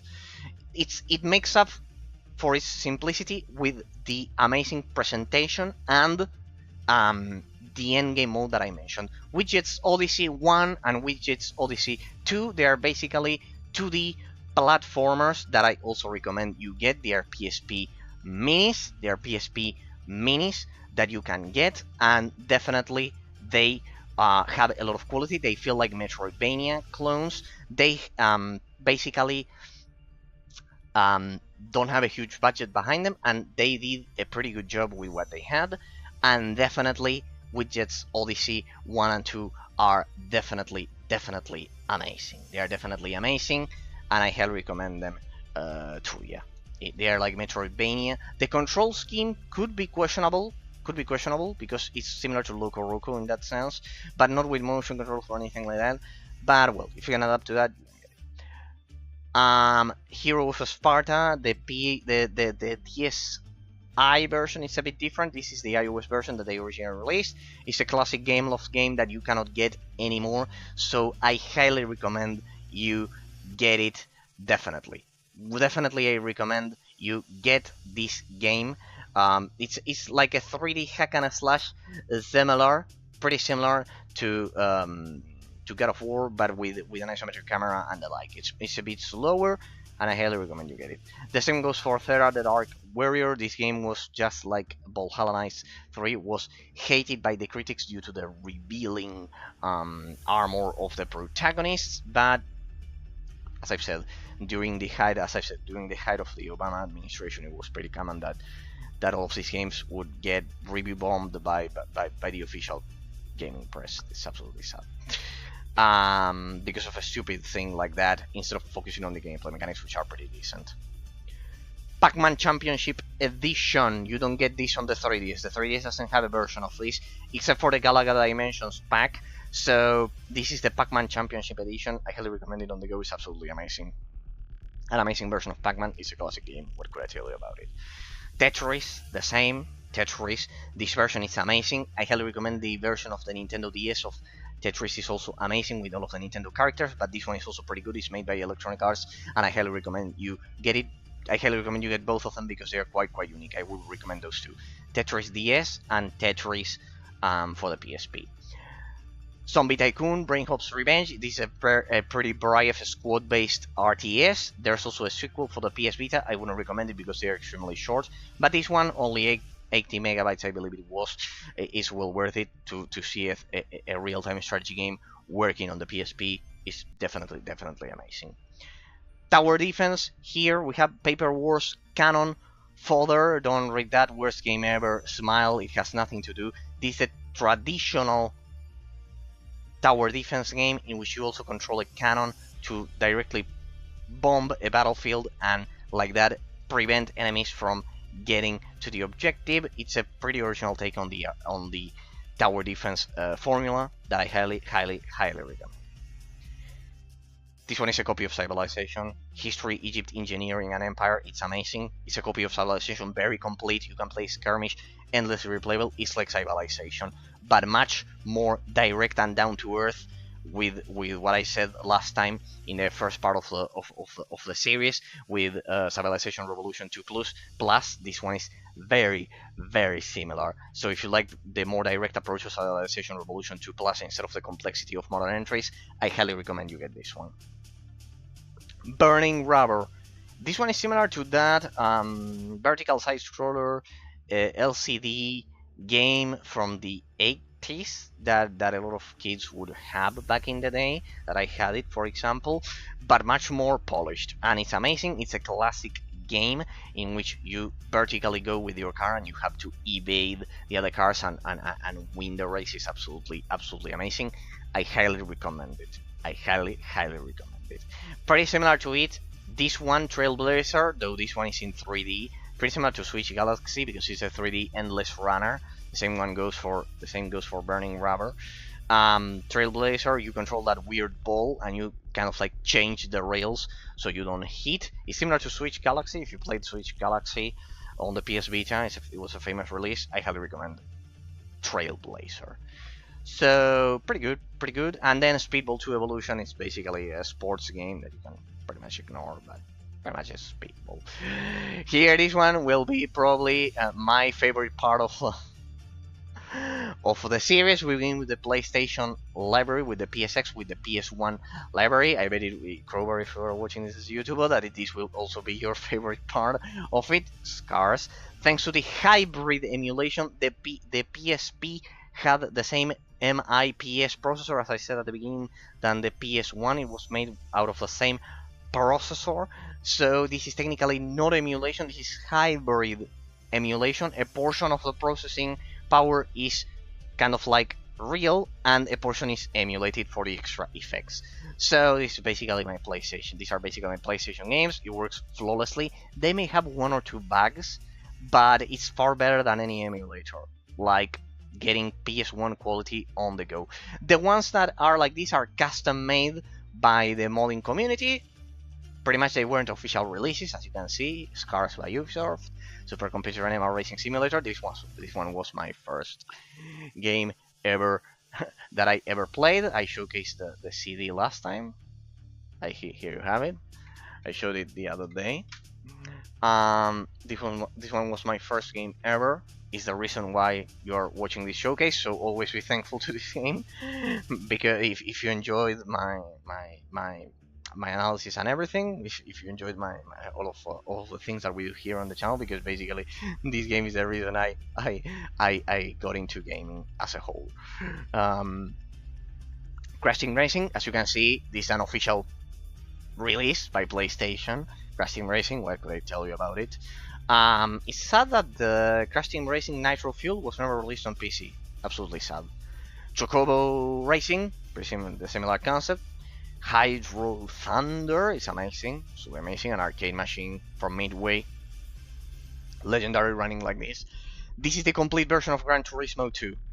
This is not, in case you don't know, the original release of Gran Turismo 2 was split between arcade mode and career mode, let's say. Here, modders were able to unify them, improve upon them, and give you a complete legendary package. So it's Gran Turismo 2 improved a lot, so I highly recommend you get this version, the greatest hits version, with the modded community effort of combining both of the modes. Ridge Racer Type 4 official release. World's Scariest Police Chases. This one is pretty good, you need to check it out, it's amazing. Well, this one was also one of my first games ever. The Dark Souls, the most difficult, the Battletoads, the most difficult card game ever created. Yu-Gi-Oh! Forbidden Memories. It's a legendary RPG. If you like Yu-Gi-Oh! Pretty much it's a no-brainer. You need to have this 100%.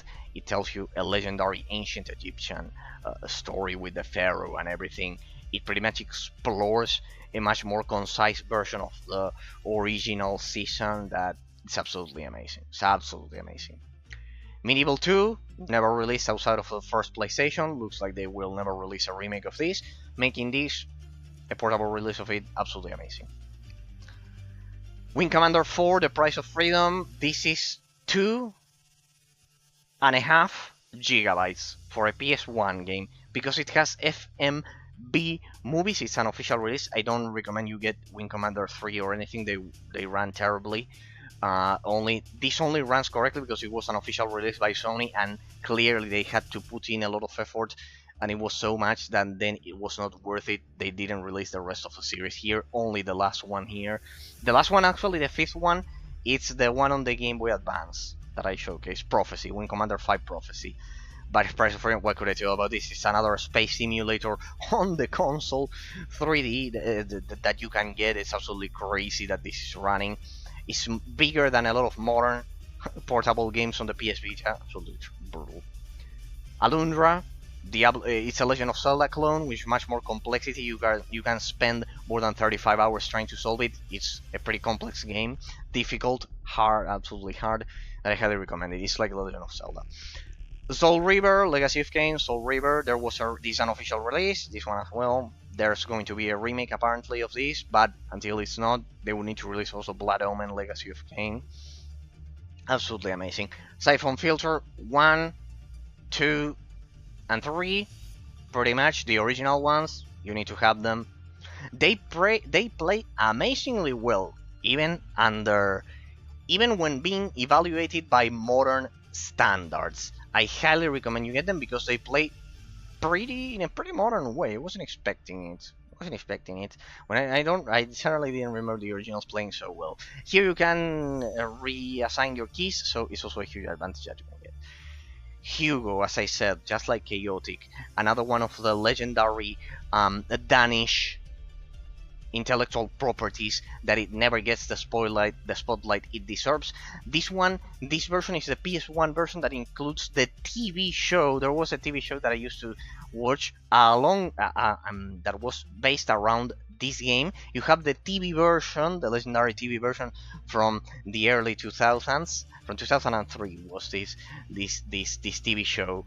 And you also get the console original version that you would play on the PS3, and you can see and on the PS1, and you can see the differences there, and you can play them as if you would be a participant of the TV show. It's absolutely amazing. It's made by this franchise is actually quite successful in Denmark, for example, and Nordic countries. But sadly, the Nintendo DS has a lot of real 2D platformers that have never been translated from Danish and Norwegian and Swedish. You can only play them on those 3 languages, for example the DS entries, and that's absolutely sad that this franchise, just like Chaotic, these 2 amazing Danish intellectual properties are not supported more at all.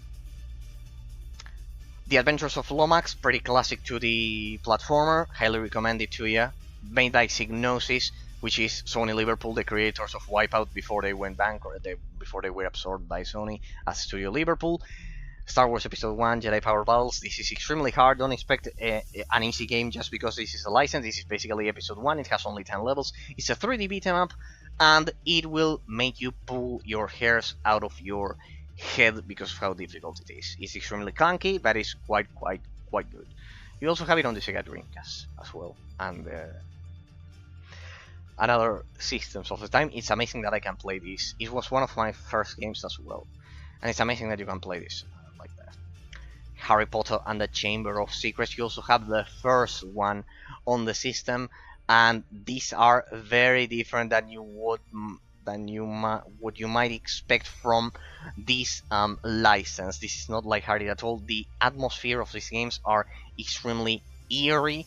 They are amazing. All of the versions of the Harry Potter universe are completely different, and here you can see Homebrew Sorter as well for this.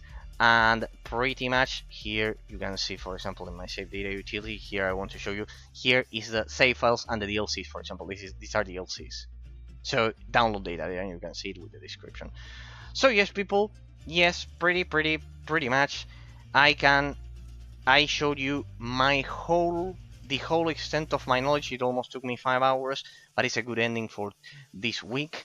I showed you all of my knowledge. You could see all of my knowledge, the full extent of my knowledge in terms of PS Vita, PSP games. We'll get into. I said I would showcase the Borderlands thing at the beginning, but it's already way too late for me. So I will finish this portion. As I always say, special thanks to all Discord members and followers of the Twitch channel for your unwavering support and your maturity at being in my channel.